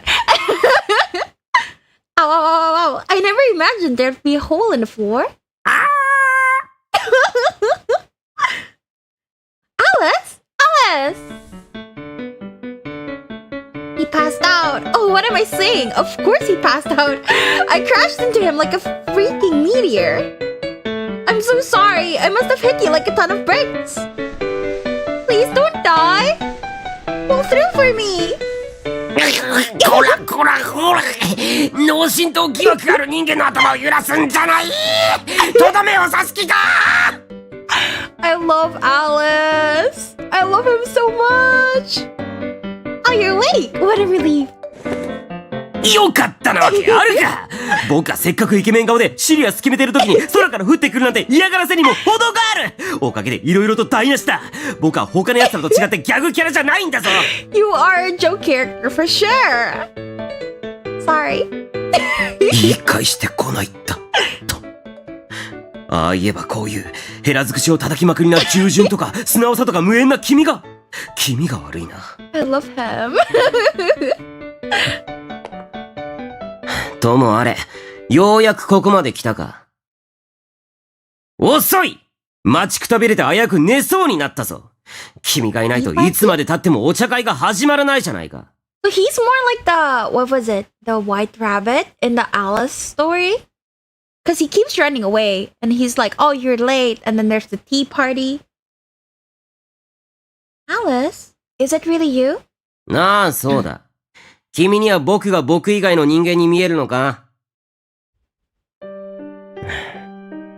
そうか。君は全てを知ったんだったな。Yeah. You knew the whole time? 何がだ About me and the world and yourself? ああ、知っていた。君が僕の幼馴染だということも、この世界が夢だということも、僕がアリステアだということもすべてな。Why didn't you tell me when I first got here? 君にはやるべきことがあったからな。今まで君はヒロインとなって、不思議で歪な物語を歪んだ主人公たちと共に紡いでいった。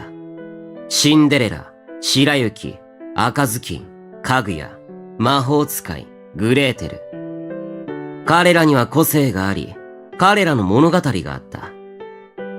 君はどの物語も最後には力ずくでハッピーエンドに導いた。そして、今度はアリステアの番だ。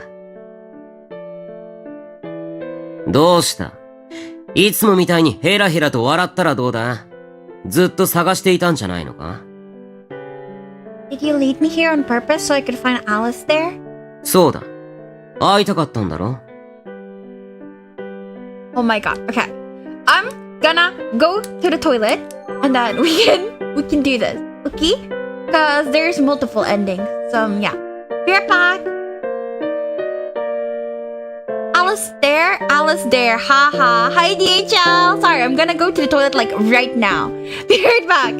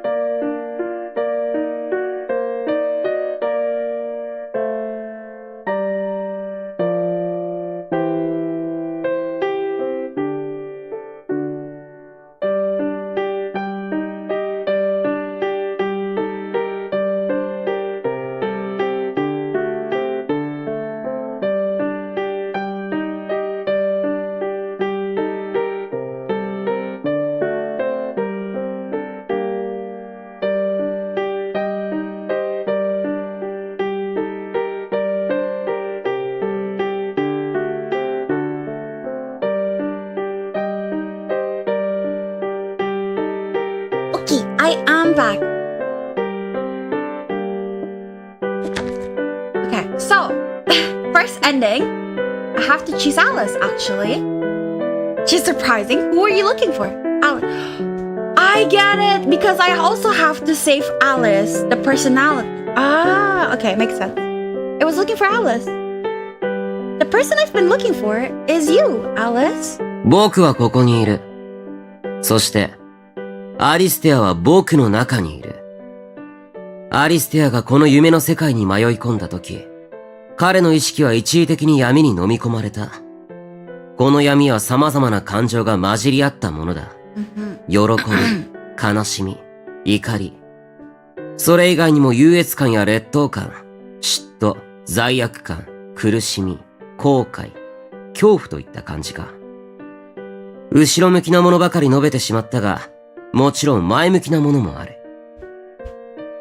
だがアリステはそれらを意識することができない。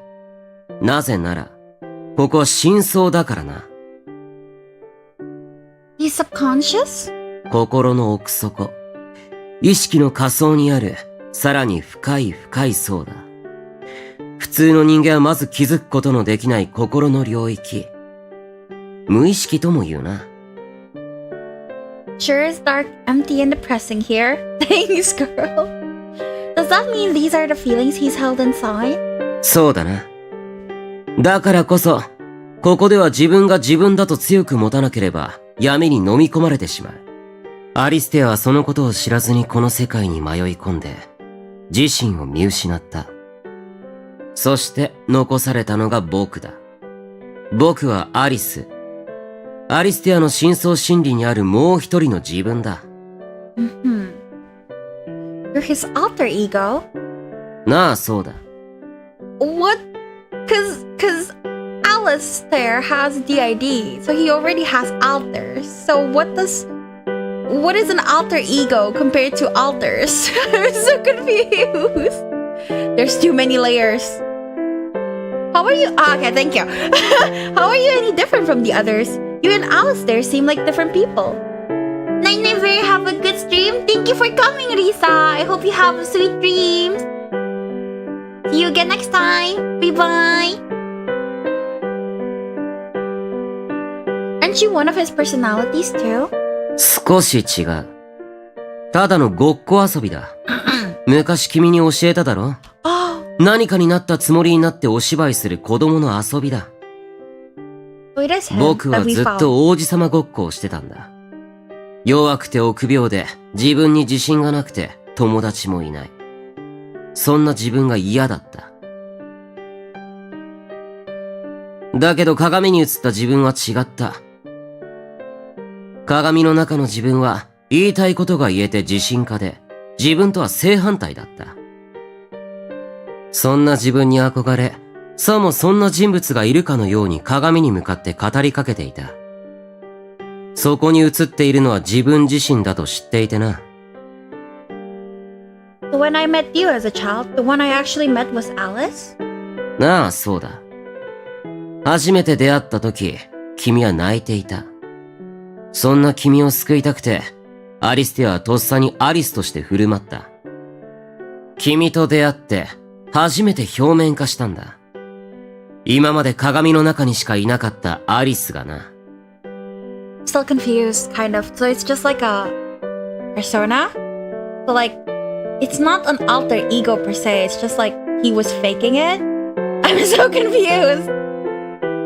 And you healed me. Is that why you've kept helping me all this time? 約束したからな。大丈夫だ。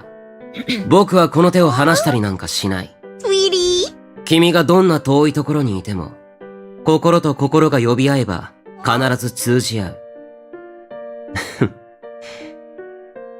また会えたな、アリス。His voice suddenly turned so soft, I'm dead. さあ、これで分かっただろ？ Not really. さっさとアリステアを目覚めさせるんだ。君が他の人格たちをハッピーエンドに導いたおかげで、これでもだいぶ穏やかになったんだ。今なら僕の中に眠っているアリステアを目覚めさせることができるだろう。What'll happen to you when he wakes up? 僕は君や他の人格たちとも違うからな。アリステアがそうだったように、僕も彼の心の中で眠りにつくんじゃないのか？ Does that mean you'll disappear? 別にいなくなるわけじゃない。僕はアリステアなんだ。元は同じだったものが、今は訳あって別々になってるようなものだ。それに、アリステアが目を覚ましたらハッピーエンド。これはそんな単純な物語じゃない。I see. アリステアとしての意識が戻ったとしても、本体は目覚めない。え？アリステアが真に目覚めるためには、アリステア自身が動かなければどうにもならない。Oh? とまあ、いろいろと不安はあるが大丈夫だろう。アリス、君もいることだしな。You smile. 君は今まで彼らを救ってきたんだ。何度ポッカーンとしたことかわからないくらい強引な展開でな。You were watching over me, huh? いやいやながらな。Aren't you scared, Alice? 怖くはないさ。君がこの手を離さないと言うならな。Baby! Don't worry, I won't let go. だろうな。Hey, Alice? ん？どうした？ How do we wake Alice there? それはだな。Huh?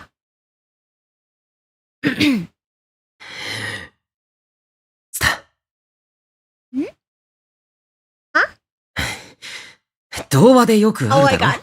ほら、お姫様を目覚めさせるためにする、あれだ！あれ Are you a princess, darling? A kiss? Wait, I wanna hear him struggling. Oh, it's just sta. Okay. Well? ああ、そうだ！違わないよ！ピンポンピンポン大正解だ！ I love him. Oh no! Oh no, I love him! さあ、わかっただろ？早くしろ！さっとして、さっさと、ちゃっちゃと終わってくれ！ I have to kiss you, not the other way around? なぜ僕からしなくちゃいけないんだ？ Well, you were the guy. 男だからこうあるべきというのは性差別なんじゃないのか？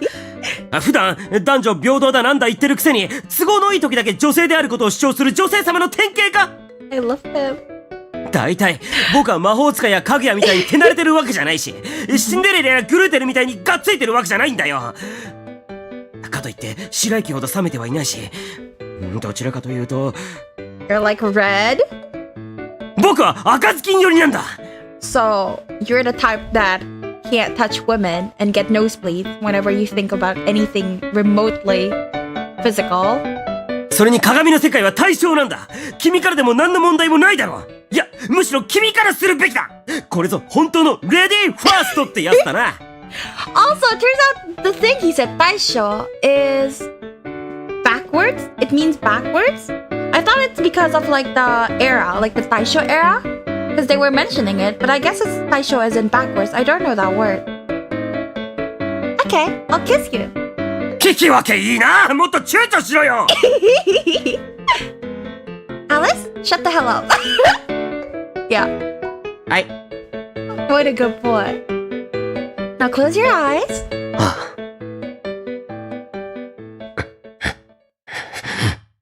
He's so cute.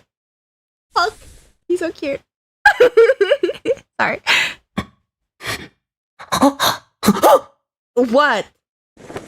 ちょっと待った！ Whoa, sheesh, what's wrong? なんで溜めるんだよ！口に息がかかった！あと顔が近い！ He's so cute. Pretty sure that's how kissing works. そんなの僕だって分かってる！だからさっとして、さっさと！ Uh-huh.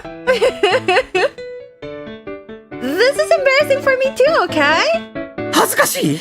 君は外国帰りだろ。キスは挨拶なんだろ。軽い感じにチュッチュしてるんじゃないのか？ I love him. Actually, no. That's a very common myth in Japan, though. But to be clear, Alice, you're my prince, my first love. It's not that easy for me.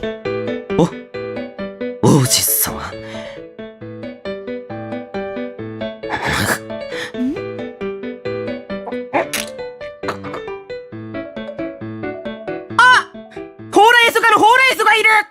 again?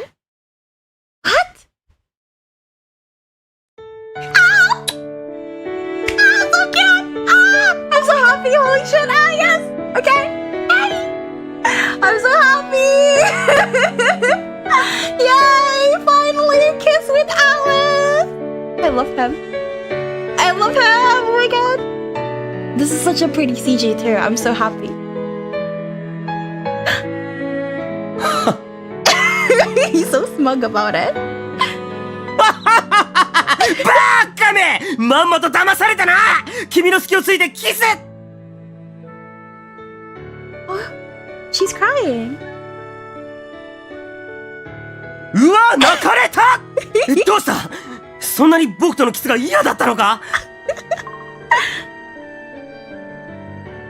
No, it's not that. What bothers me is... 泣くなアリスやれやれ君は本当に困ったかまったちゃんだな僕の言葉を忘れたのか君は泣いているより笑っていた方がずっと似合っている笑顔は3割増しと言うからなだからそのためなら何だってしてやる僕の手が必要なら一銭も差し出してやる僕は君の笑顔が3時のおやつ程度には気に入ってるからな So, you're saying you like it a lot? Ah, cutie! Oh, Poti blushy! Oh, I love that. I love that so much. Well? ああそうだ僕は君の笑顔が3時のおやつよりも本を読むことよりも寝ることよりも大好きなんだ It is so good! I am so happy. Holy shit, I'm so happy. ポカーンとするなよそこは照れろよ風景を読めロマンティシズムに欠けたやつだな He's so cute. Right back at you. ようやく笑ったなアリス本当は自分勝手で弱くて情けなくてお姫様を泣かせてしまうようなどうしようもない僕だが今でも王子様だと思ってくれるか Yep, you're my prince, Alistair. Always have been, always will be. ありがとうアリス They're so cute. I'm so dead. アリスえどうして君がここに Alistair! Is that you? そうだよどうして泣いてるの Alice went bye-bye! I liked Alice more! No, I can't say that. I like them all equally. Can't say them. I liked Alice a lot though. These are happy tears. I'm just so glad I could see you again. 変だないつも顔を合わせてるじゃないか Right, good point. ここはどこなんだろう真っ暗で何も見えない Where do you think? そうだなここがどこかわからないけど少なくとも現実ではない気がする現実でないのなら一番現実的な考えが夢の中なのかもしれない I think Snow White said something like this, like word for word. How very ironic. 本当だでもこれが夢なら君は僕の Alistair, take my hand. 手 I'm going to take you to see the others. みんなのところ Don't worry, I promise I won't let go. Now, let's get going.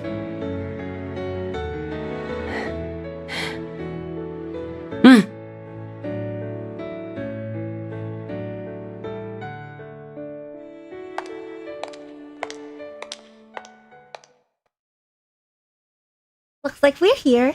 ここはあ、来た来た。 Cinderella. ようやくですか。待ってたで。こっちです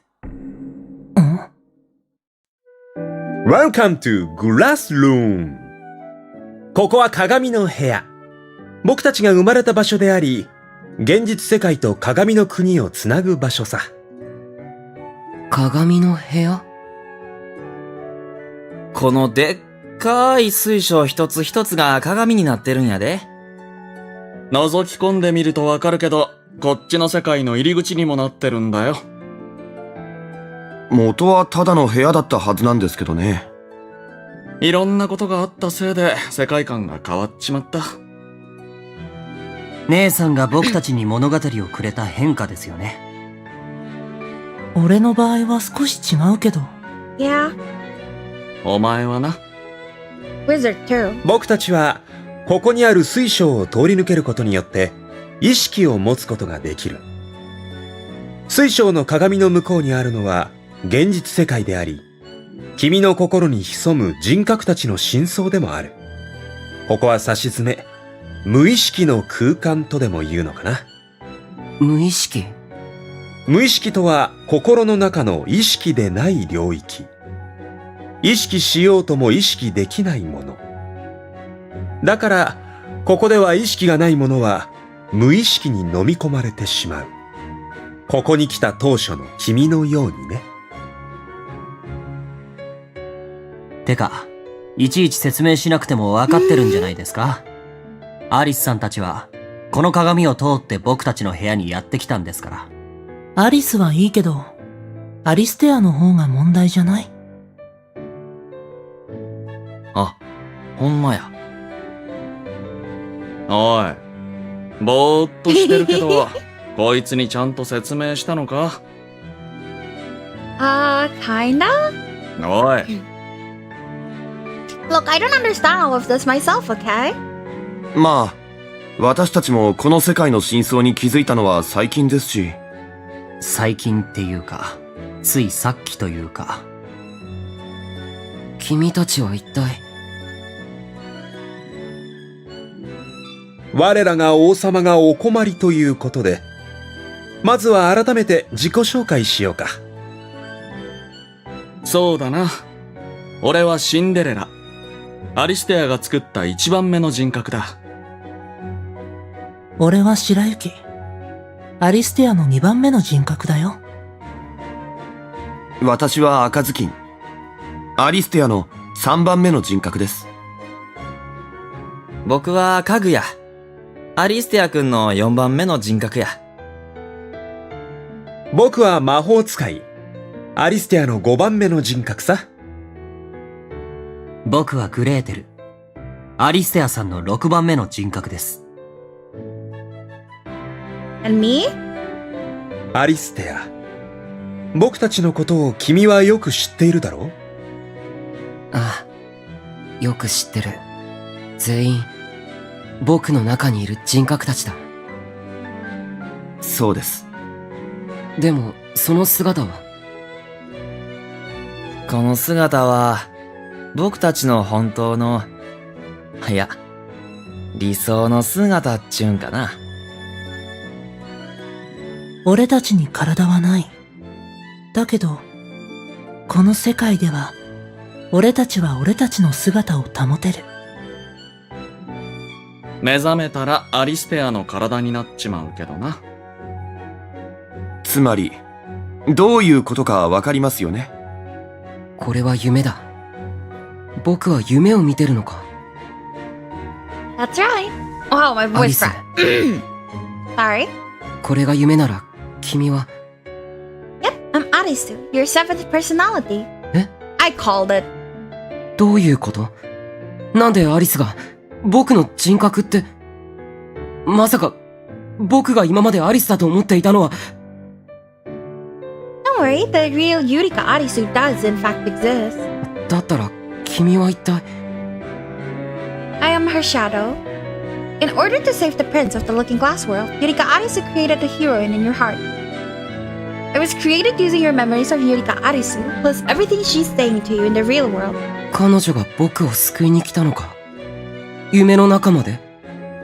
That's right. The prince took so long to wake up, the princess got impatient. はあ、結局、最初から説明しなくちゃなんないみたいだな。No, we already explained it in the wizard shroud as well. 魔法使いさん。私たちに説明した時のようにお願いします。やれやれ。またか。あなたは僕たちと違って、すべての記憶を持っているんですから、それくらい当然でしょう。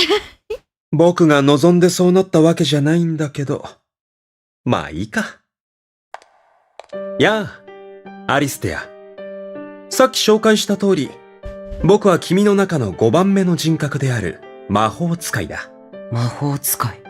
君は僕の存在に驚いているだろう。でもそれはここにいる彼らも同じさ。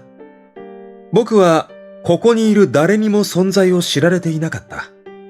はじめまして。と言いたいところだけど、実は僕と君は会っているんだ。え？僕はずっと、君の心の中で、君を盗み見ていた。That doesn't make sense though, because when Cinderella first got created, he also felt like someone was spying on him. 君が時々感じていた視線の正体。あれは僕だ。僕は特殊でね。君を含めて全人格の記憶を持っている。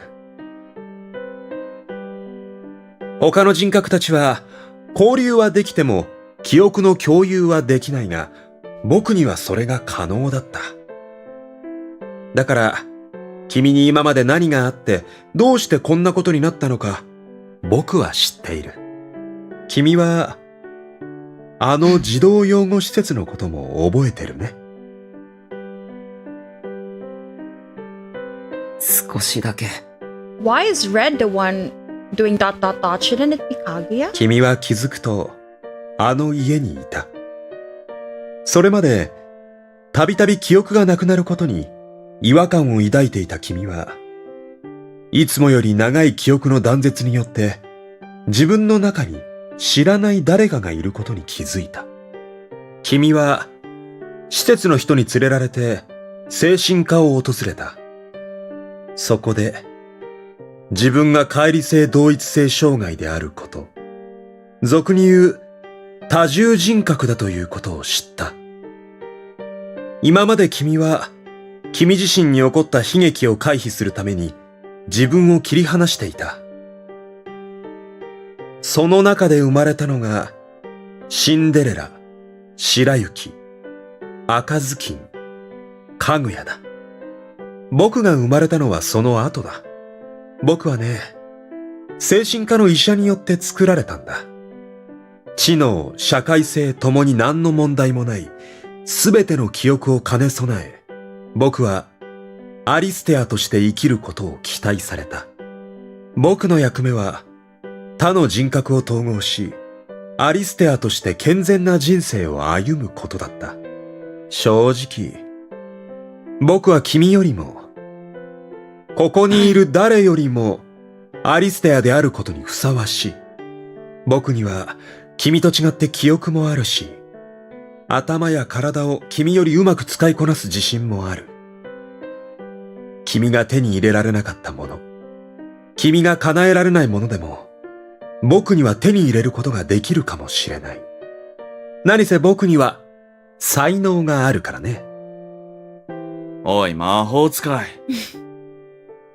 でも、僕はアリステアじゃない。僕はアリステアにはなれなかった。僕は僕だからだ。それは、ここにいる彼らも同じだ。誰も自分がアリステアだなんて思ってない。だから、僕は医者の言葉に答えられなかった。僕は誰にも気づかれなかったんだ。ある一人を除いてね。後のことは君も覚えている通りだよ。君は医者に見捨てられた後、アリス家に引き取られた。そして僕たちはアリス・ユリカと出会った。アリス家での日々は安寧とは言い難かったけど、それでも今までよりずっと落ち着いていられたんじゃないかな。アリス家の人々は君のことを理解していたし、同情的だ。しかも金銭面にも余裕がある。血のつながりのある人間にはあれだけ冷たくされて、赤の他人である人間に優しくされる。まあ、その優しかった彼女の両親もいなくなってしまったけど、古い家には、アリス・ユリカと君だけが残された。彼女は賢く器用な女の子だった。前向きで明るく、勇気もある。そんな彼女は、君にとても良くしてくれた。献身的と言ってもいいほどに。君は、彼女と交流していくうちに、彼女に惹かれていったんじゃないのかい？そして、それらは僕たちも同じだった。気づいていないだなんて言わせない。気づいていたよ。ずっと。彼女は君たちとも仲良くやってるみたいだった。君たちと彼女に何があったのか僕にはわからない。でも、彼女と出会ってから、今まであった問題があまり起きなくなった。だからといって、すべてが解決したわけじゃない。Literally because of you. I just remembered. It's literally because of the wizard. 僕たちには、Oh, well, yeah, and that, 決して忘れることのできない痛みがある。その傷が癒されない限り、僕らは永遠に君の心に住み続ける。それは簡単に治るものじゃない。僕たちの苦しみは癒されないまま、時だけが過ぎていった。そして、君は再び自分を切り離した。僕、グレーテルのことですね。君は不思議に思っただろう。アリス家に来てから、生活も心も落ち着いてきた。自分を理解してくれる人もそばにいる。なのに、なぜまた？彼女のお兄さんは言った。それは、アリス・ユリカのせいだと。彼女のお兄さんだけは、アリス・ユリカの異常性に気づいていた。彼女は、好きな男のことしか考えていない。彼女にとって、それ以外はチェスの駒のように利用するものでしかない。家族も、友人も、そして、己さえも。その後、事件が起こった。僕のせいです。Oh my 僕 god. が姉さんを食べてしまいたい。 Stop saying と it 思 like ってし that. まったから。Oh, the flashbacks to his route. グレーテル。暴力事件で謹慎処分を受けた君は、自分の後を追うようにして謹慎処分を受けたアリス・ユリカを見て、彼女の異常性を垣間見た。そして、その頃から彼女を疑い始めた。彼女の愛は、一体誰に向いているんだろうと。そして、すべてに絶望した君は、湖で。They glossed right over it. No, it's because suddenly Yurika fucked the wizard. And he woke up scared because he woke up with, like, a girl next to him and not remembering anything. What? Okay, I guess. そうだ。僕は湖で薬を飲んだ。ようやく思い出したみたいだね。なんでなんでそんなことをしたんや？死ぬつもりだったんか？ Says you, Kaguya. あんだけ薬を飲んだらどうなるか自分だって分かってたやろ！ヒーさんが。どんだけ悲しむか分かってただろ！ You did the same thing in your route. What? 死ぬつもりじゃなかった。じゃあこの状況は何なん？彼だけを責めるわけにいきません。知らなかったとはいえ、私たちは代わる代わる彼の体を借りて、好き勝手に行動していたのですから、彼をここまで追い込んだ責任は、私たちにもあります。なら、僕たちの苦しみは何だったん？自分の人生台無しにされたくないんだったら、最初から全部自分一人で苦しんでればよかっただろ！なんで僕たちにばっかり！それができなかったから、俺たちが生まれたんだろう。そう。彼は心が弱い。そして、俺たちもね。みんな、苦しんでいたんだよ。俺たちも、彼も。ですが、私も納得がいきません。確かに私たちは忘れることのできない痛みに苦しんでいました。それは彼女と出会ってからも変わりませんでした。それでも時間をかければ。時間がなかった。え？僕が薬を飲んだのは君たちと話したかったからだ。I remember him saying that. シンデレラ、白雪、暁、かぐや、魔法使い、グレーテル。僕は僕の中に住んでいる君たちと話し合いがしたかった。話し合いって、そんなことでわざわざ危険を冒したんですか？そうだよ。そうでもしなければ君たちに会えないと思ったんだ。僕は君たちの存在を知っていた。自分が多重人格だってことも。精神科の先生は言った。君たちは普段は部屋の中にいて、話をするときは暗闇の世界にいるって。そのことがずっと引っかかっていた。君たちは会話することができるのに、なんで僕は暗闇の世界に行けないんだろうって。でもそれは当たり前だった。さっき魔法使いが言った通り、ここは僕の無意識の世界なんだ。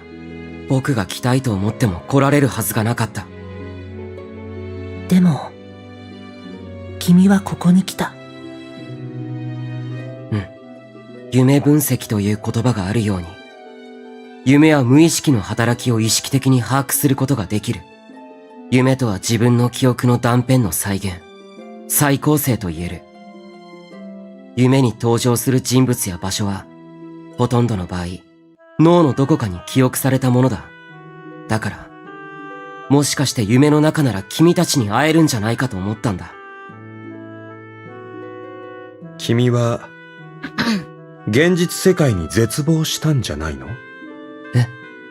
君は、乖離性同一性障害という現状に思い悩んでいた。自分の中にある僕たちに恐怖していた。だからこそ、君は彼女の愛を信じられずに否定したんじゃないの？違う。僕は。違わない！僕には全ての記憶があるんだ。あの日のこともよく覚えている。Are we finally gonna 魔法 address 使いが it? 切れた。あの日、君は鏡に問いかけた。君たちはアリスのことをどう思うと。僕は君の質問に対し、Ah, it was you! 彼女のことが好きだと答えた。君は僕の言葉に発狂し、駆けつけた彼女に言った。僕は君の愛を信じられないと。それでも、彼女は君を諦めようとしなかった。彼女は君を救うために、君の心の中にアリス・ユリカという人格を作った。そして、眠る君に物語を語りかけた。物語？さっき言っただろう。僕たちには、決して忘れることのできない痛みがある。その傷が癒されない限り、僕らは永遠に君の心に住み続ける。They really like repeating the same plot point over and over again, right? Like they've talked about this explanation like 10 times by now. だから、彼女は僕たちに幸せな夢を見せるために、愛を込めた物語を送ったんだ。王子様である僕たちと、お姫様であるアリス・ユリカが結ばれる物語をね。もちろん、すべてがうまくいくはずがない。途中彼女は選択を誤ったこともあった。そんな時は僕がアリス・ユリカを殺してきた。一つの物語に何人もヒロインはいらないからね。そしてそれが、彼女が望んだ僕の役割だった。彼女が僕たちを救うたびに、君は君を取り戻していった。そして、今はアリステア。君。Alright. これで、大体のことは分かったよね。うん。ごめん、僕のせいで。君たちに色々迷惑をかけたみたいだ。謝っても許されないことは分かってる。全部僕の弱さが招いたことだ。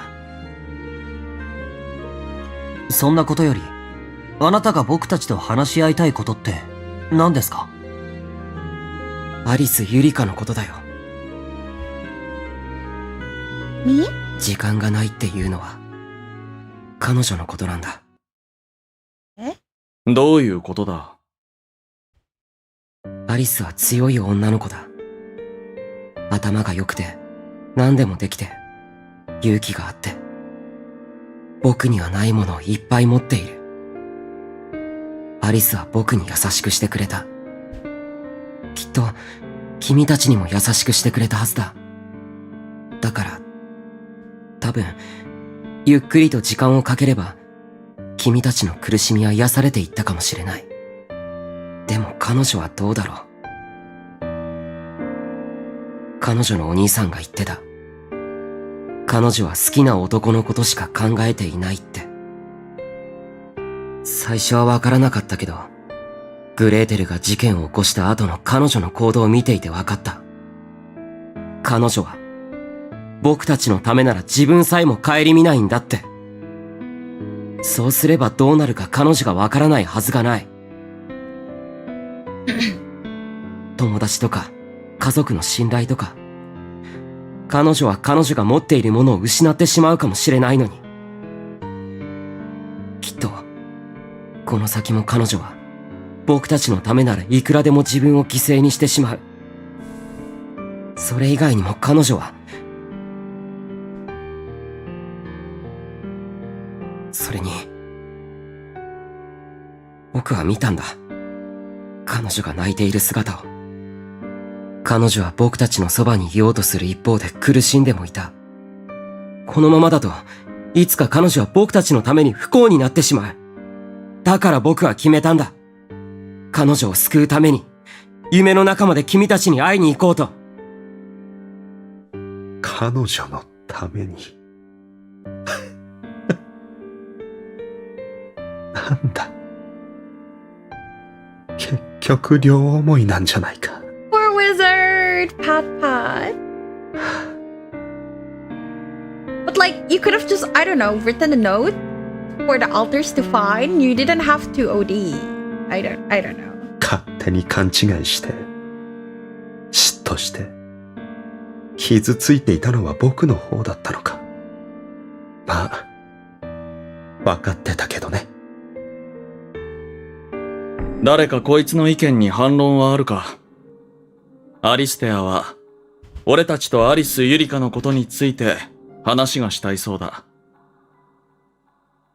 いいよ。しても。私も構いません。僕もや。てか、ここにアリス・ユリカのためだと言われて、断れる奴なんているんですか？いないだろうね。やんな。じゃあ、早速始めるか。はい。みんな、ありがとう。ん？どうしたん？アリスちゃん。Sorry to butt in while you're still trying to sort things out, but should I leave or something? I may be Arisu, but I'm not Yurika. I'm just a doppelganger she created. 僕は君にもいてほしい。僕は僕の中に住んでいる全員と話がしたいんだ。Aw, I was there. Alright then, I'll stay.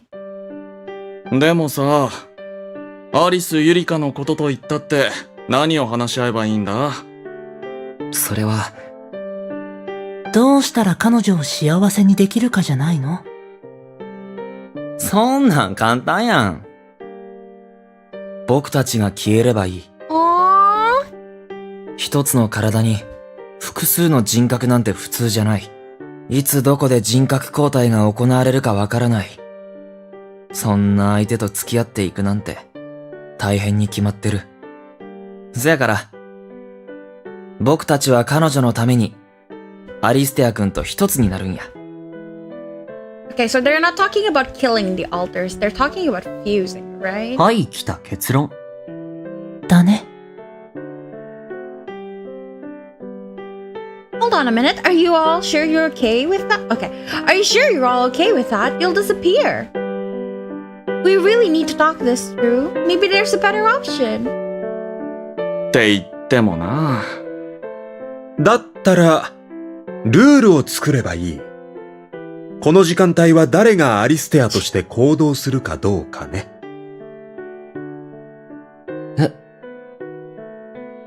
そしてみんなでアリス・ユリカをシェアするんだ。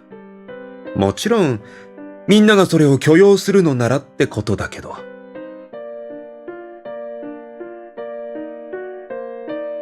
僕は嫌です。いくら同じ体だからといって、彼女が他の人とも付き合ってると思うと、嫉妬で身が焦がれそうです。僕も嫌や。ヒーさんは僕のものだけであってほしい。他の奴になんて渡したくない。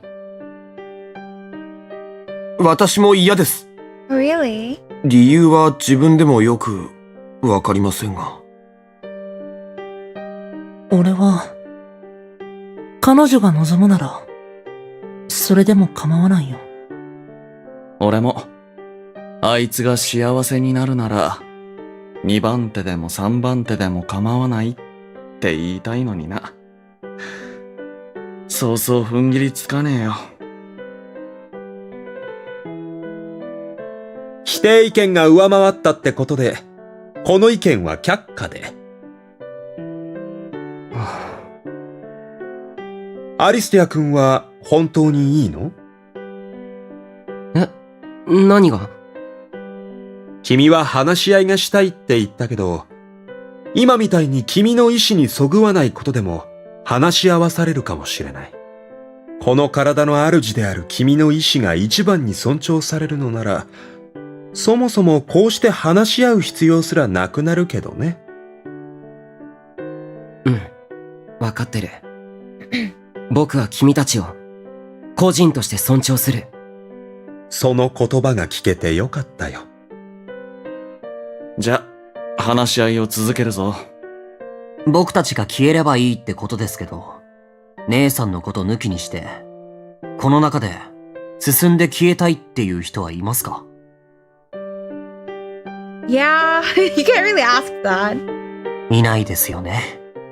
あいつを抜きにしたら、そりゃそうだろ。自殺と同じようなもんだし。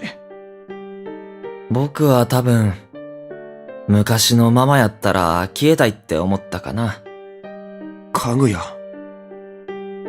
俺もそうだ。白雪さんも？白雪くんとかぐやくんは、この中でもトップクラスに辛い記憶の持ち主だからね。ああ、そっか。でも、今は違う。確かに俺は、ずっと悪夢を見ていた。けど、彼女が現れて、悪夢は幸せな夢に変わった。僕もずっと月に帰りたかった。けど、今は月に帰りたいとは思わない。彼女が僕たちを変えてくれた。そもそも、姉さんは本当にアリステアさんのことが好きだったんですか？どういうことなん？僕と接した姉さんは、僕に恋愛感情を持っているように見えました。それは僕の勘違いだったとは思えない。僕もそれはわからない。彼女は僕を好きだと、愛し、Sorry? のろけかよ。I'll just reload that. Yeah. 僕もそれはわからない。彼女は僕を好きだと、愛してると言ってくれたけど。いや、そういうわけじゃ。この中の誰かが好きだったというオチもあるかもしれませんよ。I wonder how to conclude this. いや、それはない。なんでですか？彼女は確かにアリステアのことが好きだ。以前僕が彼女を押し倒した時、アリステアを語ろうとしたら拒絶された。はぁ？押し倒したってどういうことですか？ I really didn't like that part. 押し倒し Red, baby. アリスちゃんほんまなん？ Huh? Why me? I don't remember that at all. That happened to Yurika Arisu, not me. そうじゃなくて、いや、そっちもめっちゃ気になるけど。アリステア君のことを好きかっちゅうことや。そうです。あなたはアリス・ユリカの影なんですから、姉さんの気持ちもわかるでしょ？ Honestly, not really. I'm her, but she's not me. That being said, you know how Snow White was saying that she healed all of you? So, sure, maybe it was just a dream, so it wasn't real life, but... one thing I can say for sure is this. She sincerely wanted you all to find happiness in some way. So if you ask me, I'd say she really loves every single one of you. There's only one of her. Her love cannot be divided. So in order for you to have good dreams, she sent you the love, gift of a fairy tale. 今まで俺たちを救ってきてくれたアリス・ユリカか。俺が好きになったのは、どっちのアリス・ユリカなんだろうな。どっちも好きは好きなんだけどさ。でも、俺が本当に好きになったのは、俺を救ってくれたのは、夢の中に現れたアリス・ユリカだったんじゃないのかって思うんだ。Oh, are they going to just make the altars all go back to the dream world? Huh. 私もずっと考えていました。私が彼女によって救われた後、ここにいるミス・アリスが現れて、なんだか変な感じがしていました。ここにいる彼女は、私の好きな彼女と違っている気がして。当たり前だよ。だって、アリスには思い出がないんだ。彼女にはなくて、彼女にはあるもの。Ah, that's why in every world they keep emphasizing you don't have to say memories, you don't have to say memories. Ah, okay, okay. その思い出こそが、彼女を好きになった理由だ。現実世界のゆりかちゃんも、こんな思いをしてたのかもしれへんな。同じ顔で、同じ声で、基本的な性格も同じ。だけど彼女とは違う。それは彼女なのか、それとも別の人なのか。Okay, I like the comparison. I can't accept the じゃあ ending then. 現実世界のアリス・ユリカと、夢の中のアリス・ユリカ。みんなはどっちを選ぶ？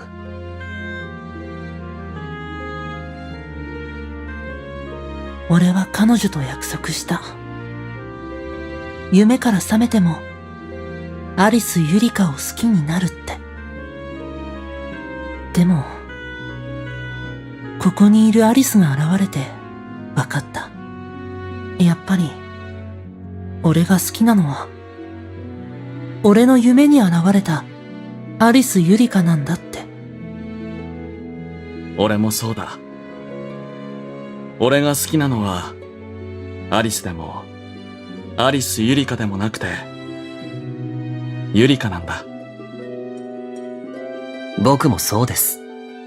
どちらも大切な人ですが、僕の恋人は、姉さんじゃなくて、ユリカです。僕も、僕を求め助けてくれたゆりかちゃんを選ぶ。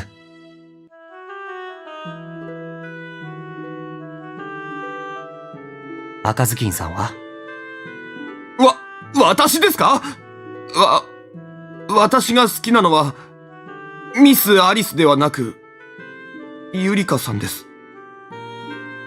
やっぱり。みんな、あの物語の中で、彼女に愛を与えられて、初めて彼女をちゃんと好きになったんだ。俺たちには俺たちのお姫様が、それぞれ存在している。魔法使いはどうなんだ？あんたにも物語があったんだろ？ I'm so excited for this because he literally already said to his Yurika that he will abandon her for the real Yurika. あったよ。だけど、僕は君たちとは違う。僕が好きなのは、現実世界のアリス・ユリカだ。そっか。アリステア君。君が好きなのは？え？君は彼女の愛を否定した。それなのになぜ彼女を助けようとしたの？君は彼女のことが好きなの？確かに、あの時僕は彼女の愛を否定した。僕の物語はところどころ欠けていて、そのことにいつも苦しんでいた。見知らぬ誰かに心配され、不信がられる。自分はここにいるのに、別のどこかに自分がいる。曖昧で非現実的な感覚。僕は恐怖と嫌悪感に支配されていた。とにかく周りが怖くて怖くて、その場から逃げ出したかった。彼女はそんな僕に手を差し伸べてくれた。でも、僕はそんな彼女のことも怖いと思ってしまった。僕は、彼女が何を考えているのかわからなかったからだ。彼女が僕に優しくしてくれているのは、僕が好きだからじゃなくて、僕の裏にいる僕のことが好きだからなんじゃないのかって。でも、あの日泣いている彼女を見て思ったんだ。僕は彼女を救いたいって。僕の物語の中のお姫様は、現実世界のアリス・ユリカなんだ。やっぱりこうなるのか。What are you gonna do, babe? いいよ。消えても。No! どうせ僕は、彼女には振られてるんだ。魔法使いさん、本当にいいんですか？あんたは俺たちと違うんだろ。俺たちは幸せになれたけど、あんたは。別に不幸せだったわけじゃない。え？なんでもない。え？別に不幸せだったわけじゃない。そもそも、彼女には殺されるつもりでいたしね。君たちの方こそ、現実に何の未練もないの？僕は、何もないな。何もないってことはないけど、まあ、大丈夫だ。僕も大丈夫です。白雪と赤ずきんは？二人は外の世界に友人がいますよね。Oh, that's true. 漁師さんと狼か。鏡の世界の漁師さんや狼くんは本物じゃない。言葉には出さないけど、漁師さんは白雪さんに会いたがってるだろうし、君たちも彼らと会いたいんじゃないの？それは。だったら、時々会いに来ればいい。僕の体を使って。ですが、それではあなたが困るのでは？そうですよ。だって、僕たちが消えなきゃ困るのはあなたなんですよ。そうだけど。もしかして、記憶が戻ることが怖いん？確かに僕たちの記憶がいっぺんに戻れば、相当負荷はかかるかもしれませんが。違うんだ。今までなかった記憶が急に戻るのは怖いけど、でも、そうじゃなくて、君たちの話を聞いて分かったんだ。君たちが消えることが、彼女の幸せじゃないって。多分、彼女が本当にやりたかったのは、全員を幸せにすることだ。全員を？それって、さっき話した、みんなでアリス・ユリカをシェアするとかいう話ですか？そうじゃない。君たちはそのことを拒否したし、そもそも君たちが好きなのは現実のアリス・ユリカじゃないだろ。彼女は君たちのことが大好きだ。だからこそ君たちを幸せにしたかった。君たちを救いたかったんじゃないかな。だけどアリス・ユリカは一人しかいない。彼女の愛は分割できない。That's why she divided herself inside his mind? That is so convoluted. But I can accept it, I guess. そんな時に僕が夢の中に迷い込んだ。そして彼女はあることを思いついた。僕を目覚めさせると同時に、君たちへの恋心を切り取った物語をプレゼントしようと。そうすれば、アリス・ユリカが一人しかいないという問題は解決する。彼女の愛は分割される。Bruh. She's playing 5D chess. そして、彼女の愛の物語は、君たちを救ってくれた。彼女の目論見通りに。馬鹿げた話ですが、姉さんならやりそうですね。確かに。全員をハッピーエンドに導きたかったって。博愛主義なのか、強欲なのか。彼女の場合、どちらもでは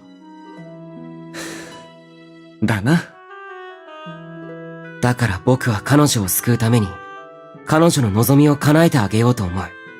君たちが消える必要はないよ。君たちは僕の心の中にこのまま住み続ければいい。それって、このまま君の心の中で、いつまでも夢を見続けるってこと？そういうことになるのかな。それでも、君たちは悩むと思う。君たちはそれぞれ個性を持った一人の人間なのに、現実を捨てて夢に生きるのかと。今までのことは全て夢だったのかって。夢だったのかもしれないけど、本当じゃなかったのかもしれないけど、俺たちのために幸せな夢を見せてあげたかった。それは本当なんでしょ？うん。そうだよ。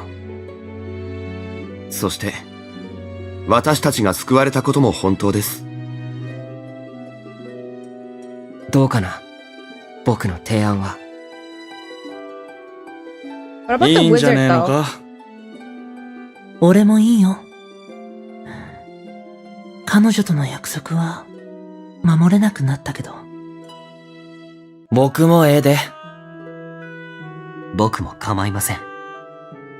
私も良いと思います。魔法使いは？ Yeah?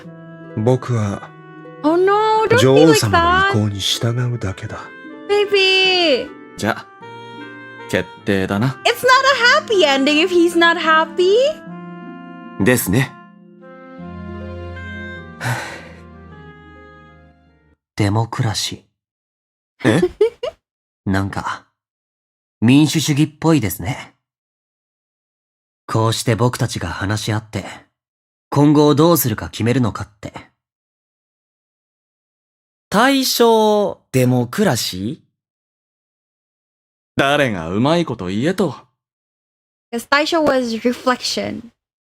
Right? 対象とは、Mm. 物と物とが互いに対応しながら釣り合いを保っていること。デモクラシーは民主的であること。私たちによる、Sorry. So forget the Taisho in the Taisho era. It represents the people's plea for a just government. バラバラだった俺たちが、アリス・ユリカのために集まるなんて、不思議な感じだな。集結するために集結する。ああ。くだらないダジャレ言ってる場合じゃないのにな。Come to think of it, did you guys know each other before today? まあな。とは言っても、初顔合わせのやつもいるか。白雪とか、魔法使いとか。魔法使いは俺の時に、うさんくさい占い師として現れたけど。占い師じゃなくて魔法使いだよ。どっちでも似たようなもんだろ。そういえば、私は魔法使いさんと会ったことがありません。僕もや。僕は基本的に魔法使いという役柄だからね。おかげでこっちはひどい目に遭いましたけどね。いい目にあったじゃなくて？うるさいな。昔のことをほじくり返さないでくださいよ。意地が悪いな。いたのなら、私たちに声をかけてくれればよかったのに、なぜ今まで黙ってたんですか？君たちと慣れ合う気がさらさらなかったからね。君たちはいちいち悩みすぎだよ。過去は過去。過ぎ去ったことは変えられないのに、いつまでもうじうじと悩んで、鬱陶しくてしょうがない。それは、自分が他人事で折れたからとちゃうん？当事者にとっては、記憶を切り離したいくらい耐え難い苦痛やったんや。ああ、そうだね。今更ながら思い知ったよ。昔か。現実世界ではどれだけ時間が経ってるんだろうな。きっと、アリス・ユリカは、アリステアが目覚めるのを、今か今かと待ってるんだろうね。うん。せやな。アリス、彼を、向こうの世界まで、送ってくれる？話し合いも終わったし、彼は、現実に戻らなきゃいけないからね。What will the alter Arisu do though? こいつを一人にして、またどこかに迷い込まれちゃたまんねえからな。せやな。くれぐれも、寄り道は禁止です。君が言うの？私は、もう二度と寄り道はしません。だよね。僕たちはそれぞれの世界に帰ります。きっと今頃、僕たちを思う人たちが、僕たちのことを心配しているだろうし。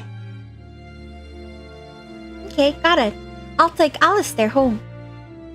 頼んだぞ、アリス。お願いします。Just leave it to me. みんな、ありがとう。君たちと話せてよかった。アリステア、夢は見るためにあるものだ。お前の運命のお姫様は、お前を探しにここまで来た。だからもう二度と、話すなよ。うん。ありがとう。シンデレラ。アリステア。俺は、母様に愛されていた君が、羨ましかった。でも、今はこう思う。本当は、母様は、俺のことも受け入れようとしていたんじゃないかって。だから、最後に、俺の好きなアップルパイを作ったんじゃないかって。うん。僕もそう思うよ。ありがとう。元気で。こちらこそありがとう、白雪。アリステア、今まであなたにご迷惑をおかけして、すみませんでした。こっちこそ、いろいろ君たちに迷惑をかけてごめん。いえ、そんな、って、違いますね。アリステア、私はあなたを許します。ありがとう、暁。僕も君を許すよ。アリステア君。さっきは怒鳴ったりしてごめんな。気にしてないよ。地上は見たくないものや、聞きたくないもので溢れていて汚れている。けど、僕らも同じ欲深い地上の人間なんや。せやから、好きになんて帰りたいと思ったりしたらあかんで。うん、わかってる。ありがとう、かぐや。魔法使い。君は彼女のことが大好きなんだね。あ、そうだ。君よりずっとね。だからこそ、僕は甘んじて彼女の望みを受け入れよう。ありがとう。魔法使い。That's not a good thing. アリステア、その場に留まるためには、全力で走り続けなければならない。君が進化をやめたとき、僕は君を殺しに行くかもしれない。物騒だな。Says you, Gretel. 殺人予告ヤンデレや。君たちに言われたくないよ。Yeah. Well, no, Red Riding Hood's a good boy. アリステアさん。くれぐれもお菓子の取りすぎにはご注意を。それと、姉さんの取り扱い方には気をつけてください。いつの間にかあっちのペースで連れ回されますから。いろいろありましたが、あなたと会えてよかったです。ありがとう、グレーテル。気をつけるよ。僕も君と、いや、君たちと会えてよかった。Yeah, it's everyone. Okay, Alistair, it's time to go. うん。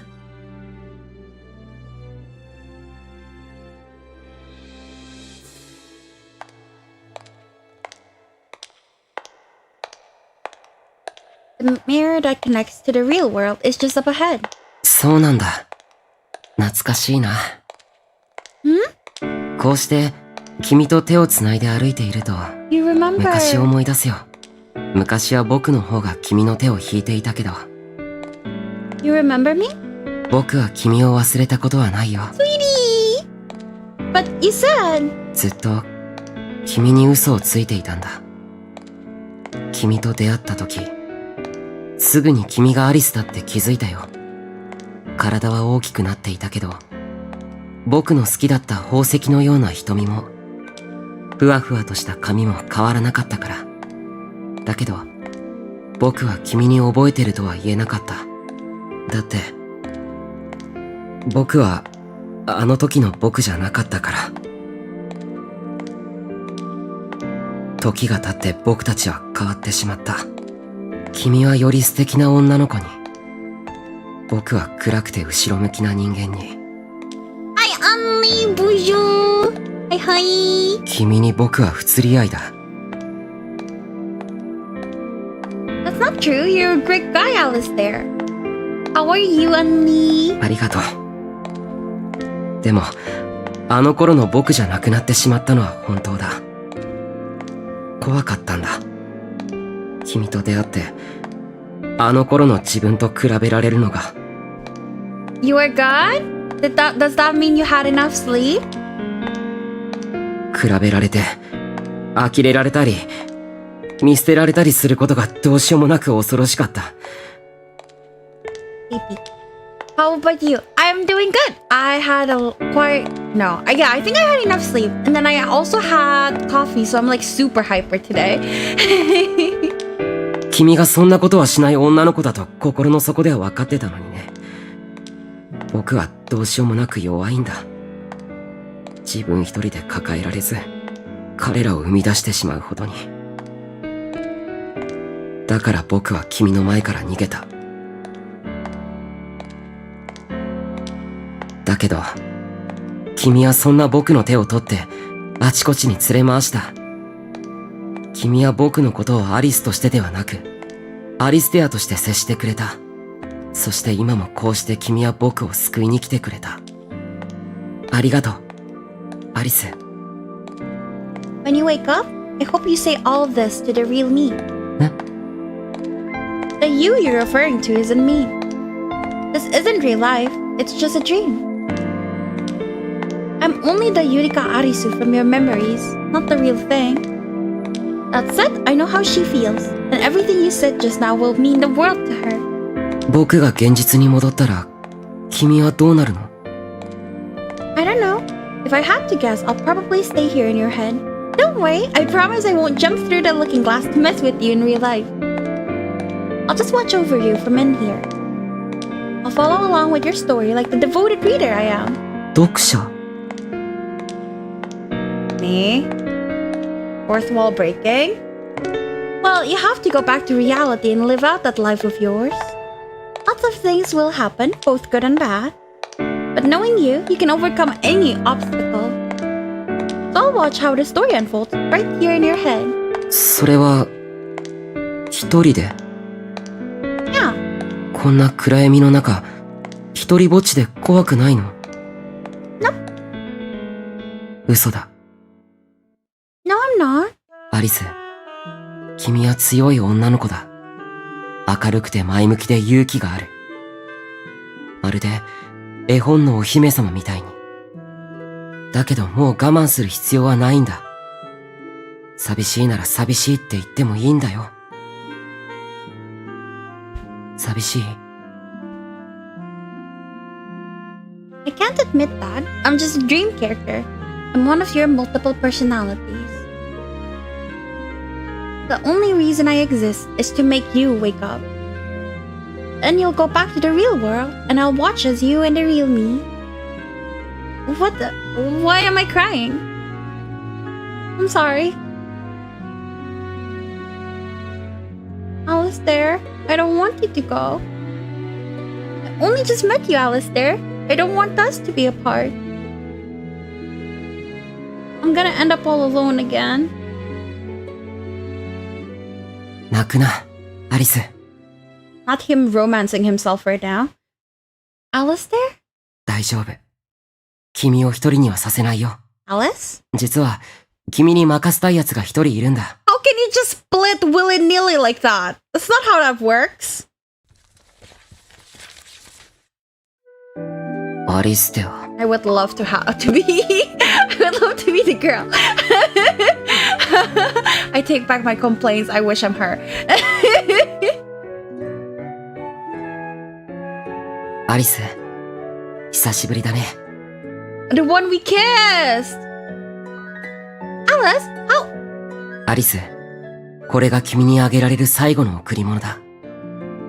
なぜだ、アリステア。僕が存在すれば、君は僕の存在を認めたということになるんだぞ。うん。僕は、アリス、君という存在を、君という個性を認めるよ。君はバカか！僕は認めれば僕だった時の記憶は君の中から消えるんだぞ。今すぐ僕を君の中に戻せ。できないよ。そうしたら、ここにいる彼女が一人ぼっちになる。アリスが。アリス、僕は君のことがずっと羨ましかった。口達者で、自信家で。僕とは正反対だ。僕はずっと君になりたかった。だからアリスと初めて出会った時、僕は泣いてる彼女を見て、とっさにアリスとして振る舞った。彼女の前でカッコつけたかったんだ。彼女の前では理想の自分でいたかった。子供だったんだ。そして、彼女はそんな僕のことを王子様だと認めてくれた。でもそれは本当の僕じゃない。違う。僕はアリステア、君自身だ。ただの子供のごっこ遊びだ。君だってずっと分かっていたことだろ。なら彼女に聞いてみるといいよ。アリス。君が好きだったのはアリステアじゃなくてアリスなんだろ。Ah, that's why this is the best ending and why we had to choose Alice first. Because we, the Yurika Arisu I was playing, was the alter Yurika Arisu. Wow, that's complicated. I see. That makes sense. Okay. It's true. アリス！いいんだ。ずっと疑問に思ってた。彼女はどっちの僕が好きなんだろうって。でもようやくわかった。彼女があの時好きになったのは、アリステアじゃなく、アリスの方なんだって。僕はそのことを認めるのが一番怖かった。ならどうして認めたんだ？彼女をこのまま一人にはさせたくなかったから。たったそれだけのために。たったそれだけでも僕にとっては重要なことだ。記憶を失うんだぞ。君だった時間は短い。生活に支障はないよ。それでも、君にとっては一番大事だった思い出だ。そうだね。でも大丈夫だよ。僕には僕の大切な思い出がある。アリス、もう一度君と話せてよかったよ。君がアリスの手を取ってくれたから、今の物語があるんだ。そして、物語にはハッピーエンドがつきものだ。Except for the wizard, apparently. Fuck the wizard. I guess. Oh, how cute. 世界が変わった。Oh, because it became his world. And like in their world, they met at the どう forest して or garden or whatever. Look, a rainbow. 虹？ It's so beautiful. ああ。とても綺麗だ。アリステア。これが今の君の気持ちなんだな。そうだね。僕はもう行くよ。早く目を覚まさないと、僕のお姫様を泣かせてしまうから。君はバカだな。散々泣かせた後だろう。そうかもしれない。彼女は気丈に見えて意外と泣き虫だから。僕は彼女の王子様になれるかな。なれるさ。君は彼女だけじゃなく僕たちまで救ってくれたんだからな。Except the wizard. そうだね。ありがとうアリステア。僕は君と出会えてよかった。僕も君と会えてよかった。ありがとうアリス。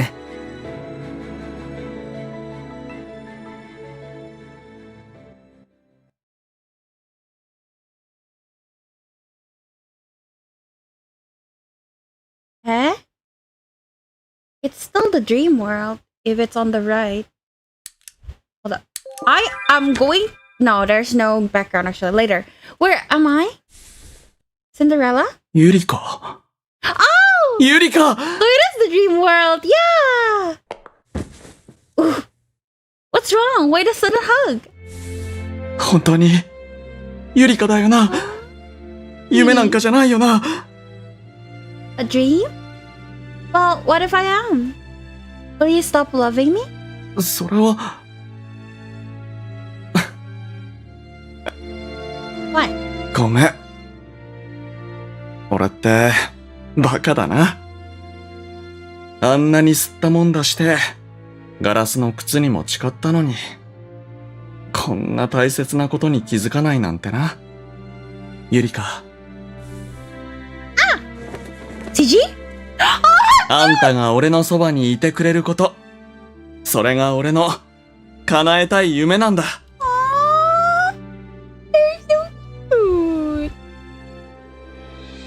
俺がいて、あんたがいて、それだけで夢は叶ってるんだ。Darn right. やっぱり俺、早くあんたと結婚したい。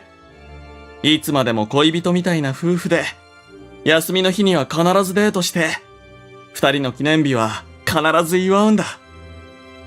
That's the same stuff you said when we had our second kiss. そうだよ。よく覚えてるな。Of course I do. It's one of my favorite memories, silly. うん。I smile. 俺にとっても大切な思い出だ。So cute. I'm so happy, my Cinderella.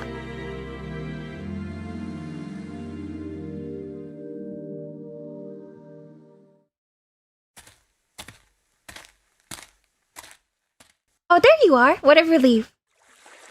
Here you go. I bought it from the flower shop just now. カーネーション。あなたはゆりかさんですか？ Of course it's me, silly. What's wrong? Hello? ゆりかさん Oh, baby. Yes? What is it? 触っても良いですか？ That's new. Touch me where? もちろん、あなたの体にです。My body? はい。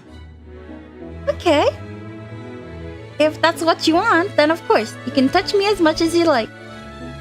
Because you're my boyfriend. How cute. それは良かった。 They're very では、 pure. 失礼します。 Wait, right now? I'm not ready. もふもふもふもふもふ。 How cute. He's doing what we did to him. No, not like that. I'm gonna... Wait, what? Honey! ふわふわしていて、とても気持ちいい。I am so happy right now. You don't even understand how happy I am. Oh, they're so cute. ずっと触ってみたかったんです。とても柔らかそうで、ずっしりしていて、つやつやしていて。想像通りの気持ちよさです。ゆりかさんの髪。Yeah, is that a good thing? はい。Baby. すみません。触りすぎですよね。He's so cute. I love him. Not really. Honestly, the fact that you touched me of your own volition is a big step. You're so cute. So, Red? はい。You know I'm going to die. You know my hair is not the only soft pillowy thing that you're allowed to touch, right? ふわふわ。マシュマロですか？ You're so stupid. I love my man. ゆりかさん？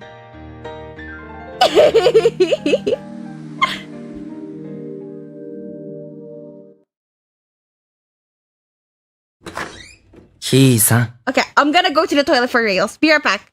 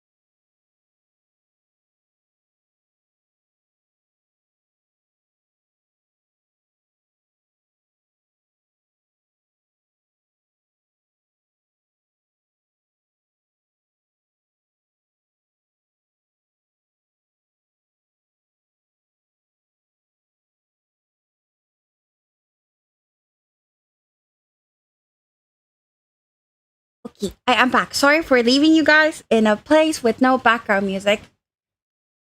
Oh, let's just go back to hearing the voice.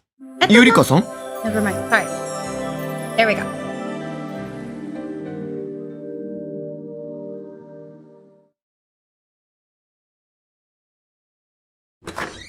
Hi-san.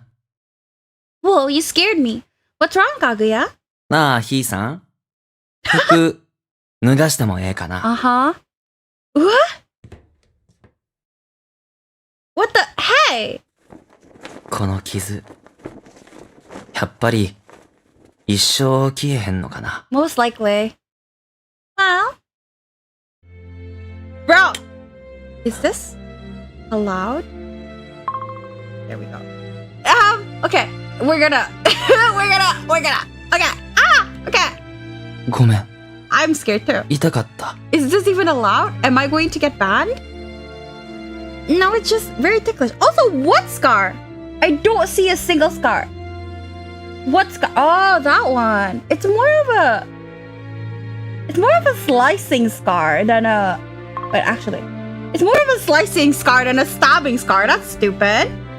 It doesn't look like a stabbing scar. そうなんや。ならよかった。Huh. Kaguya, this is getting really embarrassing. そう？僕はすごく嬉しいけどな。ゆりかちゃん。もし、僕の目の前に綺麗なままの君が現れて、その子も本物のゆりかちゃんだったとしても、僕は、君を選ぶよ。I forgot he gave her the fox mask. Huh? ごめん。何言うてるかわからんよな。実は僕もようわからんねん。So you're saying my scar doesn't bother you? But don't you think the flawless version of me would be better? Be even better? 綺麗なままっちゅうのはなんか変やな。僕にとっては、今のゆりかちゃんは以前に増して綺麗で輝いてるっちゅうのに。ゆりかちゃん、この傷は、僕がつけた。Uh-huh. だから、一生かけて、償っていく。Yeah, but yeah, immersion ruined because I also have a scar. And like, that wasn't a stabbing scar at all. Like, come on. She stabbed herself. Like, surely the scar would be deeper. And even a slicing scar, unless you only cut like the very edge, won't really do that much. Not enough scar. I'm very disappointed. Guess who? 姉さん。Almost. Try again. ゆりか。Bingo.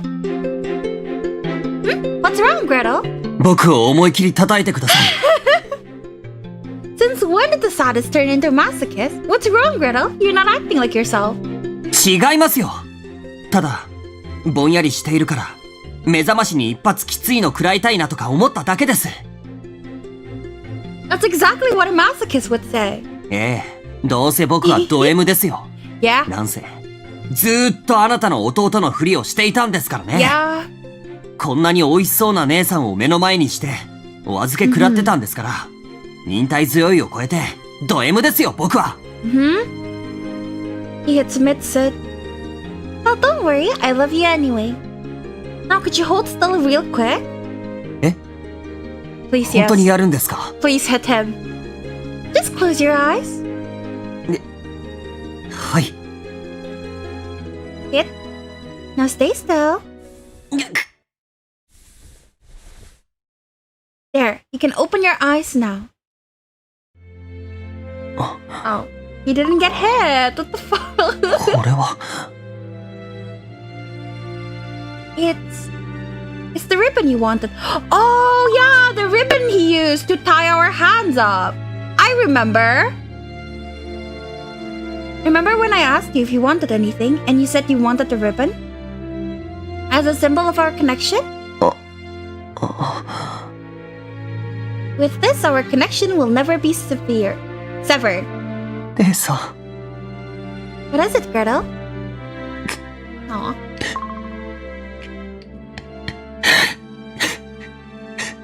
Not bro crying. What's wrong? Why are you crying? You don't like it? 嫌なわけないじゃないですか。これは嬉し泣きです。あなたが僕を選んで、そばにいてくれたことに対する。Aw, Gretel. ゆりか。Aw, that's cute. 僕は心から願います。この幸せが、いつまでも続きますようにって。そして、その願いを叶えるために、僕の宝物を守るために、これからも努力します。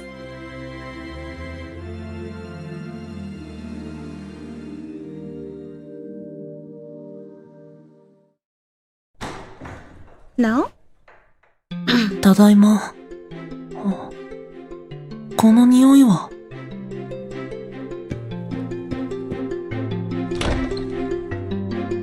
Oh, welcome home, Snow White. ゆりか。おかえりなさい、白雪。母様。もう、どこに行ってたの？帰ってきたら、アリスちゃんしかいなくてびっくりしたわ。ごめんなさい。謝らなくていいのよ。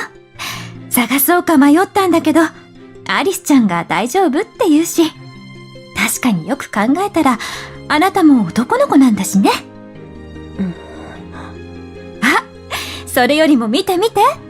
あなたがいない間、アリスちゃんと二人でたくさんお菓子を作ってたのよ。定番のアップルパイに、ホットフルーツポンチでしょ？あとは、焼きリンゴにクレープも。あなたには、後でみんなのお茶を用意してもらおうかしら。Ooh, that sounds good. でしょでしょ？あ、誰か来たみたい。よし。どうぞ。お邪魔します。よし。りょうしくん、いらっしゃい。今日はご招待いただき、ありがとうございます。よ、白雪。なんで、漁師まで。あら、だって、あなたの大事なお友達でしょ？今日はリンゴもたくさん買ったし、せっかくだからみんなでお茶会をしようと思って声をかけたの。漁師くんだけじゃなく、他の子たちも来てくれるって、楽しみね。白雪。What's wrong? ゆりか。漁師くん、さ、遠慮しないで上がってね。はい。私たち、先に用意して待ってるわね。Okay, thanks. 白雪よ、よろしく頼むな。Will do.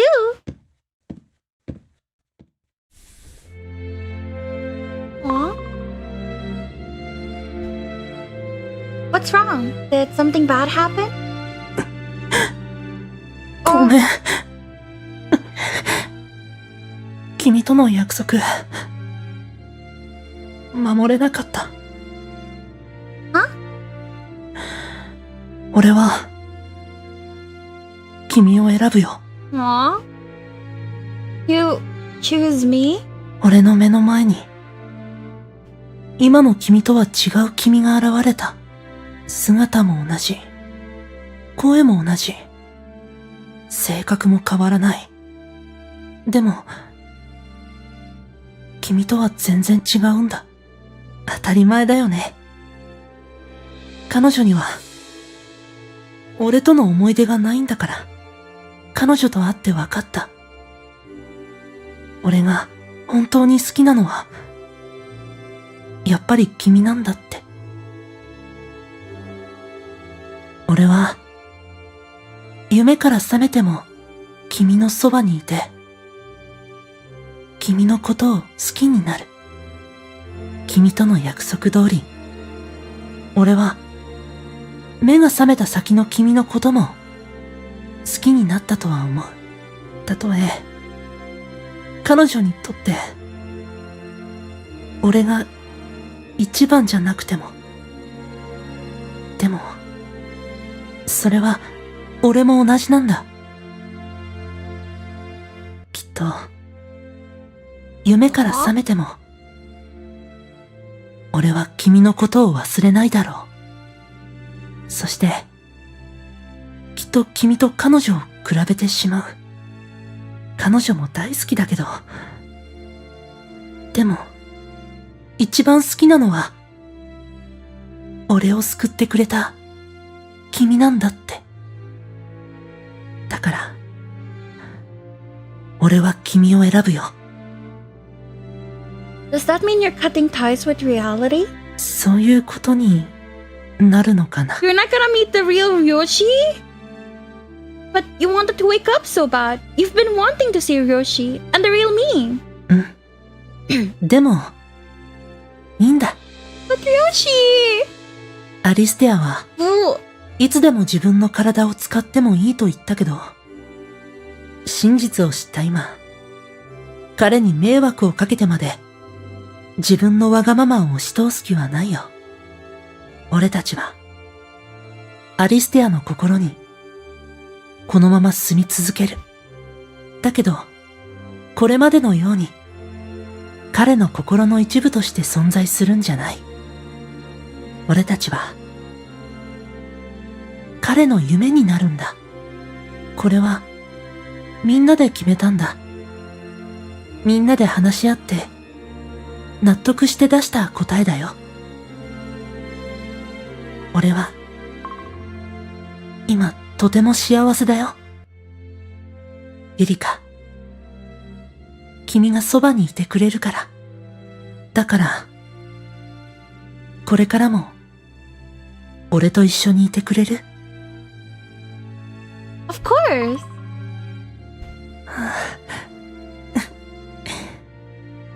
さあ、みんなのところに行こう。みんなの分のお茶を用意しなきゃね。I feel like they don't really know what position to put Snow White in because all of his CGs are either him just standing there or him like being grabbed or grabbing Yurika's face. Like all of his CGs look like that. Oh, it's her! Oh my god!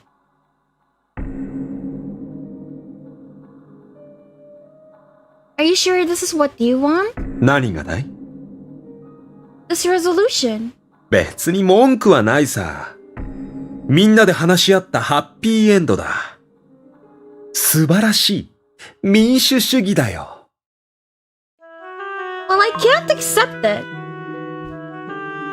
Maybe they all agonized over it, but you're different. 僕も彼らと同じように考えたゆえの結論だよ。But you're in love with the real Yurika Arisu back in reality. You didn't choose a looking glass Yurika. You're too nice, Mr. Wizard. How many times are you going to sacrifice your own happiness for hers? 君が泣くことないじゃないか。Of course I'm going to cry. The man I love is suffering. 彼女のためなら彼女は僕の存在を初めて認め、彼女のためなら死んでもいいと思っていたんだ。彼女は僕の存在を初めて認めてくれた人だ。単純かもしれないけど、たったそれだけで僕は彼女に救われた気になって、彼女のことを好きになったんだ。そんな彼女を救ったのは違う人だと知っていたのにね。でも初めてじゃなくてもいい。彼女にとって最後の人になれればよかったんだ。そうして彼女の心に少しでも僕が残ればいい。だからこそ彼女が幸せになれるのなら自分が死んでもいい。でもアリステアはそうは思わなかった。彼は彼女の幸せのために僕たちの存在を認め、自分の記憶を僕たちにプレゼントしてくれた。僕の考えとは真逆さ。一人の体に一つの魂、一つの人格。それが本来の人間のあり方だと思っていたからね。そして僕は彼の考え方が彼女の本当の望みなんじゃないのかと思ってしまった。結局最後に彼女を救ったのは僕じゃなかったというわけさ。僕は彼女の一番にもなれなければHi, or the last. Mr. Wizard. でも思ったよりも傷つかなかったな。覚悟していたからかな。僕は全てが終わった後、彼女に殺されるとばかり思っていたから。それともゆりか。 Whoa. I didn't know that repeats the voice. なんでもない。さて、これからどうしようか。アリステアが目覚めた今、僕はお役御免になった。僕にはもう何もすることがない。You're not going to kill me? なぜ？ If you've decided to get over her, then you don't need me around to help you. I sincerely wanted the two of you to get together, you know? Because I wanted you to be happy. 君はやっぱりバカだな。僕の幸せは君の死ではない。それに、君がいなくなったら、誰が僕とチェスをしてくれるんだい？君との勝負はまだ決着がついていない。Good point. I'm going to beat you, and then I'm going to make you grant my wish. そうだね。その日が来るのを楽しみにしているよ。Here.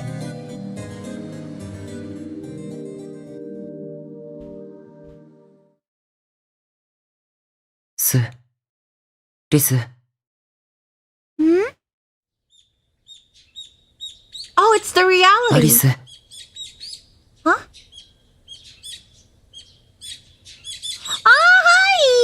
お hi! はよう、アリス。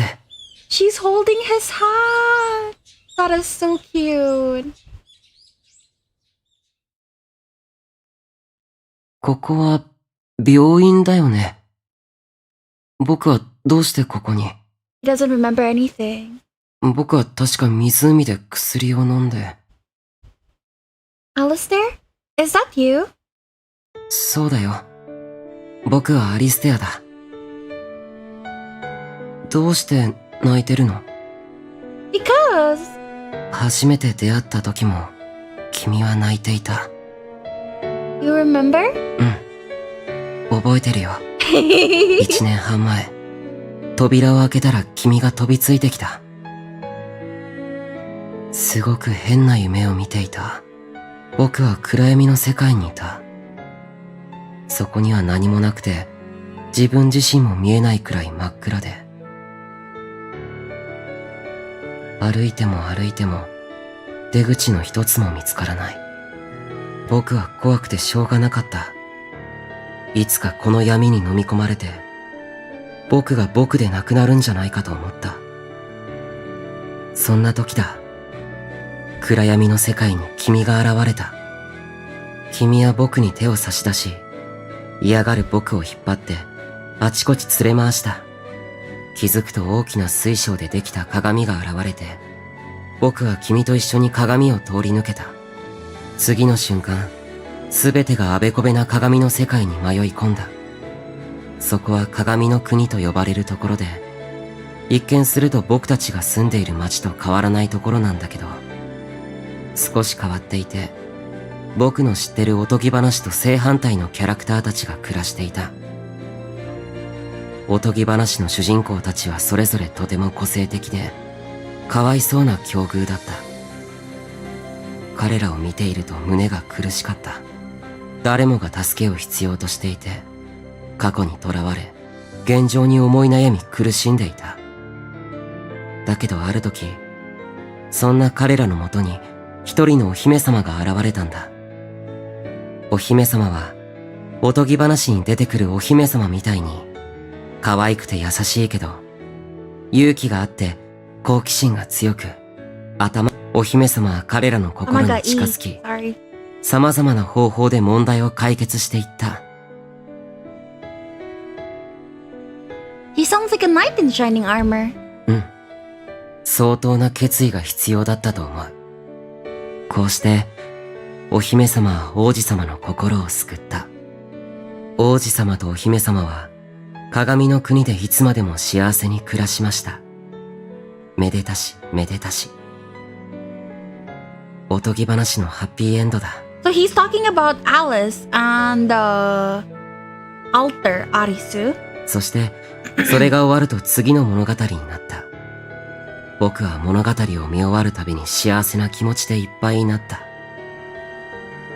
そして、7つの物語がすべてハッピーエンドになると、僕がいた暗闇の世界に虹がかかった。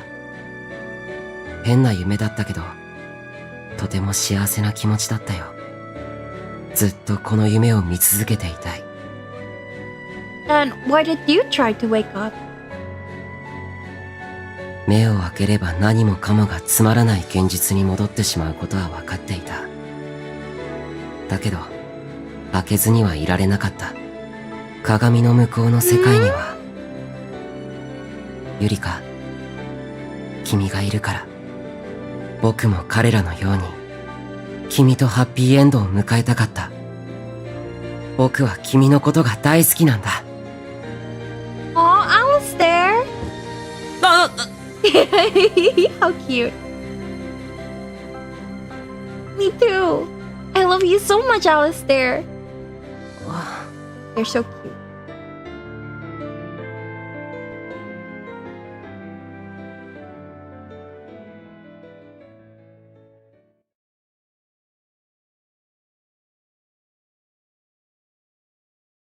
どうやら無事に目を覚ましたようだな。バカなやつだな。他の人格のために自らの記憶を分け与えるなんて馬鹿げている。いくら辛い記憶を各人格が引き受けているとはいえ、それは切り離した彼の感情や記憶に過ぎない。独立している人間のように見えても、僕たちはアリステアなんだ。僕たちが消えなければ、抜け落ちた記憶は戻らない。アリステアが一つになることを望むのなら、僕たちは消えることを受け入れただろう。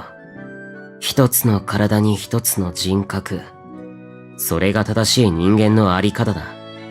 すべての記憶を取り戻し、健常な人間として君と生きる。それが幸せというものなんじゃないのか。Happiness is subjective. He's allowed to make his own decisions. 勘違いするな。僕たちはアリステアのことはどうだっていいんだ。僕たちが望んでいるのは、アリス・ユリカの幸せだ。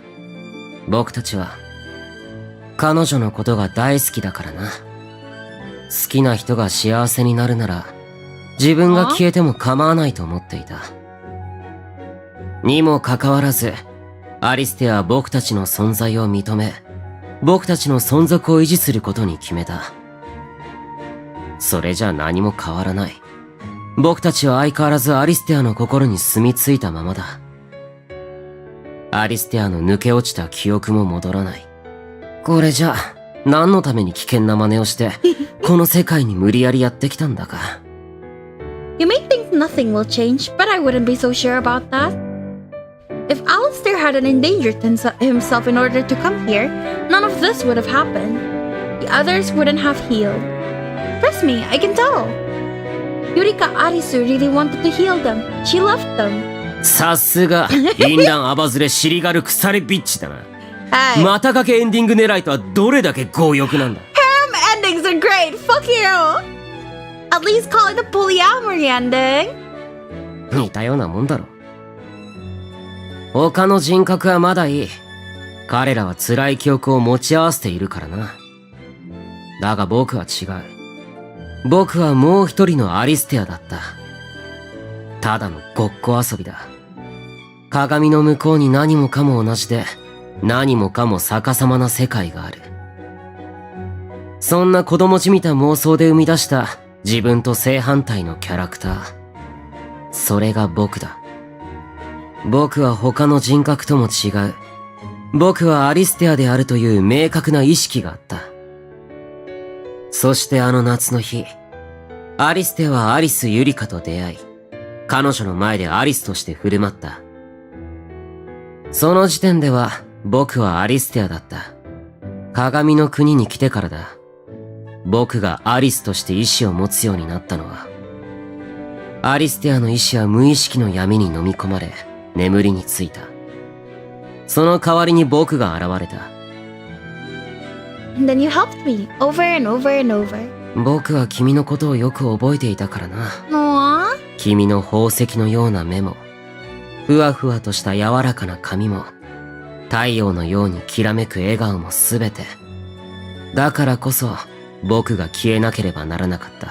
そうじゃなければ、アリスと出会った時の思い出も思い出せなくなってしまう。彼にとってそれは何よりも大事な宝物だったはずなのに、自ら手放してどうする？ If he hadn't, you wouldn't be able to keep living in his head. 僕は消えるべきだった。But he didn't want that. その時点で僕は僕であり、彼は彼だったのかもしれないな。アリステアは自信があったんだろう。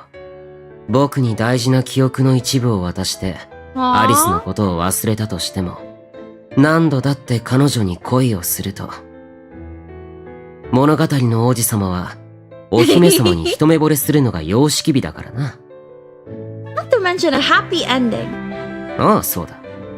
だからこそ、アリステアは僕たちに自分の大切なものをプレゼントしてくれた。それは辛くもあり、悲しくもあるが、それだけじゃない。楽しくて嬉しくて幸せなものでもある。Yurika Arisu gave her love in the form of happy stories. ああ、そうだ。すべての物語がハッピーエンドになった今、暗闇の世界に虹がかかった。Hey, Alice? なんだ？ Are you sure I'm enough for you? は？ I'm Yurika, but I'm not the real Yurika.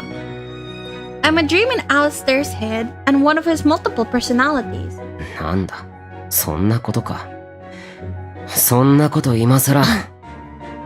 Besides, your true love is the younger Yurika from your past, right? But now I'm all grown up. まあ、いろいろでかくはなった What does な。 that mean, いろいろと。Don't worry, you'll get taller someday. 人が気にしてる身体的特徴を指摘するなというか、さっきまでのしんみりとしたシーンが台無しだ確かに僕が、だったのは子供時代の君だが、Did he say it? 確かに僕が、だったのは子供時代の君だが、What was that? Sorry, I couldn't hear you. 絶対に聞こえてただろああ、もういい絶対に言わない Come on, say it, please. サービスだぞ。神戸を垂れて僕に感謝しろ。僕は好きだよ。君の宝石のような目も、ふわふわとした柔らかな髪も、全部、君が君である証だ。Thanks. Baby. What, they don't get a CG?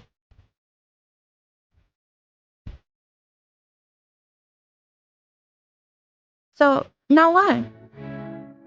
Wanna chase each other around the looking glass world again? I already caught you, so it's now your turn to chase me. 君を捕まえるなんてそんな面倒なこと僕はしたくない。Okay then, それよりも、虹を渡ってみたくないか？ Pass it? ああ、そうだ。前に言っただろ。僕は虹を渡って君に会いに行くのも簡単だってな。ここは鏡の国だ。そのくらいやろうと思えば簡単だろう。Okay, let's go! I wanna see what it's like. ほら、手を出せ。So we can hold hands? ああ、そうだ。それ以外にあるか？どうした？映像作品耐えられないくらいブサイクな顔して。Never seen you be so sincere 君 before. はいつも素直を通り越してバカ正直というより失礼極まりないんだが。というか、さっきから路線変更ですかというくらいに素直だったと思うんだが。だいたい、僕が君に手を差し出すのはそんなに珍しいことじゃないだろ。I feel like you've guided me an awful lot. 僕は君の王子様だからな。I have to keep playing catch up, sorry, I can't アリ pause. ス、僕はこの手を離したりなんかしない。だから、一緒に行こう。Okay. Hey! Okay, it's weird having this conversation in English and Japanese. And it makes it seem like they both know each other's language. Well, to be fair... Oh, yay! CG! Sorry. こうして、王子様とお姫様はいつまでも仲良く幸せに暮らしました。Yeah, I can't think. Alright. But yeah, to be fair, Arisu does know English. And she does mix English in her speech a lot. So there. So it's fine. And also, I don't know how to speak Japanese. So, yeah. めでたし、めでたし。They're cute. Oh, how cute! Oh my god, oh my god.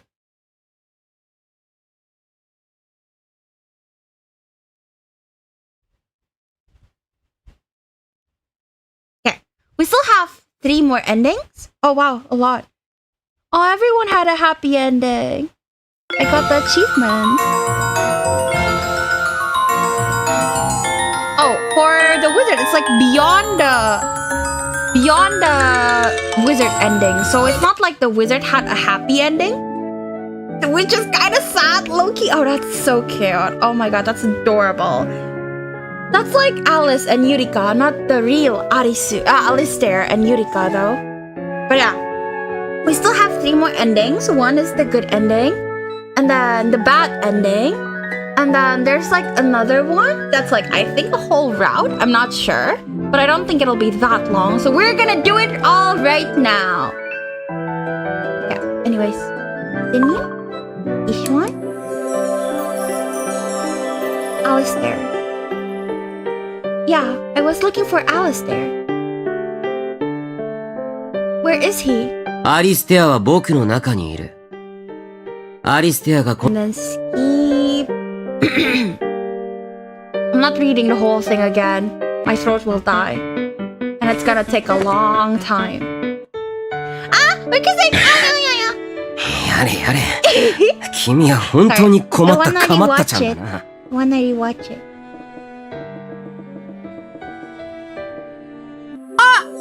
ほうれん草のほうれん草がいる What?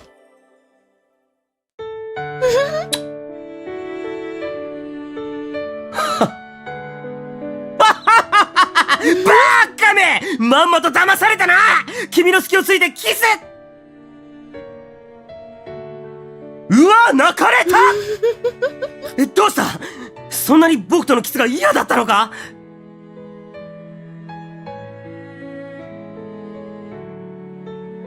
泣くなアリスやれやれ君は本当に困ったかまったちゃんだな僕の言葉を忘れたのか君は泣いているより笑っていた方がずっと似合っている笑顔は3割増しと言うからなだからそのためなら何だってしてやる僕の手が必要ならいつでも差し出してやる僕は君の笑顔が3時のおやつ程度には気に入ってるからな Baby. Yeah, anyways, let's go back to skipping. I just really wanted to watch him like be all happy that he kissed us first. He's a good boy. I wonder if the Alistair ending would be everyone else disappearing and getting absorbed into Alistair. I feel like that would be the case.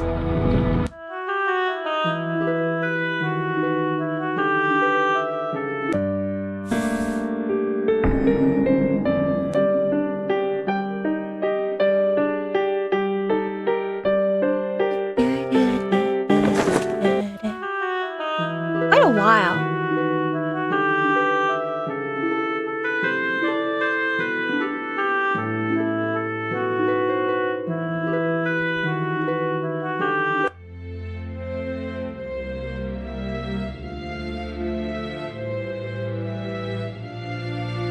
Oh, no? Everyone's still getting their happy endings.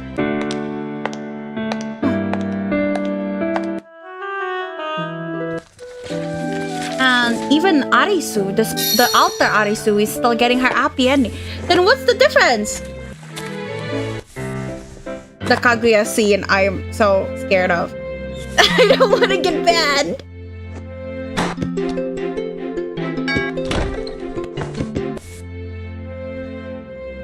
Oh, also welcome what this name is. Sorry, on my end, your name is purple, like unlighted, so I thought you were him. Sorry.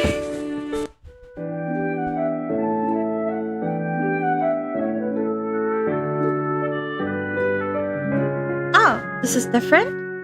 Alright. So just this part is different. So, now what? Wanna chase each other around the looking glass world again? I already caught you, so now it's your turn to chase me. 君を捕まえるなんてそんな面倒なこと僕はしたくない。Okay then, それよりも、虹を渡ってみたくないか？ So it's the same, but we don't get the shiny rainbow thingy? Cross it? ああ、そうだ。前に言っただろ。僕は虹を渡って君に会いに行くのも簡単だってな。ここは鏡の国だ。そのくらいやろうと思えば簡単だろう。Okay, let's go! I wanna see what it's like. ほら、手を出せ。So we can hold hands? ああ、そうだ。それ以外にあるか？どうした？映像作品耐えられないくらいブサイクな顔して。I've never seen you be so sincere before. 君はいつも素直を通り越してバカ正直というより失礼極まりないんだが。というか、さっきから路線変更ですか？というくらいに素直だったと思うんだが。だいたい僕が君に手を差し出すのはそんなに珍しいことじゃないだろう。Good point. You've guided me along an awful lot. 僕は君の王子様だからな。Mm-hmm. Oh, it's different! アリス。It's different.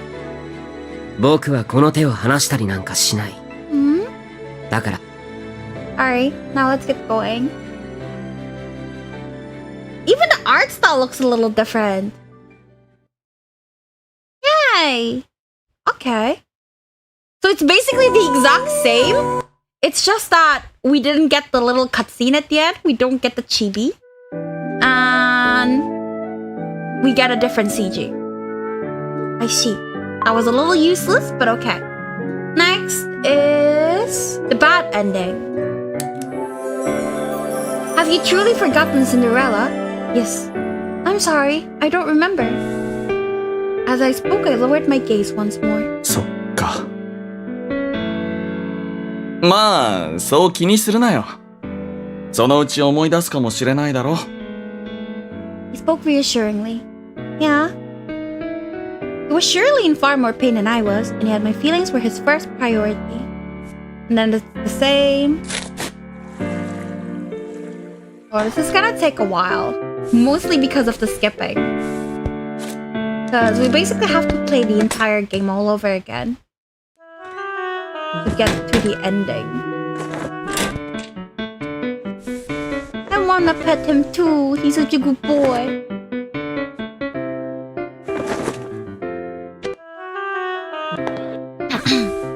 How will you respond? Ask if he likes flowers. Oh, you're right. So you like flowers? When I smiled at him, for some reason he looked wounded. ええ。まあ、私のような人間が花など似合いませんよね。He looked so sad, I couldn't stop myself. Aw, that's not true. You look like you'd be right at home in a whole field of sunflowers. Wildflowers, sorry. I blurted hastily. それだと、私の頭がお花畑だというように聞こえますが。Hey, now you're just twisting my words. So I guess in this version, in the bad ending, you don't acknowledge that you've healed the guys at all. Like, you don't remember it. So you get a bad ending because you didn't acknowledge it? I guess?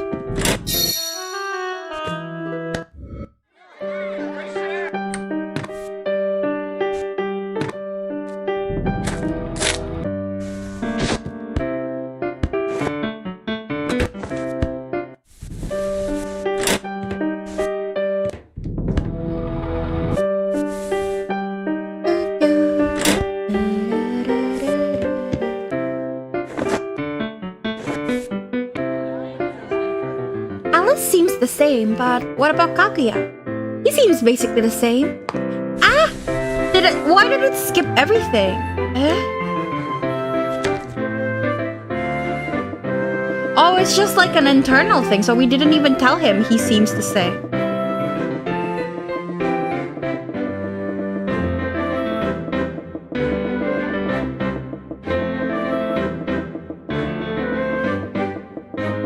Okay, there's a lot. Okay, never mind. How will you respond to this gesture? Ask him what puppet means. Say, Kaguya? Timidly, I raised the hand. Wait, actually, I am afraid that I accidentally pressed the choice to, like, do the same thing. So I'm going to actually find where it was. The thing I said. Because I don't want to accidentally not get my bad ending. I need to put my mouse in.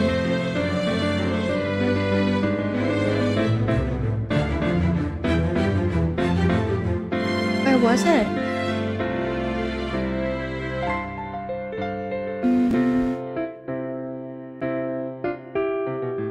Where is it?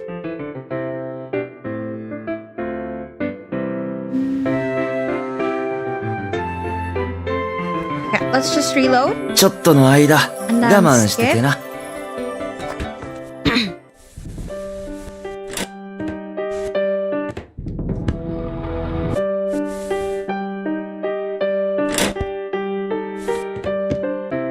Should be around the date part, right?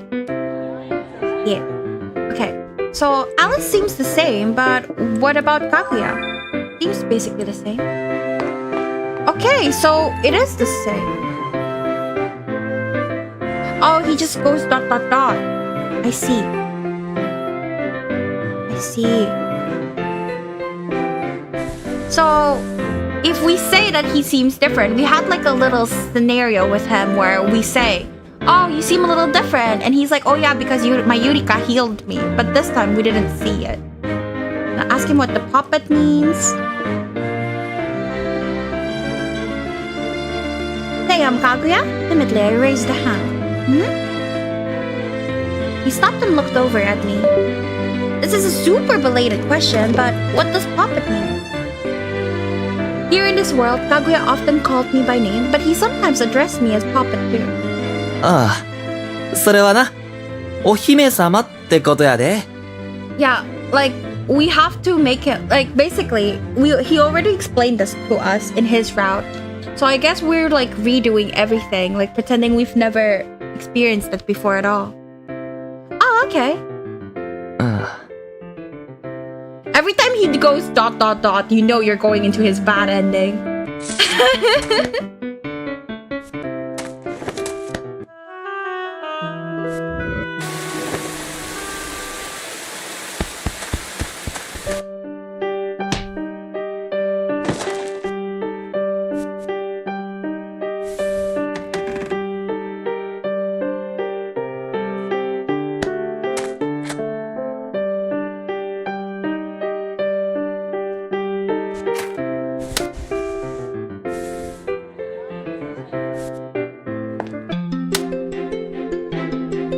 What's your reaction to hearing the cafe closed down?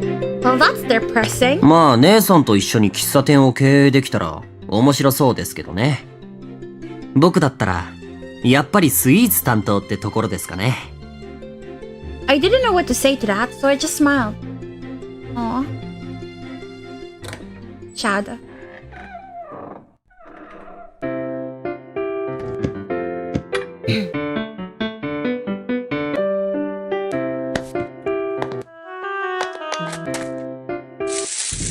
Will you seek help from Gretel? No. Then let's take a look. Summoning all my courage, I stepped forward. 姉さんやれやれ。And...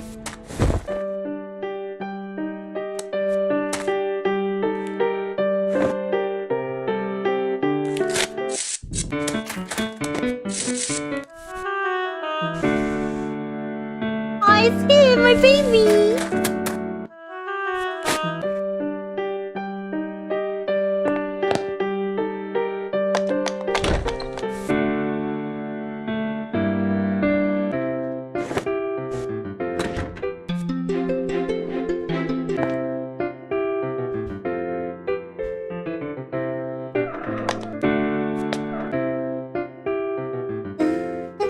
I really wish more games would implement a skip until next choice button. I feel like it would really benefit from it. I would really benefit from it.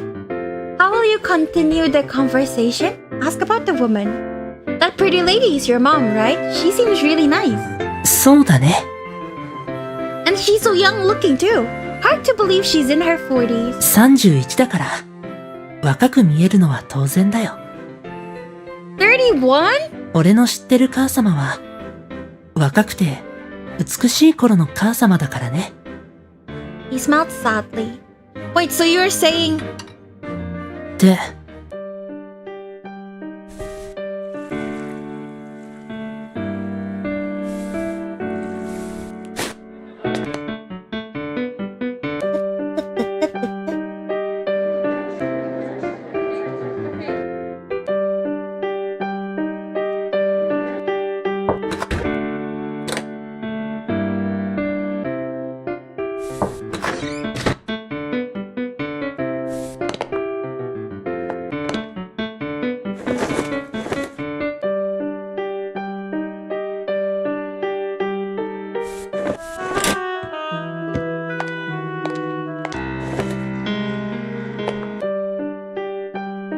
How will you respond to the wizard's self-introduction? Ask about the flawless thing. A flawless specimen? ああ、そうさ。僕は知能、人格ともに何の問題もない。僕が最も本来の人格に適している。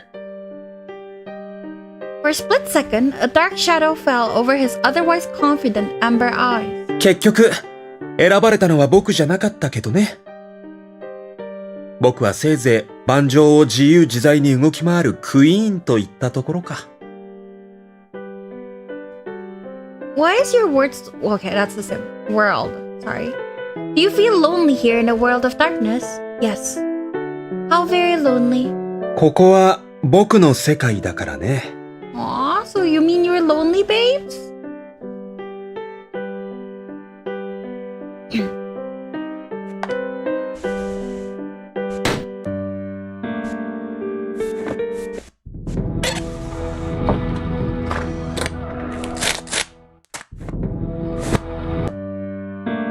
It's crazy how all the routes are technically canon, but also technically not. I really like how they tied it in. Okay. Suddenly, I found myself falling through the darkness. It was so dark, I couldn't even tell how far I've fallen, or how much time has passed. But at least I had plenty of time to think. All the world's a stage. This is a story I created to save my prince. And I am merely a player. Step by step, I moved my little white pawn. For that is my role. But how far am I supposed to go? How far am I supposed to fall? リス。Hmm?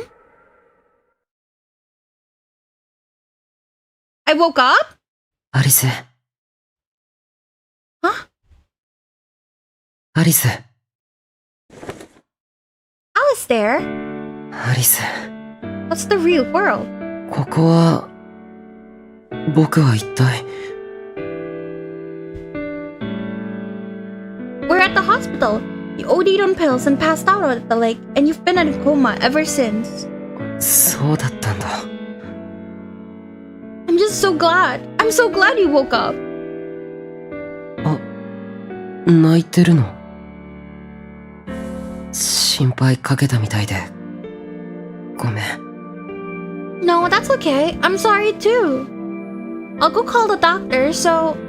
アリス。What is it, Alistair? Eh? Alistair, are you... Wizard? Huh? Eh? ごめんなさい。Alistair? 違う。私はアリス・ユリカだよ。Wait, I didn't expect that. Me? How come? なんでって、あなたが私を作ったんでしょ？私はあなたのポーン。私の役割は物語のヒロインとなって王子様を救うこと。そのためには手段は選ばない。私はたとえ私が犠牲になったとしても、彼の幸せを願う。そうやって、私でない私は、王子様たちを救って、ハッピーエンドを迎えてきたんだよね。そして今度は私のターン。私の役目は、アリステア君を救うこと。だから、私はあなたを殺すことにしたの。どうして、笑うの？ Good question. I guess I always suspected something like this might happen. This is my karmic punishment for all the times I manipulated you. 私はあなたを恨んではいないよ。ただ、どうすれば彼が救われるのか考えて出した結論が、これだったというだけ。So if I'm gone, you won't have any reason to suffer? そうだね。私はあなたでもあるけれど、アリステアでもある。私は夢の中で彼の心を覗いてしまった。アリス・ユリカ、あなたの存在は、彼にとって重荷なの。あなたの存在が彼を苦しめる。Gotcha. 痛い？これは夢じゃないんだから当然だよね。What did you stop her with? はい。どうぞ。これで自分のお腹を刺すの。好きな人のためなら死ねるでしょ。それとも、あなたはできない？ Is that what Yurika is supposed to sound like? She's scary, bro. Even after I die, the world will still be cruel to him. うん。わかってる。でも安心して。これからは私がうまくやるよ。私が彼の茨の道を切り開いてあげる。Okay. Please just promise me you'll heal him. 大丈夫。わかってるよ。あなたは私だもの。Right. I brought this despair on myself after failing to wake my beloved prince. Now I have to hold myself accountable. 待て！待つんだ！ Wizard? あなたはくそ、油断した。まさかこんなことになるとは。大丈夫、ここは病院だ。すぐに医者を呼べば。魔法使いさん、邪魔しないでください。君こそ邪魔をしないでくれ。一体何だってこんなことをしたんだ。あなただって知ってるでしょ。アリステア君は彼女とのことで悩んでいた。だからって彼女がいなくなれば余計に苦しむだけだ。大丈夫ですよ。彼女のことを忘れてしまえば苦しむこともありませんから。私の頭はアリステア君の頭なら、私が操作して都合よく忘れたいものを忘れることもできるでしょう。彼女は願いを叶えるためには手段を選ばない。他人を駒のようにして扱う。確かに私はポーンかもしれません。だけど、ポーンだって限りがあるんです。このまま、だから、そうなる前に私の手で終わらせようと思ったんです。あなただって、今まで選択肢を誤った私を散々除外してきたんでしょう。君たちと彼女は違う。私には体はないから殺してもいいと？だったらあなたたちも私と同じじゃないですか。Oh shit. それは。私はあなたの物語のヒロインじゃない。あなたが私を邪魔するというのなら、あなたを殺します。君は、本当にアリス・ユリカなのか？ええ、アリス・ユリカですよ。厳密に言えば、アリステア君の記憶にあるアリス・ユリカですけどね。あなただって、彼女のことをよく知ってるでしょ？違う。君は彼女じゃない。君は狂ってるよ。She is insane though. 私は正気ですよ。いつだって。アリス・ユリカ！僕が彼女を抑えているうちに、君は逃げるんだ！I'm sorry. 何を？ I tried, but I'm just so tired. Alice there. Ah? Why screaming? Ah! Got it. Like in Kaguya's route. Oh shit.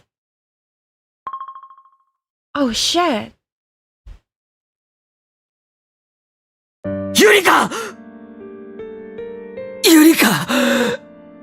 ユリカ！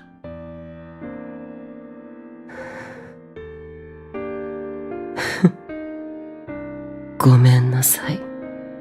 アリス・ユリカ。Yikes, that was dark. I loved it. It's great. That's amazing. Downer ending. I had the worst epilogue, apparently. That's amazing. I love that. Okay. I need to go to the toilet one more time. And then apparently we have one more ending where we basically just start a new game. And then there's no choices. So yeah. Just one more time. Be right back.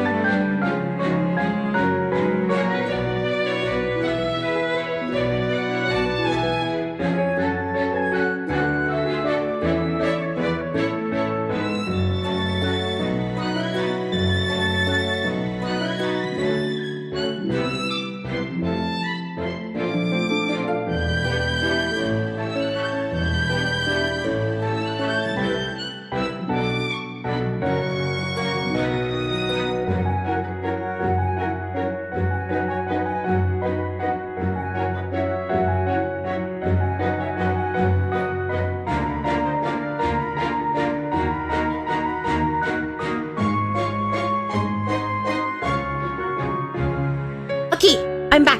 Let's go. So it's the other side of the story, apparently. Eh? Okay. Okay, yeah. The other side of the story.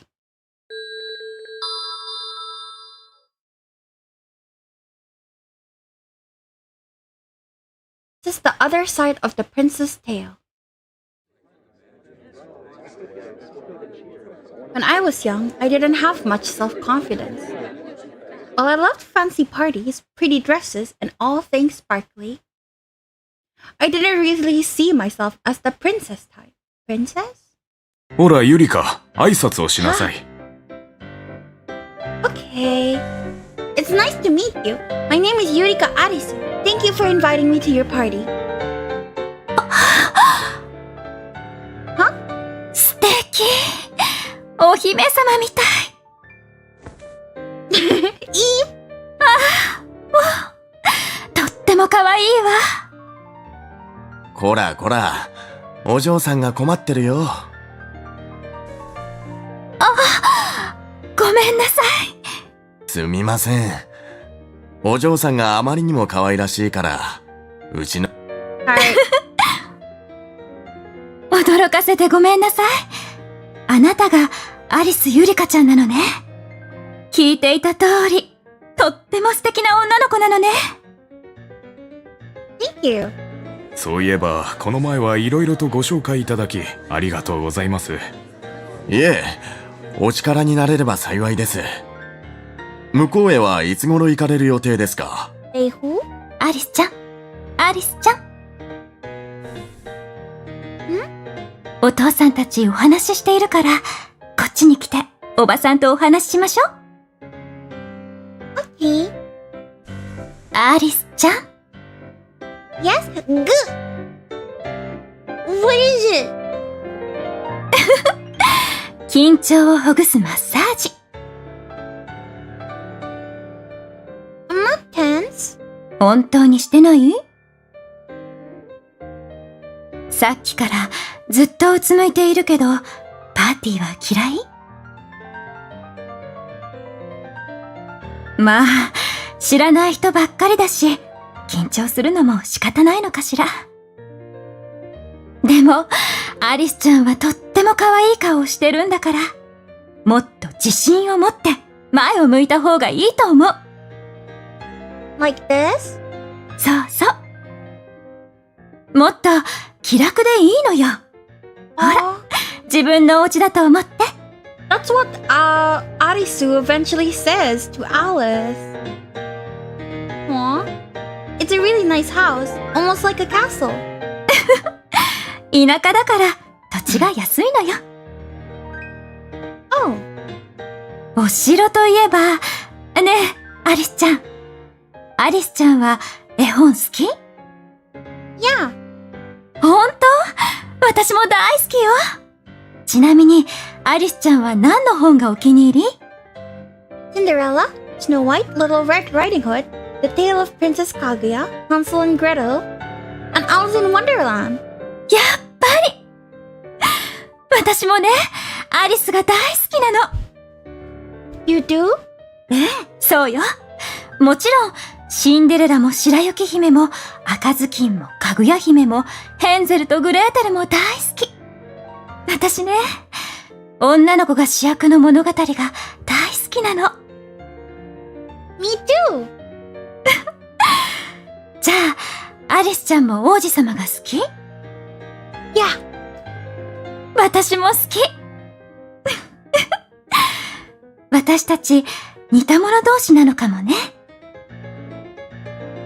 似てるといえば、私にもあなたと同じくらいの子供がいるんだけど、アリスちゃんにとってもよく似てるのよ。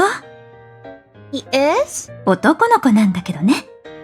アリステアっていうの。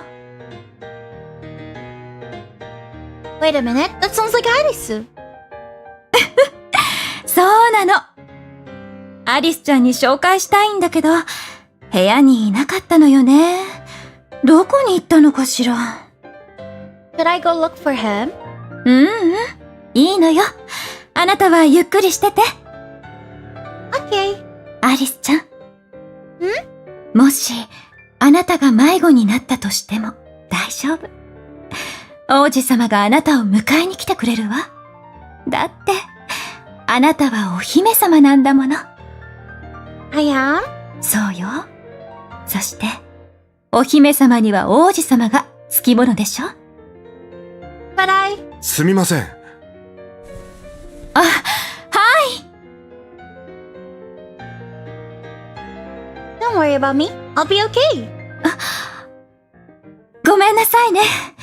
また後でゆっくりお話ししましょう。Sorry. 絶対に. Okay. With a wave, I watched her go. She was a sweet, cheerful, beautiful lady who loved to dream. And I wanted to be just like her. I looked over at my father, but he was still talking. Dad?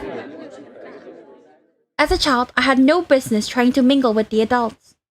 But I didn't fit in with the other children either. Oh. ねえ、パパ？ん？あの子の目、どうして変なの？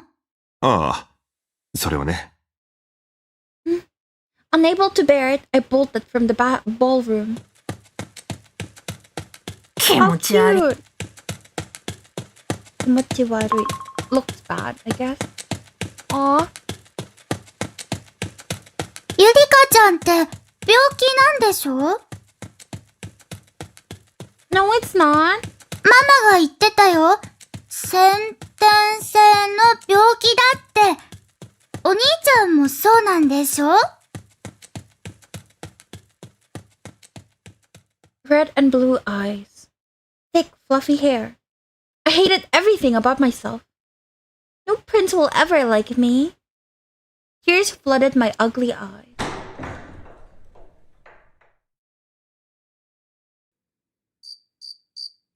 But just then... 誰かいるの？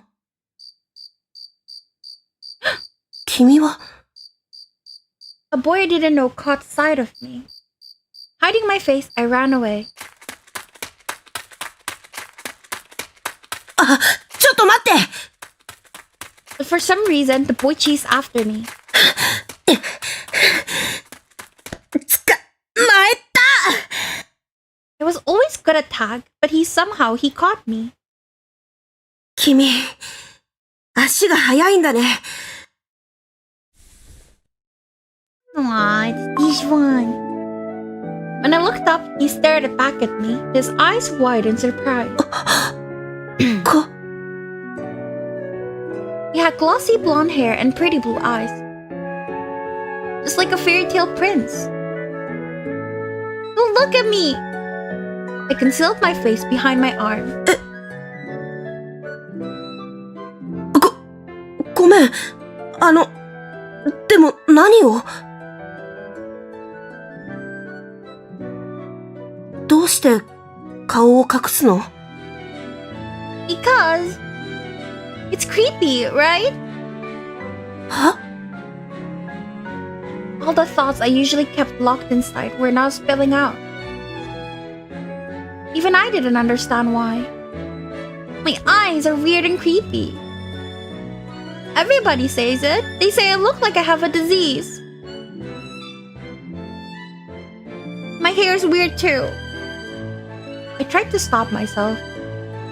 I knew venting at a total stranger was only going to freak him out. I didn't want him to hate me. I didn't want him to reject me. Let go of me. 嫌だ。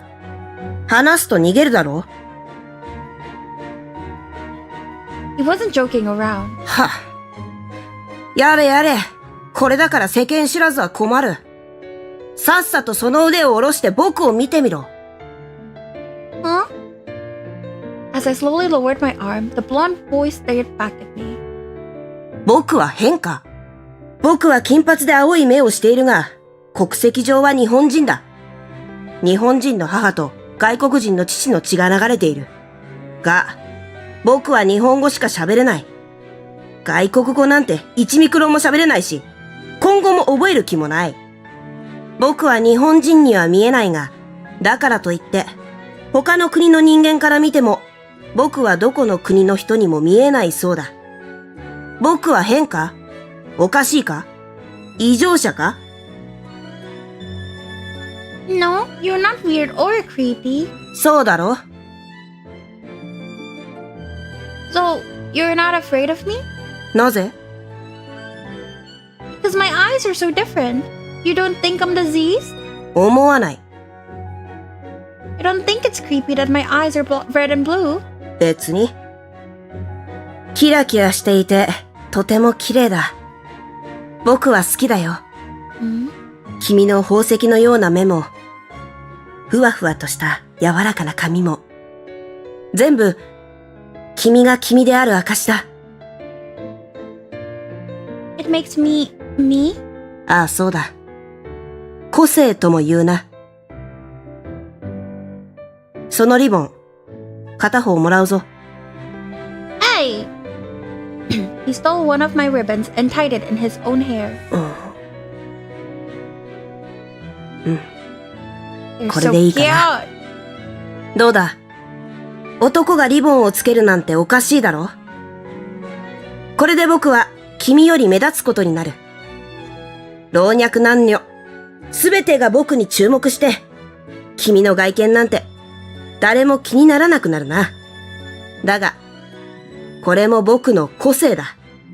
おかしいとか、変だとか、馬鹿にしたい奴には言わせておけばいい。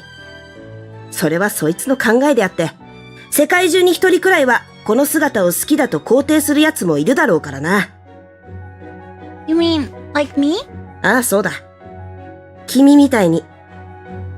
で、君の名前は何だ？ I'm Yurika Arisu. I'm 9. アリス。奇遇だな。僕も君と同じ年で、君と同じ名前だ。Oh, so you're Alice? ああ、そうだ。なんだ。 Sorry, because I talked to your mom. そうか。似てないだろ。Quietly, I compared the two of them in my head. To me, they were both sweet and considerate people. No, I think you and her have lots in common. At this, he smiled slightly. そうか。そんなこと言ったのは、君が初めてだ。さて、この後どうしようか。つい君を追ってここまで来てしまったが、君はあの場に戻りたいか？ Not yet. 僕もだ。仕方ない。僕は普段、愚民などと行動を共にしないが、今日だけは特別だ。どうしてもと言うなら、君と付き合ってもいいぞ。Okay. And so I met my prince.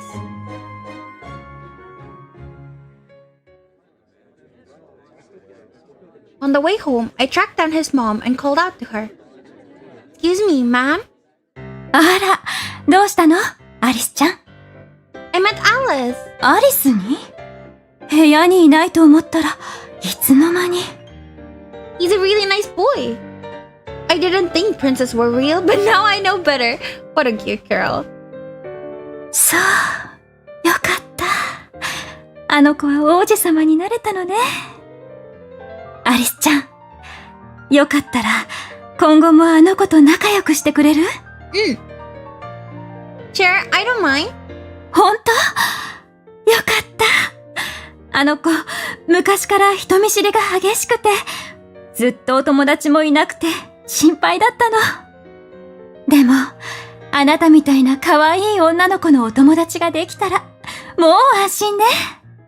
もしも、この先あの子が困っていたら、助けてあげてね、アリスちゃん。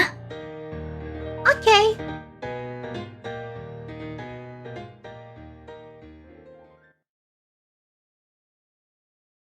After that, we played together every day. He would always take me by the hand and lead me along, and I quickly grew smitten with him. Alice! なんだ？ Do you like picture books? 絵本？ふん。そんな低年齢向けの幼稚でガキっぽい本を僕が読むと思ってるのか？あいにくと高尚で聡明で知的な僕は普段哲学書を愛読してるんだ。Plato? Descartes? Descartes, I think, is the way you say it. I don't remember. プランクトン？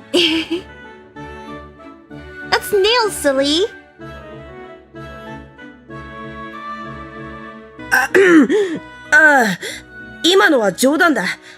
とにかく、僕は絵本なんて幼稚で子供騙しなものに。Your mom told me you liked them. まあ、絵本は上層教育の一環としてたしなんでるな。豊かな心を育てるためには、子供のうちに絵本を読むのがいいと聞いたことがある。Do you like them?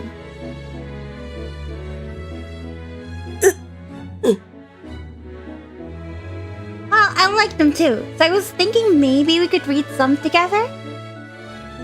My voice petered out. Anxious worries filled my mind. What if I was being annoying? What if he didn't like me anymore? 仕方ない。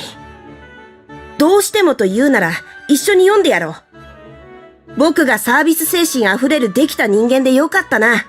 感謝したまえ。How cute. Thank you, Alice.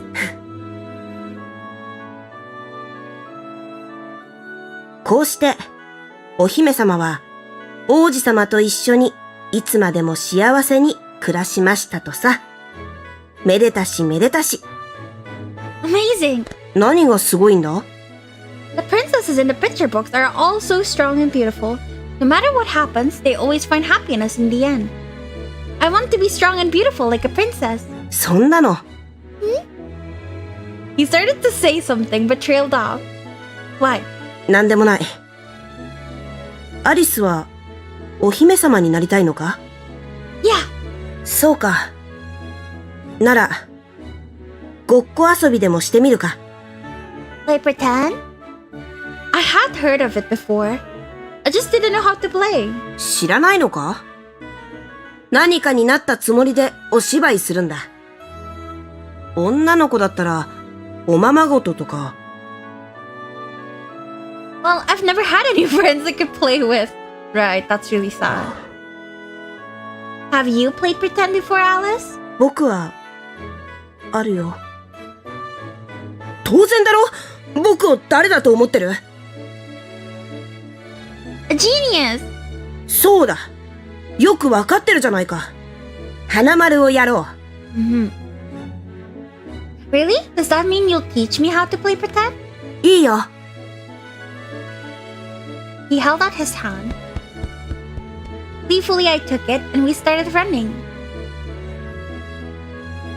From that day forward, playing pretend became our favorite pastime. Not only did we play house, but we also played cops and robbers, and detective, and even pretend cafe. That's why all the dream world had a cafe, because they used to play pretend cafe. Babies, honey. 遅いな、アリス。大丈夫かな？ Sorry for the wait, dear customer. Here's that apple pie and chamomile tea you ordered. 遅い！危うく寝そうになったぞ。I'm sorry. まあいい。ほら、早く席に座りたまえ。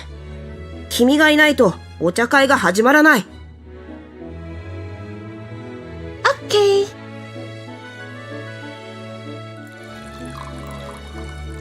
Here you go. ありがとう。なんだ、猫舌か？子供だな。その手、スマートでクレバーで大人な僕はこれくらい。He's still the same. Are you okay? 大丈夫。He squinted in surprise.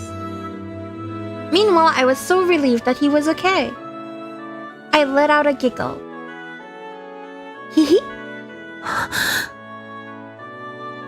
Oh, sorry for laughing. I didn't mean to be rude. I hastily averted my eyes. I couldn't let myself get too comfortable. I was lucky he was willing to be my friend at all. I didn't want to ruin it. But he felt differently. 笑った方がいい。Honey? Huh? 君は泣いているより、笑っていた方がずっとよく似合っている。だから、そのためなら、何だってしてやる。僕の手が必要なら、いつでも差し出してやる。僕は君の笑顔が、3時のおやつ程度には気に入っているからな。So you're saying you like it a lot? His face. Wow. 聞こえないな。Hi, say it for me again. Come on. The more time I spent with him, the more I learned. Alice! なんだ？ Meow! When he looked over, I raised the cat I was holding up into his face. Surprise!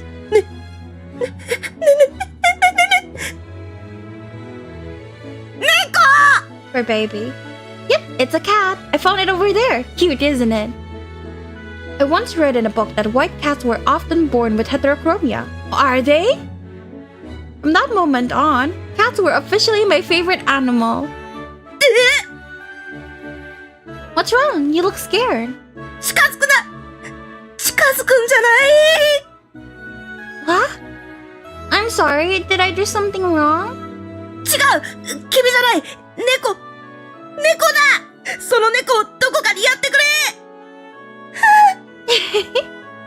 Alice, are you afraid of cats? そうだよ。 Aw, but she's so cute. I looked down at the cat. 可愛くてもダメなものはダメなんだ。I set the cat down and she ran away. Okay, she's gone now. そうか。それはよかった。He let out a sigh of relief, then hastily averted his eyes. So, how come you're scared of cats? 昔、猫に餌をあげようとしたら、囲まれて。Oh, yeah, that sounds scary. このことは、二人だけの秘密だぞ。How come? 猫が苦手なんて、かっこ悪いじゃないか。Oh, come on. I don't think you're pathetic at all. そうかな。でも、それでもだ。これは二人の約束。Okay, I promise. I was excited to make a promise with him. It felt like a connection binding us together.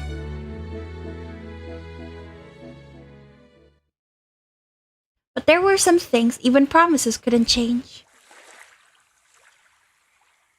どうした？暗い顔をして。いつも無駄に有り余ってる元気はどうした？ The lake is kinda like the ocean, huh? は？君はバカか？海と湖は全然違うだろう。海は広くて大きくて楽しいんだろ？ Oh. Have you ever been to the ocean, Alice? ない。That sucks. I wanted him to cross the ocean and come see me. But I didn't dare say it out loud. The bad summer's almost over. The end of summer signaled farewell to our friendship. そういえば、君は都会に住んでるんだったな。都会はアスファルトの照り返しやエアコンの室外機のせいで暑いらしいが、こっちは山あり、湖あり、夜なんて寒いくらいだ。店は閉まるのは早いし、遊べるところもそんなにない。電車もバスも1時間に1本で不便極まりない。車がなければどうにもならないど田舎だが。Sorry! It was like he was at the clean air. I thought he was done. Yeah, I wish I could stay forever. なら、ずっとここに来ればいい。なんだったら、僕の家に住まわせてやってもいいぞ。働きもせず、3食昼寝付きのニート様生活だ。こんな破格の条件、他にないぞ。これ。That stops! Oh my god, my Japanese. I need to work on it because I never know when he stopped talking and not. I can't. I'm just a kid. 次の休みも、またここに来ればいいじゃないか。君は、お金持ちのお嬢様で、別荘があるんだろ？だったら。Actually, I'm leaving the country. We're going all the way across the ocean. え？ So, we probably can't see each other again. そうなんだ。Alice, I don't wanna go. I only just met you, Alice. I don't want us to be apart. Right when I finally found a friend, now I'm gonna end up all alone again. Once again, I was crying in front of him. I knew my tears wouldn't solve anything. They would only make him uncomfortable. And yet, they refused to stop. 泣くな、アリス。He took my hand. Is this CG, Alice? I looked up at him in alarm, and he smiled. やれやれ。君は本当に困ったかまったちゃんだな。Didn't he say this like たかが海外だろ？ No. 次元が違うわけじゃないんだし、会いに行こうと思えばいつでも会いに行ける。なんだったら、手紙を送ってやってもいいぞ。You will? ああ。僕は面倒なことが嫌いだが、君がどうしてもと懇願するなら仕方がない。それに、このリボンをもらった礼を忘れていたしな。僕が真面目で礼儀正しい義理がたい人間でよかったな。Yeah? 大丈夫だ。僕はこの手を離したりなんかしない。Honey. 君がどんなに遠いところにいても、心と心が呼び合えば、必ず通じ合う。つまりは、あれだ。別に今日別れたとしても、君が僕に会いたいと思えば、会えるというわけだ。You mean it? 僕を疑うのか？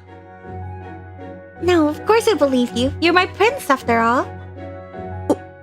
王子様? I'm really glad I met you, Alice. Before I met you, I was all alone in the dark. But then you found me and you took me by the hand. And that's when a rainbow started shining into my life. 七色の虹。ふん。当たり前だろ。僕を誰だと思ってる。王子様だぞ。虹をかけることくらい寝っ転がっていてもできる。だから、虹を渡って会いに行くのも簡単だ。It was the last promise we ever made together. And it gave me the strength to hold my head up high.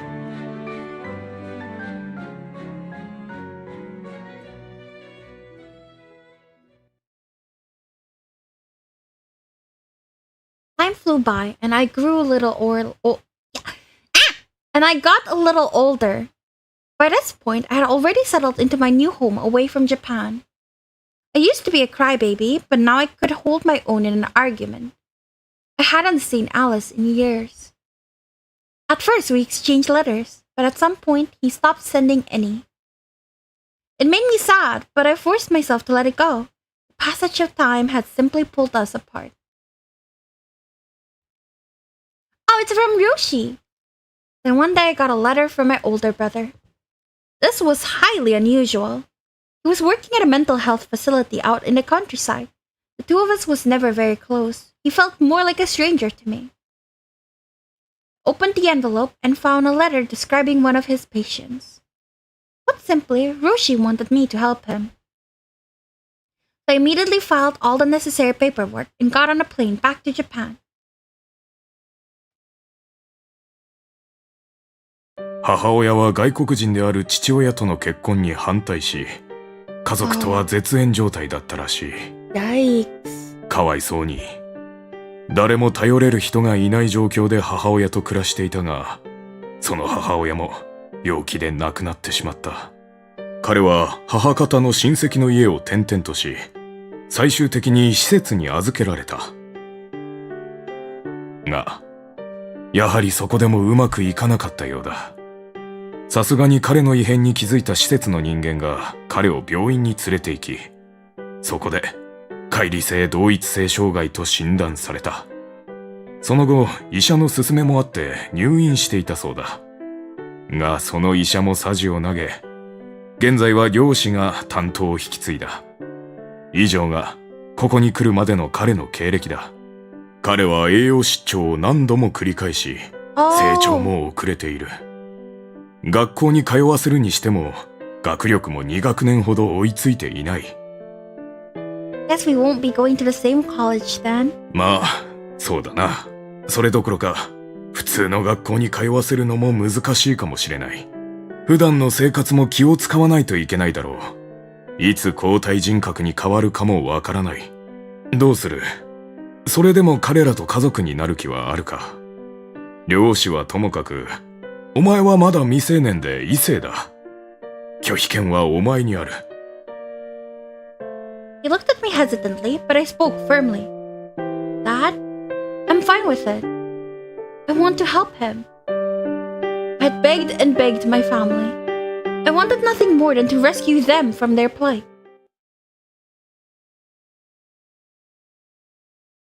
And so we decided to meet with them first. さあ、入りなさい。はい。Alice! As soon as I laid eyes on him, I pounced. I finally found you! The moment I read my brother's letters, I knew. I knew the patient he described was Alice. 君は You remember me? It's me, Arisu. Yurika Arisu. アリス・ユリカ。I'm sorry I lost contact with you for so long. I sent so many letters, but I had no idea what you were going through all this time. ごめん、覚えてない。My heart ached like it was being crushed in a vice. Oh, okay. Well, it's been 10 years now. Can't really blame you. When I backed away, however, something caught my eye. That ribbon! You're still wearing it. リボン？ Even Even if he had forgotten me, the two of us were still connected. That alone was enough for me. どうして泣いてるの？ I'm sorry, I'm just so happy. It's nice to meet you, Alistair. My name is Yurika Arisu. Let's be friends, okay? From there, we started discussing the prospective adoption right away. 君も随分と大きくなったものだ。覚えているかな？君が小さい頃に何度か会ったことがあるんだが。あ、すみません。まあ、覚えていなくても当然だ。君はまだ小さかったしな。失礼、タバコを吸っても。はい、どうぞ。Dad! わかった、すまない。My father quickly retracted his hand. Idly, he laced his fingers together and let out a sigh. 単刀直入に言おう。アリステア君、うちの養子になる気はないか？養子？君の事情はよく知っているつもりだ。おそらく君の力になれると思う。それって…ああ、今までいろいろと苦労してきたみたいだね。辛かっただろう。でも安心しなさい。私は君に不自由させるつもりはない。I kept a reassuring smile on my face so he wouldn't feel nervous. Then the conversation hit a snag. 俺は… All at once, his demeanor shifted. それに、うちなら君の今後を保証できるだけの余裕がある。君がうちに来るというのなら、君が抱えているものを解消してやれると思う。それは、すごく魅力的な話ですね。His expression and manner of speech was now completely different. そうだろう。正直、この話が持ち上がった時、私は迷ったんだ。君は友人の息子だとはいえ、小さい頃何度か会ったきりだったし、娘もまだ若い。年若い二人を大人の都合で一緒にさせていいのか。娘には昔から私たちの都合でいろいろと我慢してもらっていてね。あまり嫌だとかわがままを言わない子なんだ。そのおかげで私たちは今までいろいろと助けられていたんだが、本心はつかみづらかった。実の娘のことなのに、なんとも情けない話だがね。I feel like I've read this part, but I don't remember on whose route exactly. Dad. My father still had yet to notice that a very different person was now sitting in front of him. その娘が、ぜひとも君を迎えたいと言っている。なのに、私たちが迷ってどうするんだと反省したよ。それで、返事はどうだね。アリステア君。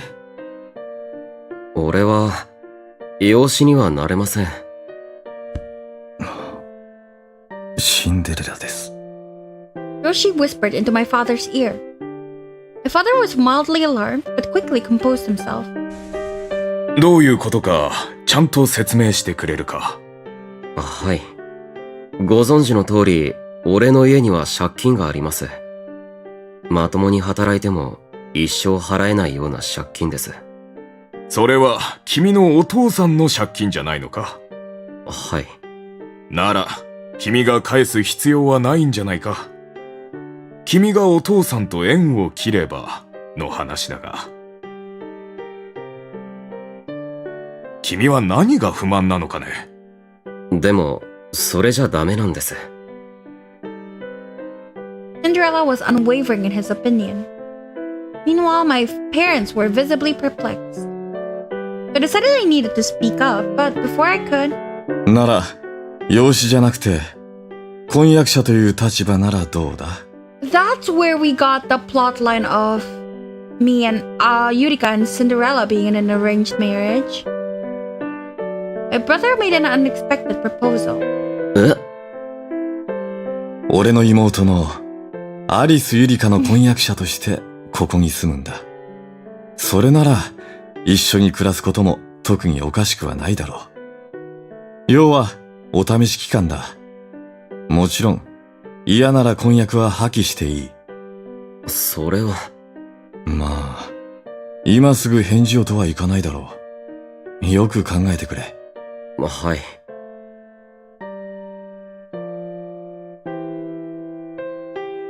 When I spotted Ryoshi stepping outside for a cigarette, I followed him out. I never thought I'd see you come to my rescue. 別にお前のためじゃない。アリステアのためだ。Makes sense. あの場はああいうしかなかったからな。By volunteering me as a prize? 嫌か？ Not really. So that was Cinderella, huh? He really did seem like a totally different person. And the way he talked was different too. 別人だからな。But he's still Alistair. They're all a part of him. They may seem like independent people operating outside of his memory, but ultimately they're just a manifestation of his emotions. Can they be fused somehow? 難しいな。各人格ともトラウマを抱えてる上に、今のアリステアが、それらすべての過去を受け入れられるとは思えない。I see. Just then, suddenly I felt someone's eyes on me and looked over. Alistair was standing in the shadows, watching. What the? Alistair? Why is he glaring at us like that? Hiroshi turned me back toward him. あいつはどっちを睨んでる？ Ah, it's Red Riding Hood! I don't know, but I feel like it might be you. Is that really Alistair? いや、違う。様子がおかしい。ユリカ、気づいてないふりをしてろ。Silly Red. How come? 様子を見たい。新しい人格か、もしかしたら。Okay. I nodded quietly, then changed the subject. Anyway, I sure was surprised to get that letter from you. To think your patient was the same guy I've been trying to find. 俺もまさか、お前があいつを知ってるだなんて思わなかったな。Guess it's just one of those weird sibling connections, huh? Or maybe it's fate? I made it sound like a joke, but I was actually serious. I believed it was fate that brought us back together.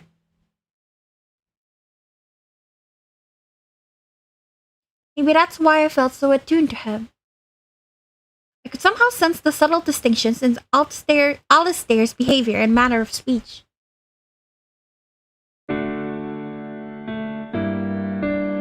Hey, Ryoshi? You said his personalities are called Cinderella, Snow White, Red Riding Hood, and Kaguya, right? ああ、そうだな。で、それがどうした？ Well, Alistair seems to have forgotten all about me. I was just wondering why that might be. 可能性としては複数あるな。お前との出会いは、あいつにとって特に重要じゃなかったのか。それとも、いろいろな出来事がありすぎて、お前の記憶が仮想に沈んで思い出せなくなっているのか。それとも。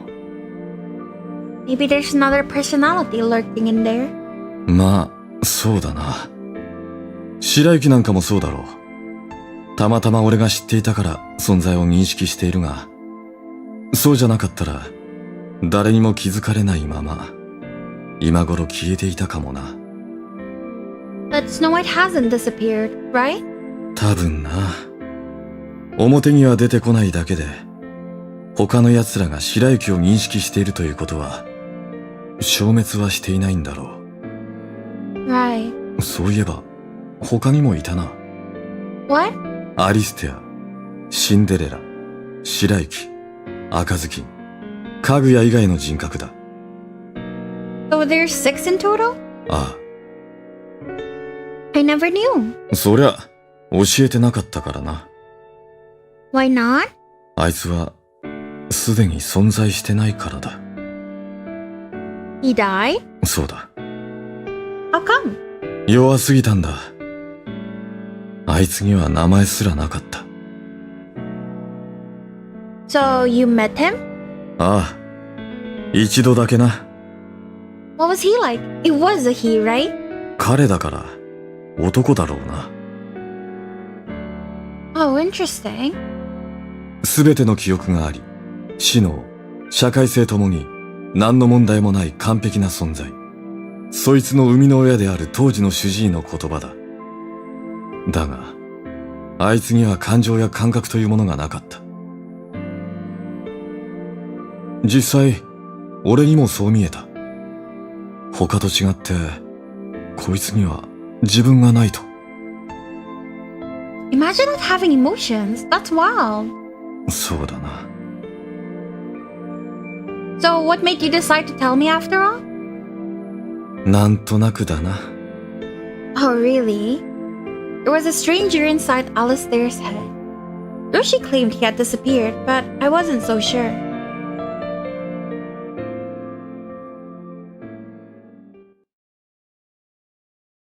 A week had passed since Alistair joined my family. My parents and brothers were all busy people, which resulted in Alistair and I spending a lot of time alone together. This is way longer than I thought it'd be.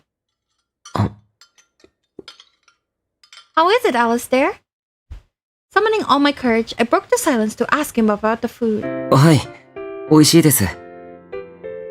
You mean it? I'm so glad. Say, what kind of cuisine do you like the most? Japanese? French? Italian?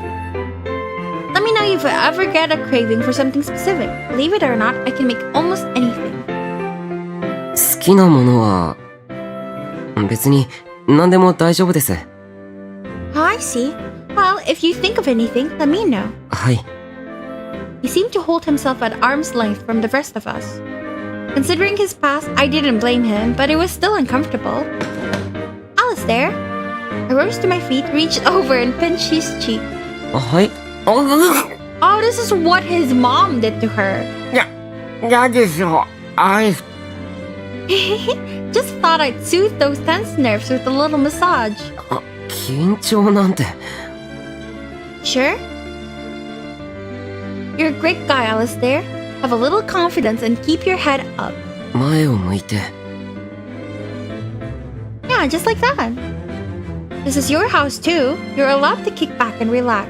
She's mimicking his mom. 僕はここに置いてもらってる身なので。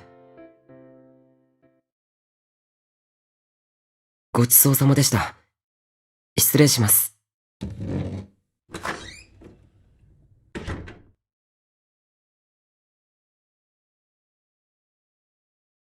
Once we were comfortable in our new home in the countryside, it was time to start thinking about college.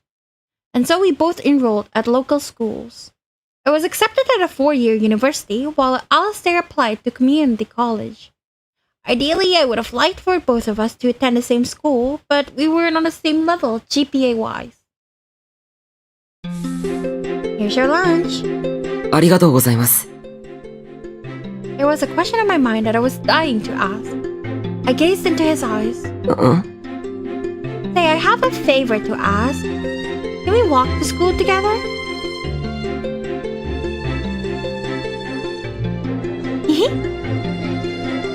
Hopefully you have a fun time at college. そうですね。 Say, can we walk home together too? いいですけど。 Yay! In contrast to my joy, Alistair looked conflicted.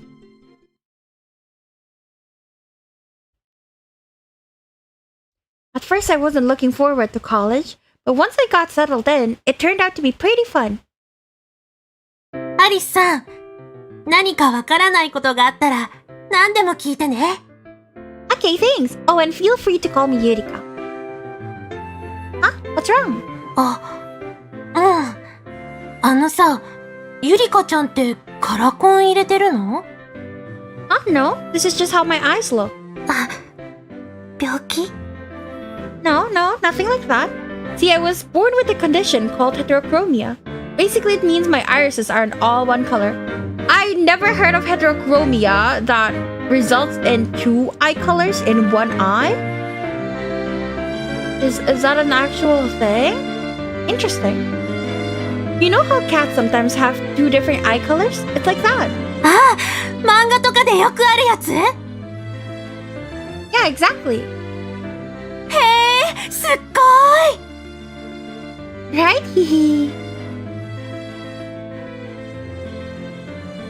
Phew. By this point, I was used to people asking me about my eyes.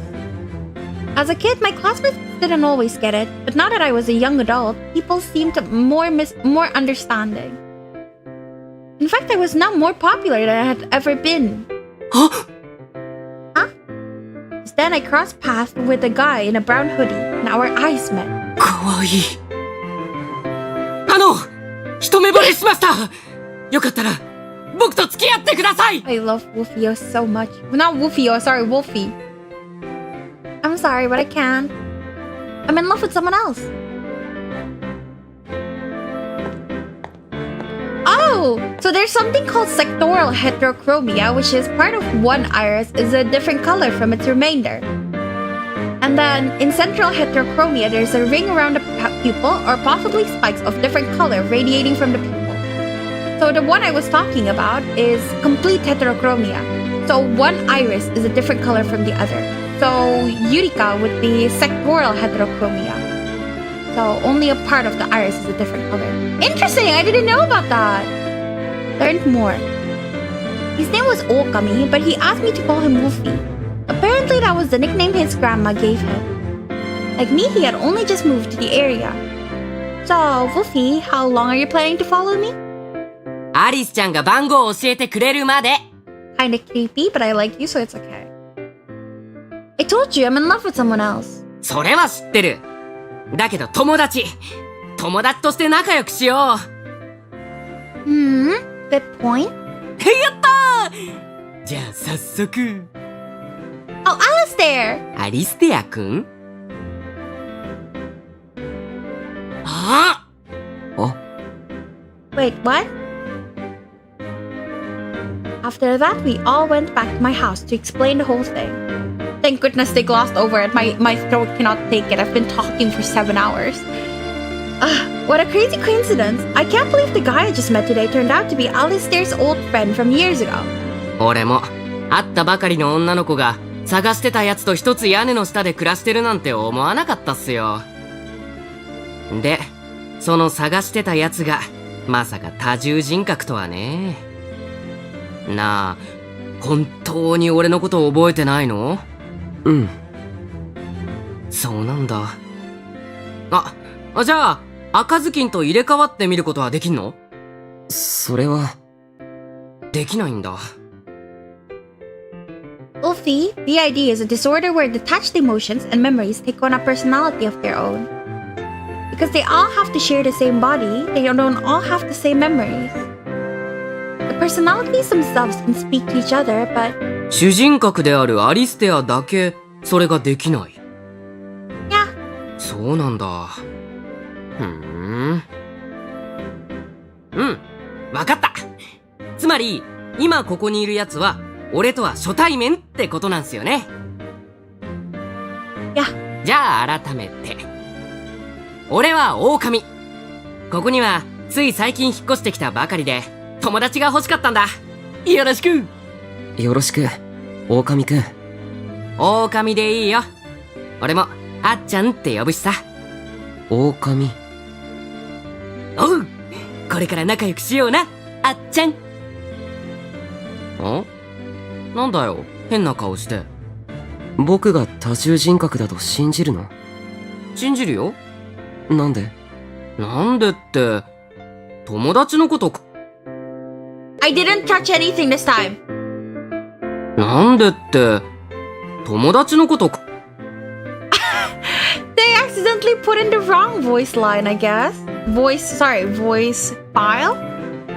そりゃ、漫画みたいな話だよなとは思うけど、でも、アリスちゃんもあっちゃんも変な嘘をつくタイプに見えないし。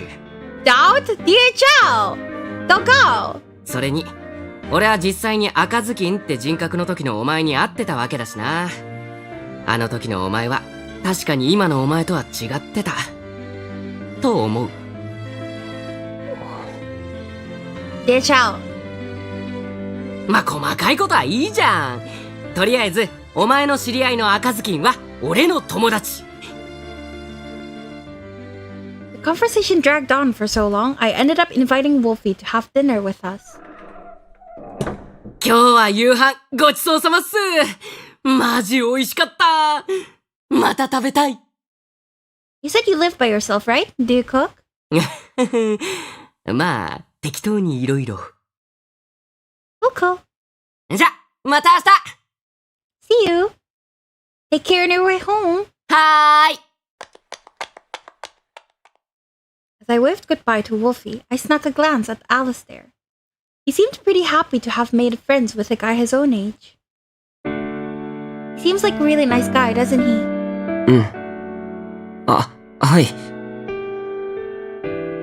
Look here, Alistair, you don't have to be perfectly polite all the time. You can just be yourself. そういうわけにはいきません。He bowed his head in apology, then went back inside the house. Rejected, cold-heartedly. As for me, I turned and ran after Wolfie.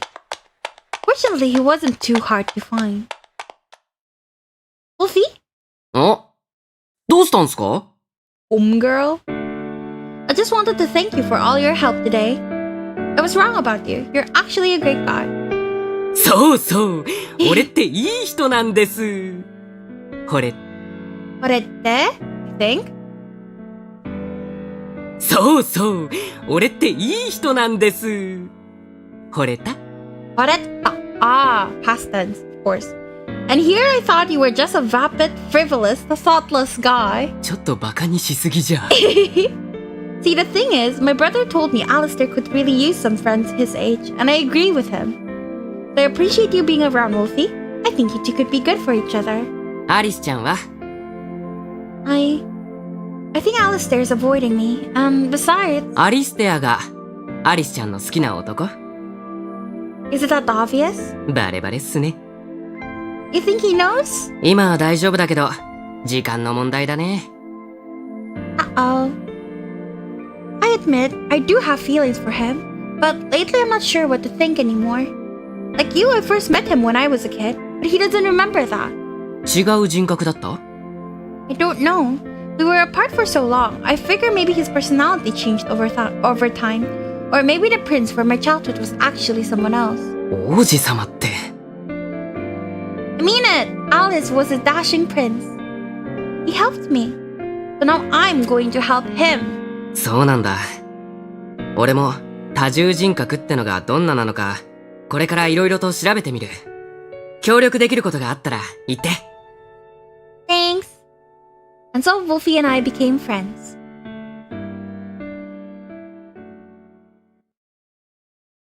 But what I really wanted was for Wolfie to be a part of Alistair's support network. Thus I introduced him to my brother. どうして赤ずきんは俺の前には現れてくれないんすかね。赤ずきんはお前がトラウマになってるのかもしれねえな。何ですか？シンデレラから話を聞く限り、白雪と赤ずきんが生まれた経緯は母親が関係している。多分母親はうすうす気づいていたんだろう。自分の息子に別の人格がいるということに。だから必死に外に出ないよう内に閉じ込めようとした。がそれが逆に新たな人格を生み出すきっかけを作ってしまった。それが赤ずきん？ああ、赤ずきんは母親が留守中に家を抜け出し、狼の話から察するに、そこで色々とあったみたいだな。多分それから色々なことが重なり、それは全て自分のせいだと思うようになった。赤ずきんは罪悪感にとらわれている。だが本人はそのことに気づいていない。まあ気づきたくないんだろうな。だからこそ無意識に俺たちを拒絶している。俺たちって？俺も赤ずきんに拒絶されてるんだよ。なんで漁師さんが？俺も赤ずきんに会ってるんだよ。え？俺が会ったのは白雪だと思ってたが、狼の話を聞いて確信した。俺が初めてアリステアを見かけたのは、湖でガキが溺れたのを助けた時だった。そのガキって、ああ、そうだ。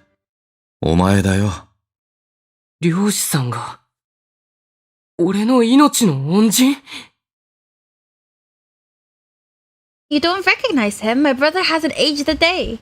あ、いや、だって、あの時はそれどころじゃなかったし、顔も見なかったし、俺を助けた人がどんな人か聞いたら、仏頂面の男の人だってことしかわからなくて。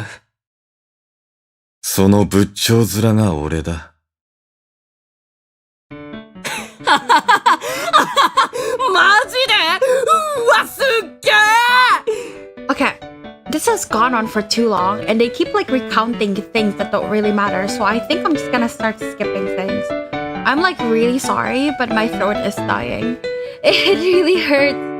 So, because the entire point... 殴ってもいいか? The entire point of this route is to see Yurika's perspective on things, so I feel like we should just skip like this filler part.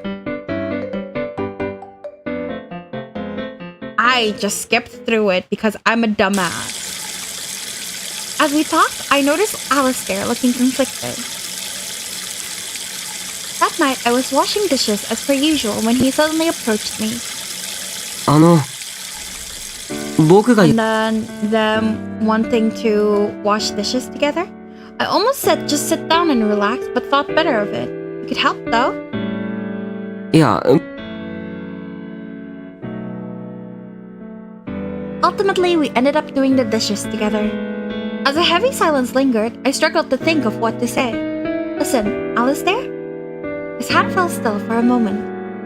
This is just my interpretation, but I think your mother wanted to understand you.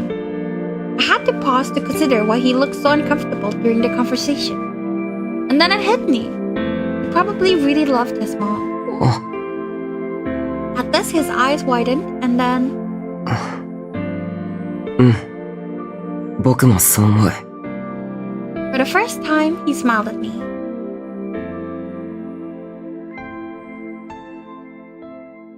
A few months had passed since we first reunited. We had both settled into a routine. Every day we walked to school and back together. Oh, on our way home, I spotted a cat and an idea hit me. Alistair, Alistair! Scooping up the cat, I beckoned him over. Meow. Then when he got closer, I raised the cat up into his face. Surprise! That was all a test, of course. I wanted to see if he really forgot me or if he was just faking it. Ah.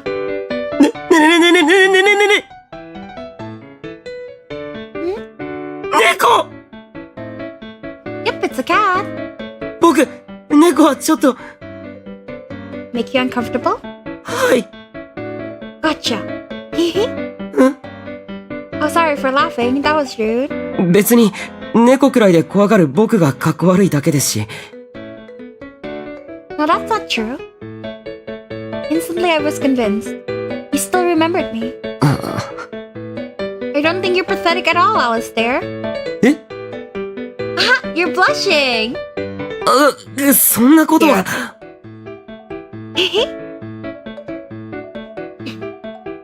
Might need to grab another drink soon. That day, Alistair had an appointment at the hospital, so we agreed to go our separate ways home. I took the opportunity to go shopping, browse the bookstore, and enjoy a rare moment of our private time alone. Oh. On my way home, however, I spotted a group of girls I recognized from school. もうムカつく。 So she heard this too. だってあいつ目立ちすぎ。ハーフだからか何なのか知らないけど、髪も規則違反だし、あの目もキモい。あれって天然じゃなかったっけ？そう言ってるだけじゃないの？だいたいあの喋り方もうざすぎ。まあ、あの喋り方は変だよね。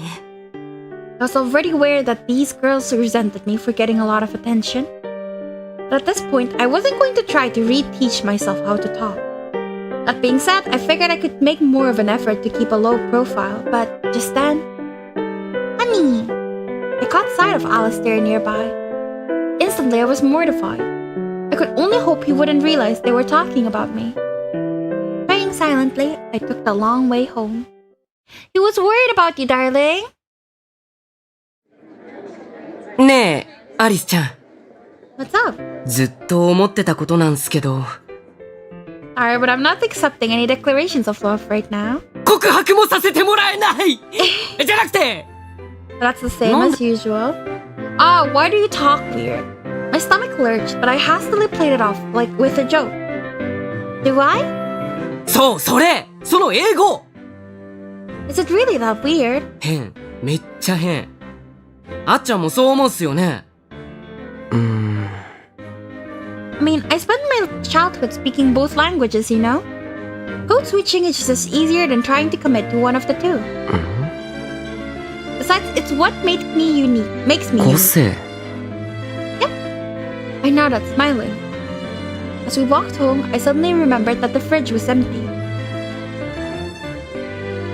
Hey, Alice, mind if we stop by the store real quick? はいどうぞおアリスちゃん今日も可愛いね And then this is the same. Is there a cutie discount I can get? A few days later, we were meeting up at the school gates like usual.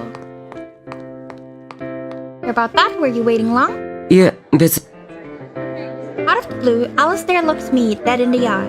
What? 僕は好きだよ Aww? 君の宝石のような目も Sweetie.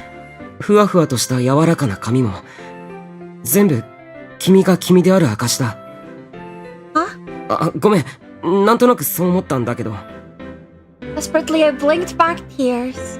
Thanks. It was the most I could manage to say. I forgot what Alistair was thinking when he said this. He had noticed how I felt about him. And he truly hadn't changed at all. He was still my prince.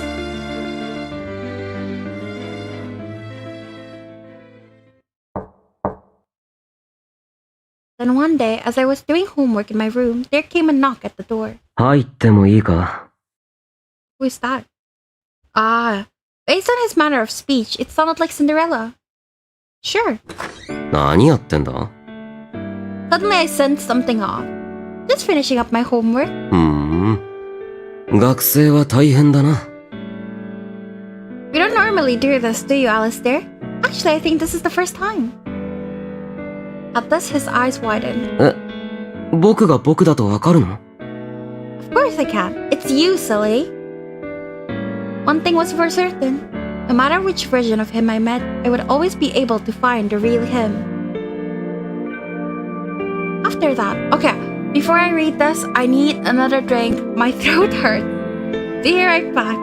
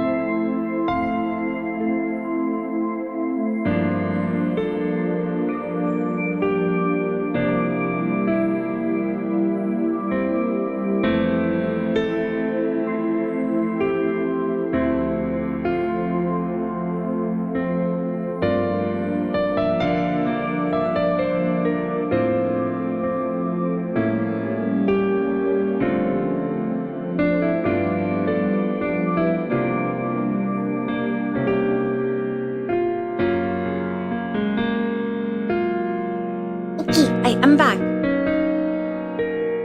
After that, life was uneventful for a while. 拭き掃除終わったよ。Thanks.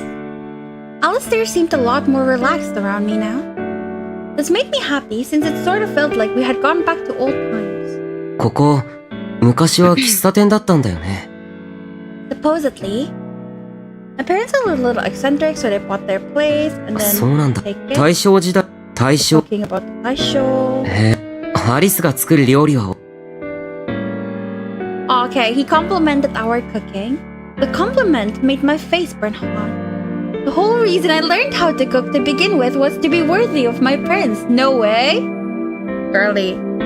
Wait, did you just... I was so distracted by the compliment itself, I nearly missed the most important part. ごめん、どう呼ぼうか迷ったんだけど、なんだかこれしか思いつかなくて、気に障ったならごめん。No, not at all. Now say it again. Say my name.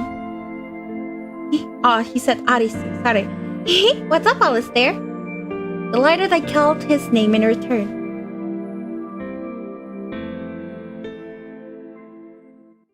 After we had all been living together for about 6 months, my parents decided to go back to the big city. 本当にいいんだな。I'll be fine. そうか、両親。はい。何か。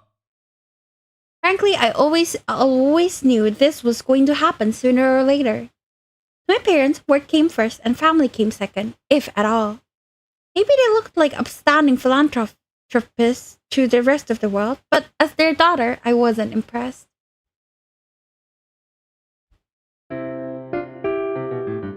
Guess it's just you and me from now on. そうだね。Are you gonna miss them? I was a little nervous. Part of me felt like Alistair needed some parental figures in his life. But this turned out to be a needless worry. どうだろう。僕にとっては本当の両親じゃないわけだし、アリスの方が寂しいんじゃないの？ I'll be fine as long as I've got you.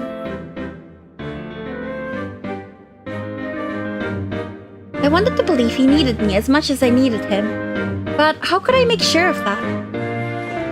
Back in my room, I was changing into my PJs. I know that's one. But just then... アリス、入るよ。Alistair walked in on me in my underwear. Hastily, he backed out and shut the door. ごめん！まさか着替えてるとは思わなくて。I could hear him shouting from the other side of the door. He sounded really flustered. My crush had just seen me basically naked. Even I wasn't immune to shame. But I didn't want to let it snowball into a huge awkward moment. I finished changing, then opened the door. 本当にごめん。Did you see? You saw my naked body, didn't you? それは。 He stammered, blushing bright red. How cute! Are you going to make it up to me? 責任って。 Once he was utterly at a loss for words, I donned a sunny smile. Just kidding. It's okay, no big deal. あ、うん。 He nodded, looking confused.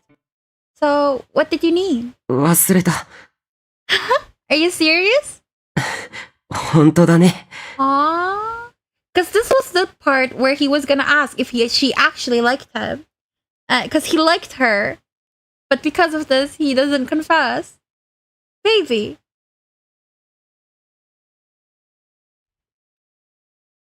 Before long, autumn rolled around. By this point, it felt like we had been together all our lives. やあ、あっちゃん。あ、狼。アリスちゃん、おはよう。Good morning. We were now good friends with Wolfie. While he may have seemed a little vapid at first, he was actually very sharp and observant, so I would always go to him for advice about Alistair. This is what Gretel noticed in his route, because he noticed that we keep talking to Wolfie about our crush. Which I assumed was about Gretel, but I guess it's about Alistair this whole time. But my favorite thing about him was his ability to read the room. After he learned about Alistair's situation, he positioned himself at the perfect distance so he could help at any time. 今日のお弁当は？ Here you go. やったー！アリスちゃんの手作り弁当ゲット！ Okay. And then teasing each other. Right, Alistair? I tried to include him in the conversation, but そうだ he ね。 was busy daydreaming about how nice it would be if he managed to go to the same college as the both of them. He seemed a little absent-minded today. What's wrong? いや、別になんでもないよ。Actually, my brain jumped to the conclusion it liked most. Was he jealous of my friendship with Wolfie? Looking back, perhaps this was proof that I had let my guard down. What do you mean guard down? Then it came time for me and Wolfie to head off separately. See you later. It's hard to talk. See you later, Alistair. また。 As we parted ways, I saw him waving sadly, and realization struck me. He just wanted to go to the same school with us. Damn, girl is psychic.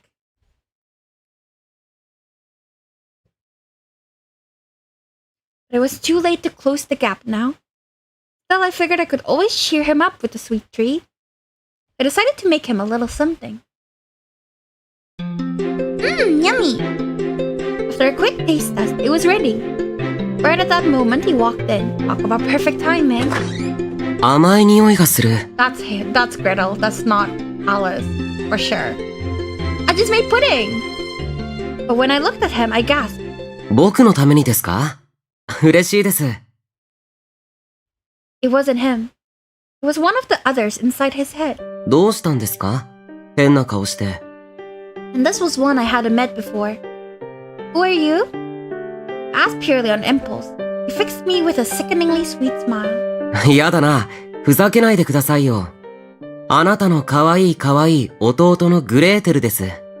僕のこと忘れちゃったんですか？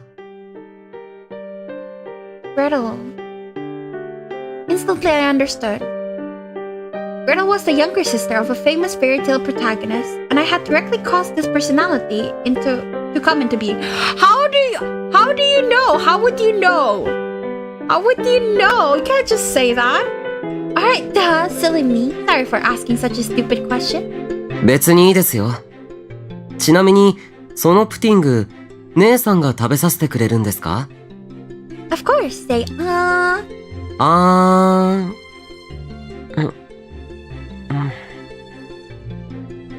How is it?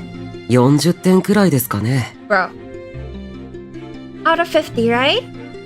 もちろん、100点満点でです。I think this is in Gretel's route, I think. And so I spoiled Gretel rotten.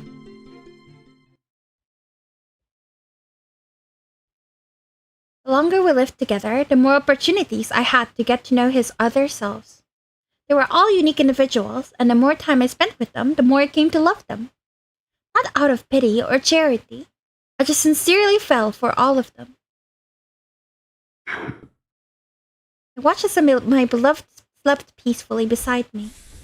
As I stroked his hair, I thought to myself, maybe things could stay like this, provided they all consented to it, of course. Then at some point, I dozed off. あれ、アリス。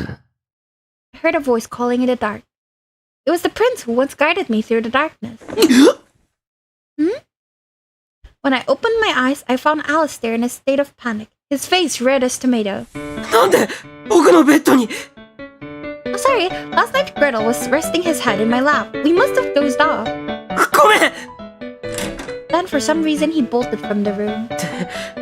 なんで僕が出ていくんだ Baby. いや、でも、膝枕してたんだ。僕じゃないけど。Oh, poor baby.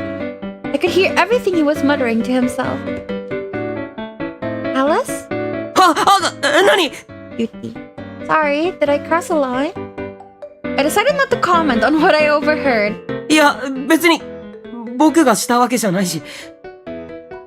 アリスこそ嫌だったんじゃないの？嫌だったら断っても。I don't mind it actually. そうなんだ。Say, Alice, what do you want to have for breakfast? 僕は何でも。Yeah? Maybe I'll make eggs Benedict? Does that sound good? Cool. Cool, I'll call you when it's ready. ありがとう。 I smiled and turned and headed to the kitchen. Once I was out of sight, I stood there and clenched my blushing cheeks.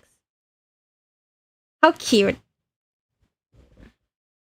As the happy days flew by, the sparkle slowly began to fade. It was now our second year of college. And Gretel had violently attacked a fellow student. Right, I understand. Thank you very much. Guess what? They say you won't be expelled. I passed along the message from the school board. But Alistair was taking the news really hard. You don't have to feel bad about this, Alistair. It wasn't your fault. じゃあ、グレーテルのせい。 No, I don't think it was his fault either. 君はそうやって。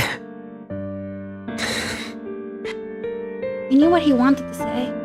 To be honest, I was fine with him taking it out on me. Frankly, I deserve some of the blame. アリスは学校には行かなくてもいいの？ No, it's okay. どうして？ Well, this time I was the one to hold my tongue.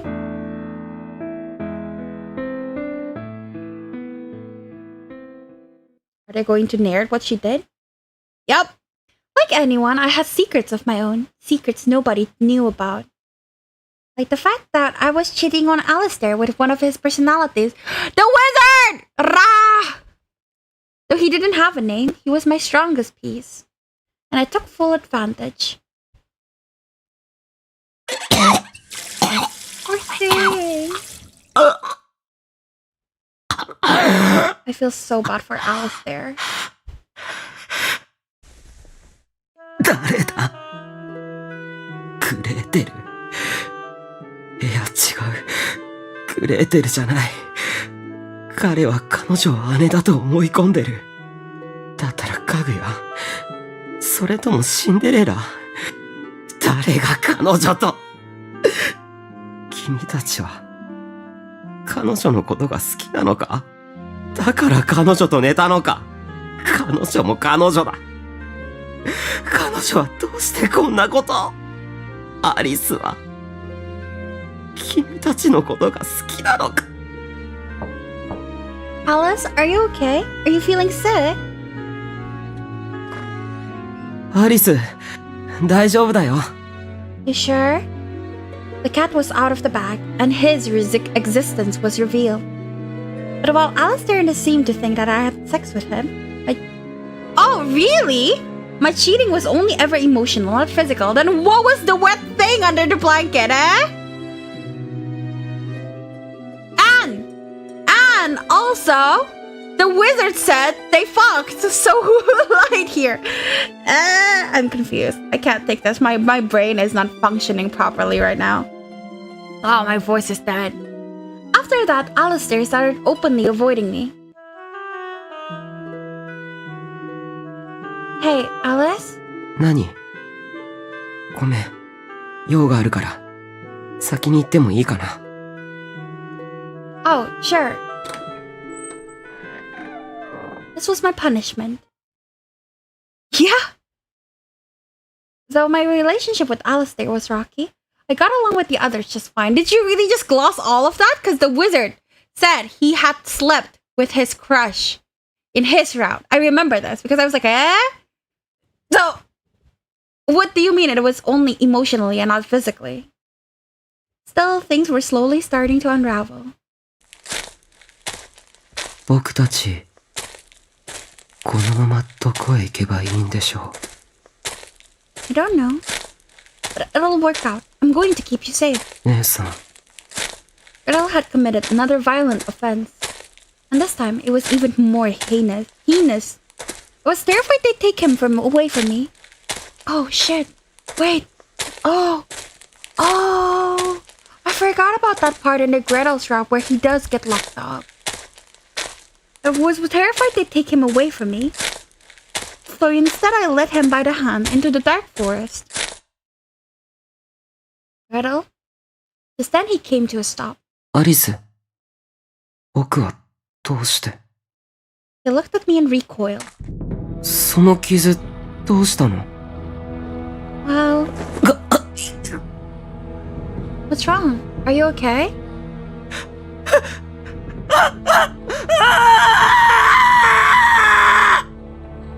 And he saw his own bloody fists and started screaming. なんで違う Alistair, calm down. まさか僕が君を No. You didn't do anything, Alistair. Please believe me. じゃあ他の奴が君を傷つけたのかよクレーテルのせいかそれとも別の誰かかぐやか No, it wasn't. もう嫌だもううんざりだ Alistair! His mental state was in tatters. It was all my fault. A few days later, my brother came down on me for everything I had done. Then he took over all of Alistair's mental wellness support. And this is when Gretel was locked up in his route. Alistair, welcome home. アリス、 What's wrong? ごめん。少し一人にしてほしいんだ。Alistair, what was I supposed to have done? Not fuck the wizard? I don't know. Just an idea. Just then I heard him screaming and came running. What's wrong?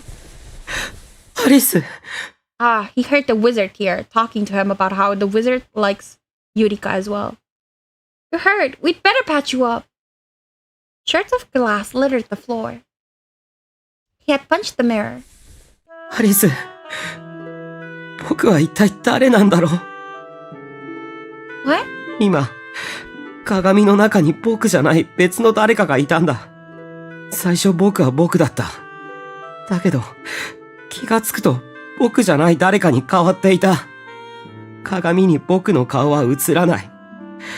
そこにいたのは、僕とは似ても似つかない別人だった。僕じゃない誰かは僕に言った。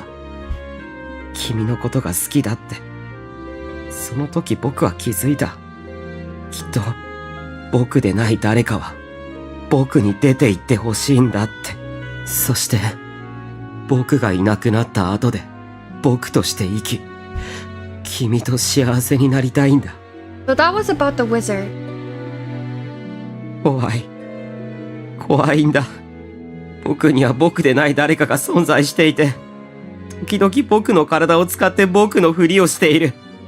そして僕が僕の時は、暗闇の中から僕を覗き見している。アリス、僕は僕なのかな？僕には自信がないんだ。だってそうだろ？今ここにいる僕が本当の僕だなんて誰が証明できる？僕が僕でないと思っている誰かの方が本当の僕なのかもしれない。I'll always be on your side, and I'll always believe in you, even when you don't believe in yourself. Because I love you. I'll always love you, no matter which you it is. I love you from the bottom of my heart. アリス、ごめん。その言葉が、本当に僕に向けての言葉かどうかさえもわからない。僕は、君の愛も信じられないんだ。That's alright. I wrapped my arms around him. I don't mind if you reject my love. As long as you heal, that's all I care about. Because it doesn't change the fact that you are my prince.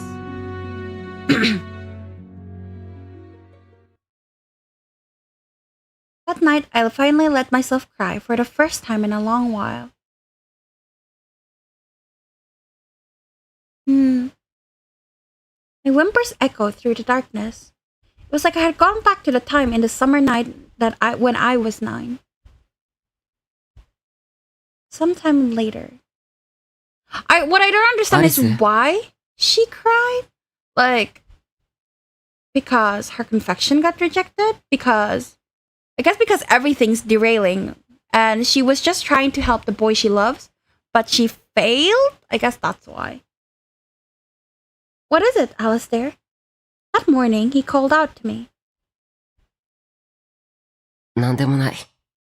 Then he smiled. He seemed so normal. Then he took his lunch bag and headed off to college, just like usual. Bye, Alice. See you after school, okay? Meanwhile, I didn't suspect a thing.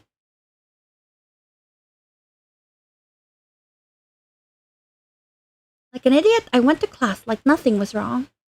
What the? Yoshi? Then between classes, I checked my phone and found a voicemail from my brother. Felt like a bad omen, so I decided to listen to it ASAP. In actuality, however, it was worse than I could have possibly imagined. ASAP? I don't know. I dashed off campus and ran all the way to the ER. I think this was in the wizard's route. There I found Yoshi waiting for me. OD、ドラッグオーバードーズ、睡眠薬を一瓶飲み干したらしい。Why would he do that? 自殺を図ったんだ。湖畔で倒れていたのを、たまたま通りかかった人が見つけて、通報してくれた。すでに洗浄は済ませた。命に別状はない。Yeah, but he can't wake up. I'm just gonna skip. But tomorrow rolled around and he was still asleep. わからん。Why can't he wake up? We don't know because つまり、 he's not in a wake. Okay. 脳波を調べてみたら、体は眠っているが、脳自体は活動している状態だっ Dreaming, た。 basically. こいつは夢を見ているだけだ。Okay. よ、 He's actively refusing to wake up. だ、こい、前、 We've already done that. I'm not going through all that again. And so, as instructed, I spoke to him as he slept. Can you hear me? Can you hear my voice? Why? Please wake up. Alistair.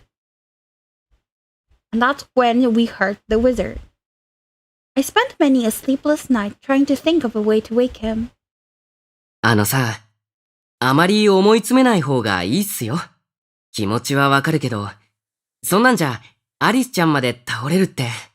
あっちゃんは大丈夫だよ。いつか絶対に目覚める。俺が保証する。I think my brother's wrong. Alistair wasn't trying to kill himself.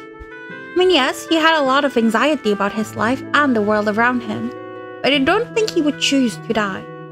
I kept wondering what he almost said to me that fateful morning. なら、アリスちゃんはどう思ってんの？ I don't know what he was hoping to achieve, but I think he wanted to go be with the others in his dreams. How do you know all his thoughts, girl? Been thinking about this for a long time. But how to heal my prince? 何をする気なんすか？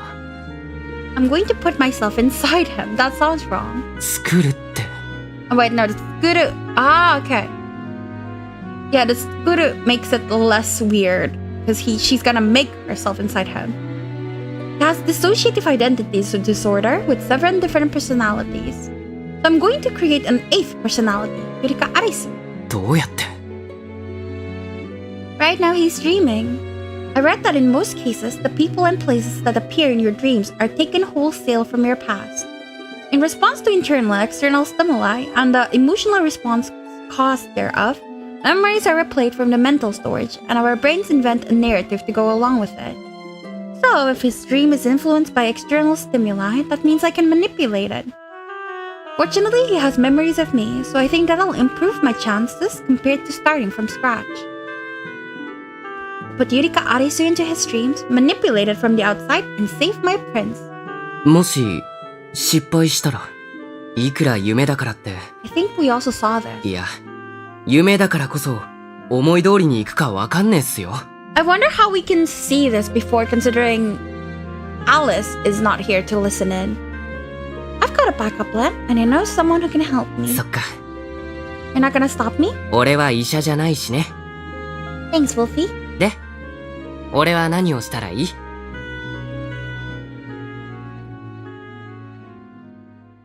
With Wolfie's help, I snuck into the hospital at night. Can you hear me? My beloved was still sleeping peacefully in the bed beside me. Can you hear my voice? I have a favor to ask. Something only you can do. I clasped his hand in mine. Let's play pretend. Oh, okay, so I saw this in the wizard route. I'll be the princess, and you'll be the wizard. Sorry it's not the lead role, but it's still a really important part to play. I've already picked the setting too. Set in the looking glass world where everything is topsy-turvy. Amid a colorful cast of gender-flipped fairy tale characters, I'll take on the role of the heroine and join them in their twisted tale. How will the story end? It's up to me. Since there's no script, even I don't know what will happen. But I know what I want the ending to look like, and that's all that matters. You see, I really love happy endings, but you knew that, didn't you? You see, the wizard has a very important role. Sometimes an ally, sometimes an enemy, the bearer of a great and mysterious power. And when I mess up, I want you to kill me. The story can only have one heroine, otherwise it'll veer off track. Piece of cake for a guy like you, right? After all, you're my strongest piece. I thought I knew everything about him and the people living in his head, but I was arrogant. They may have looked stable, but they all carried deep trauma that could trigger at a moment's notice. They all needed help, but they were all chained down by their past, and they were suffering. I wanted to make them happy. But for now, please listen to the fairy tales I'm about to tell you. If I can't heal you, then perhaps a more wholeheartedly devoted princess can. She'll make sure you all live happily ever after. The love gift of a fairy tale. Save your prince. Then, finally, my voice is dead, bruh.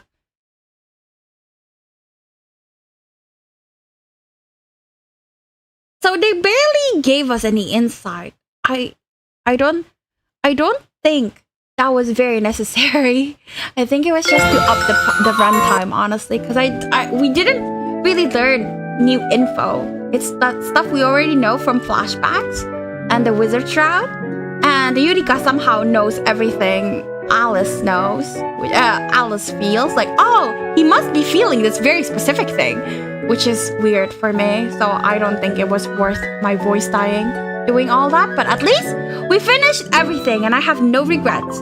And also the CGs are fucking here, so I am fine.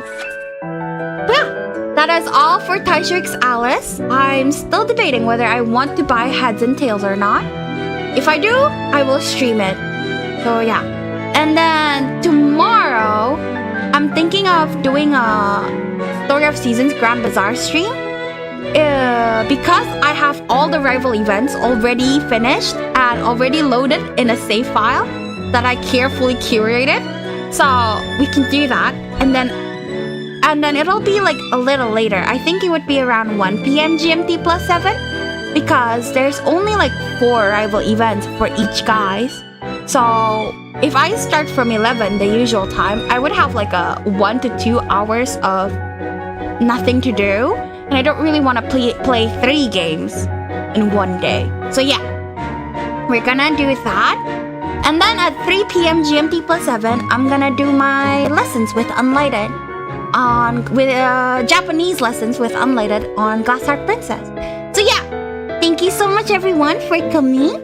And I hope to see you guys again next time. Bye bye.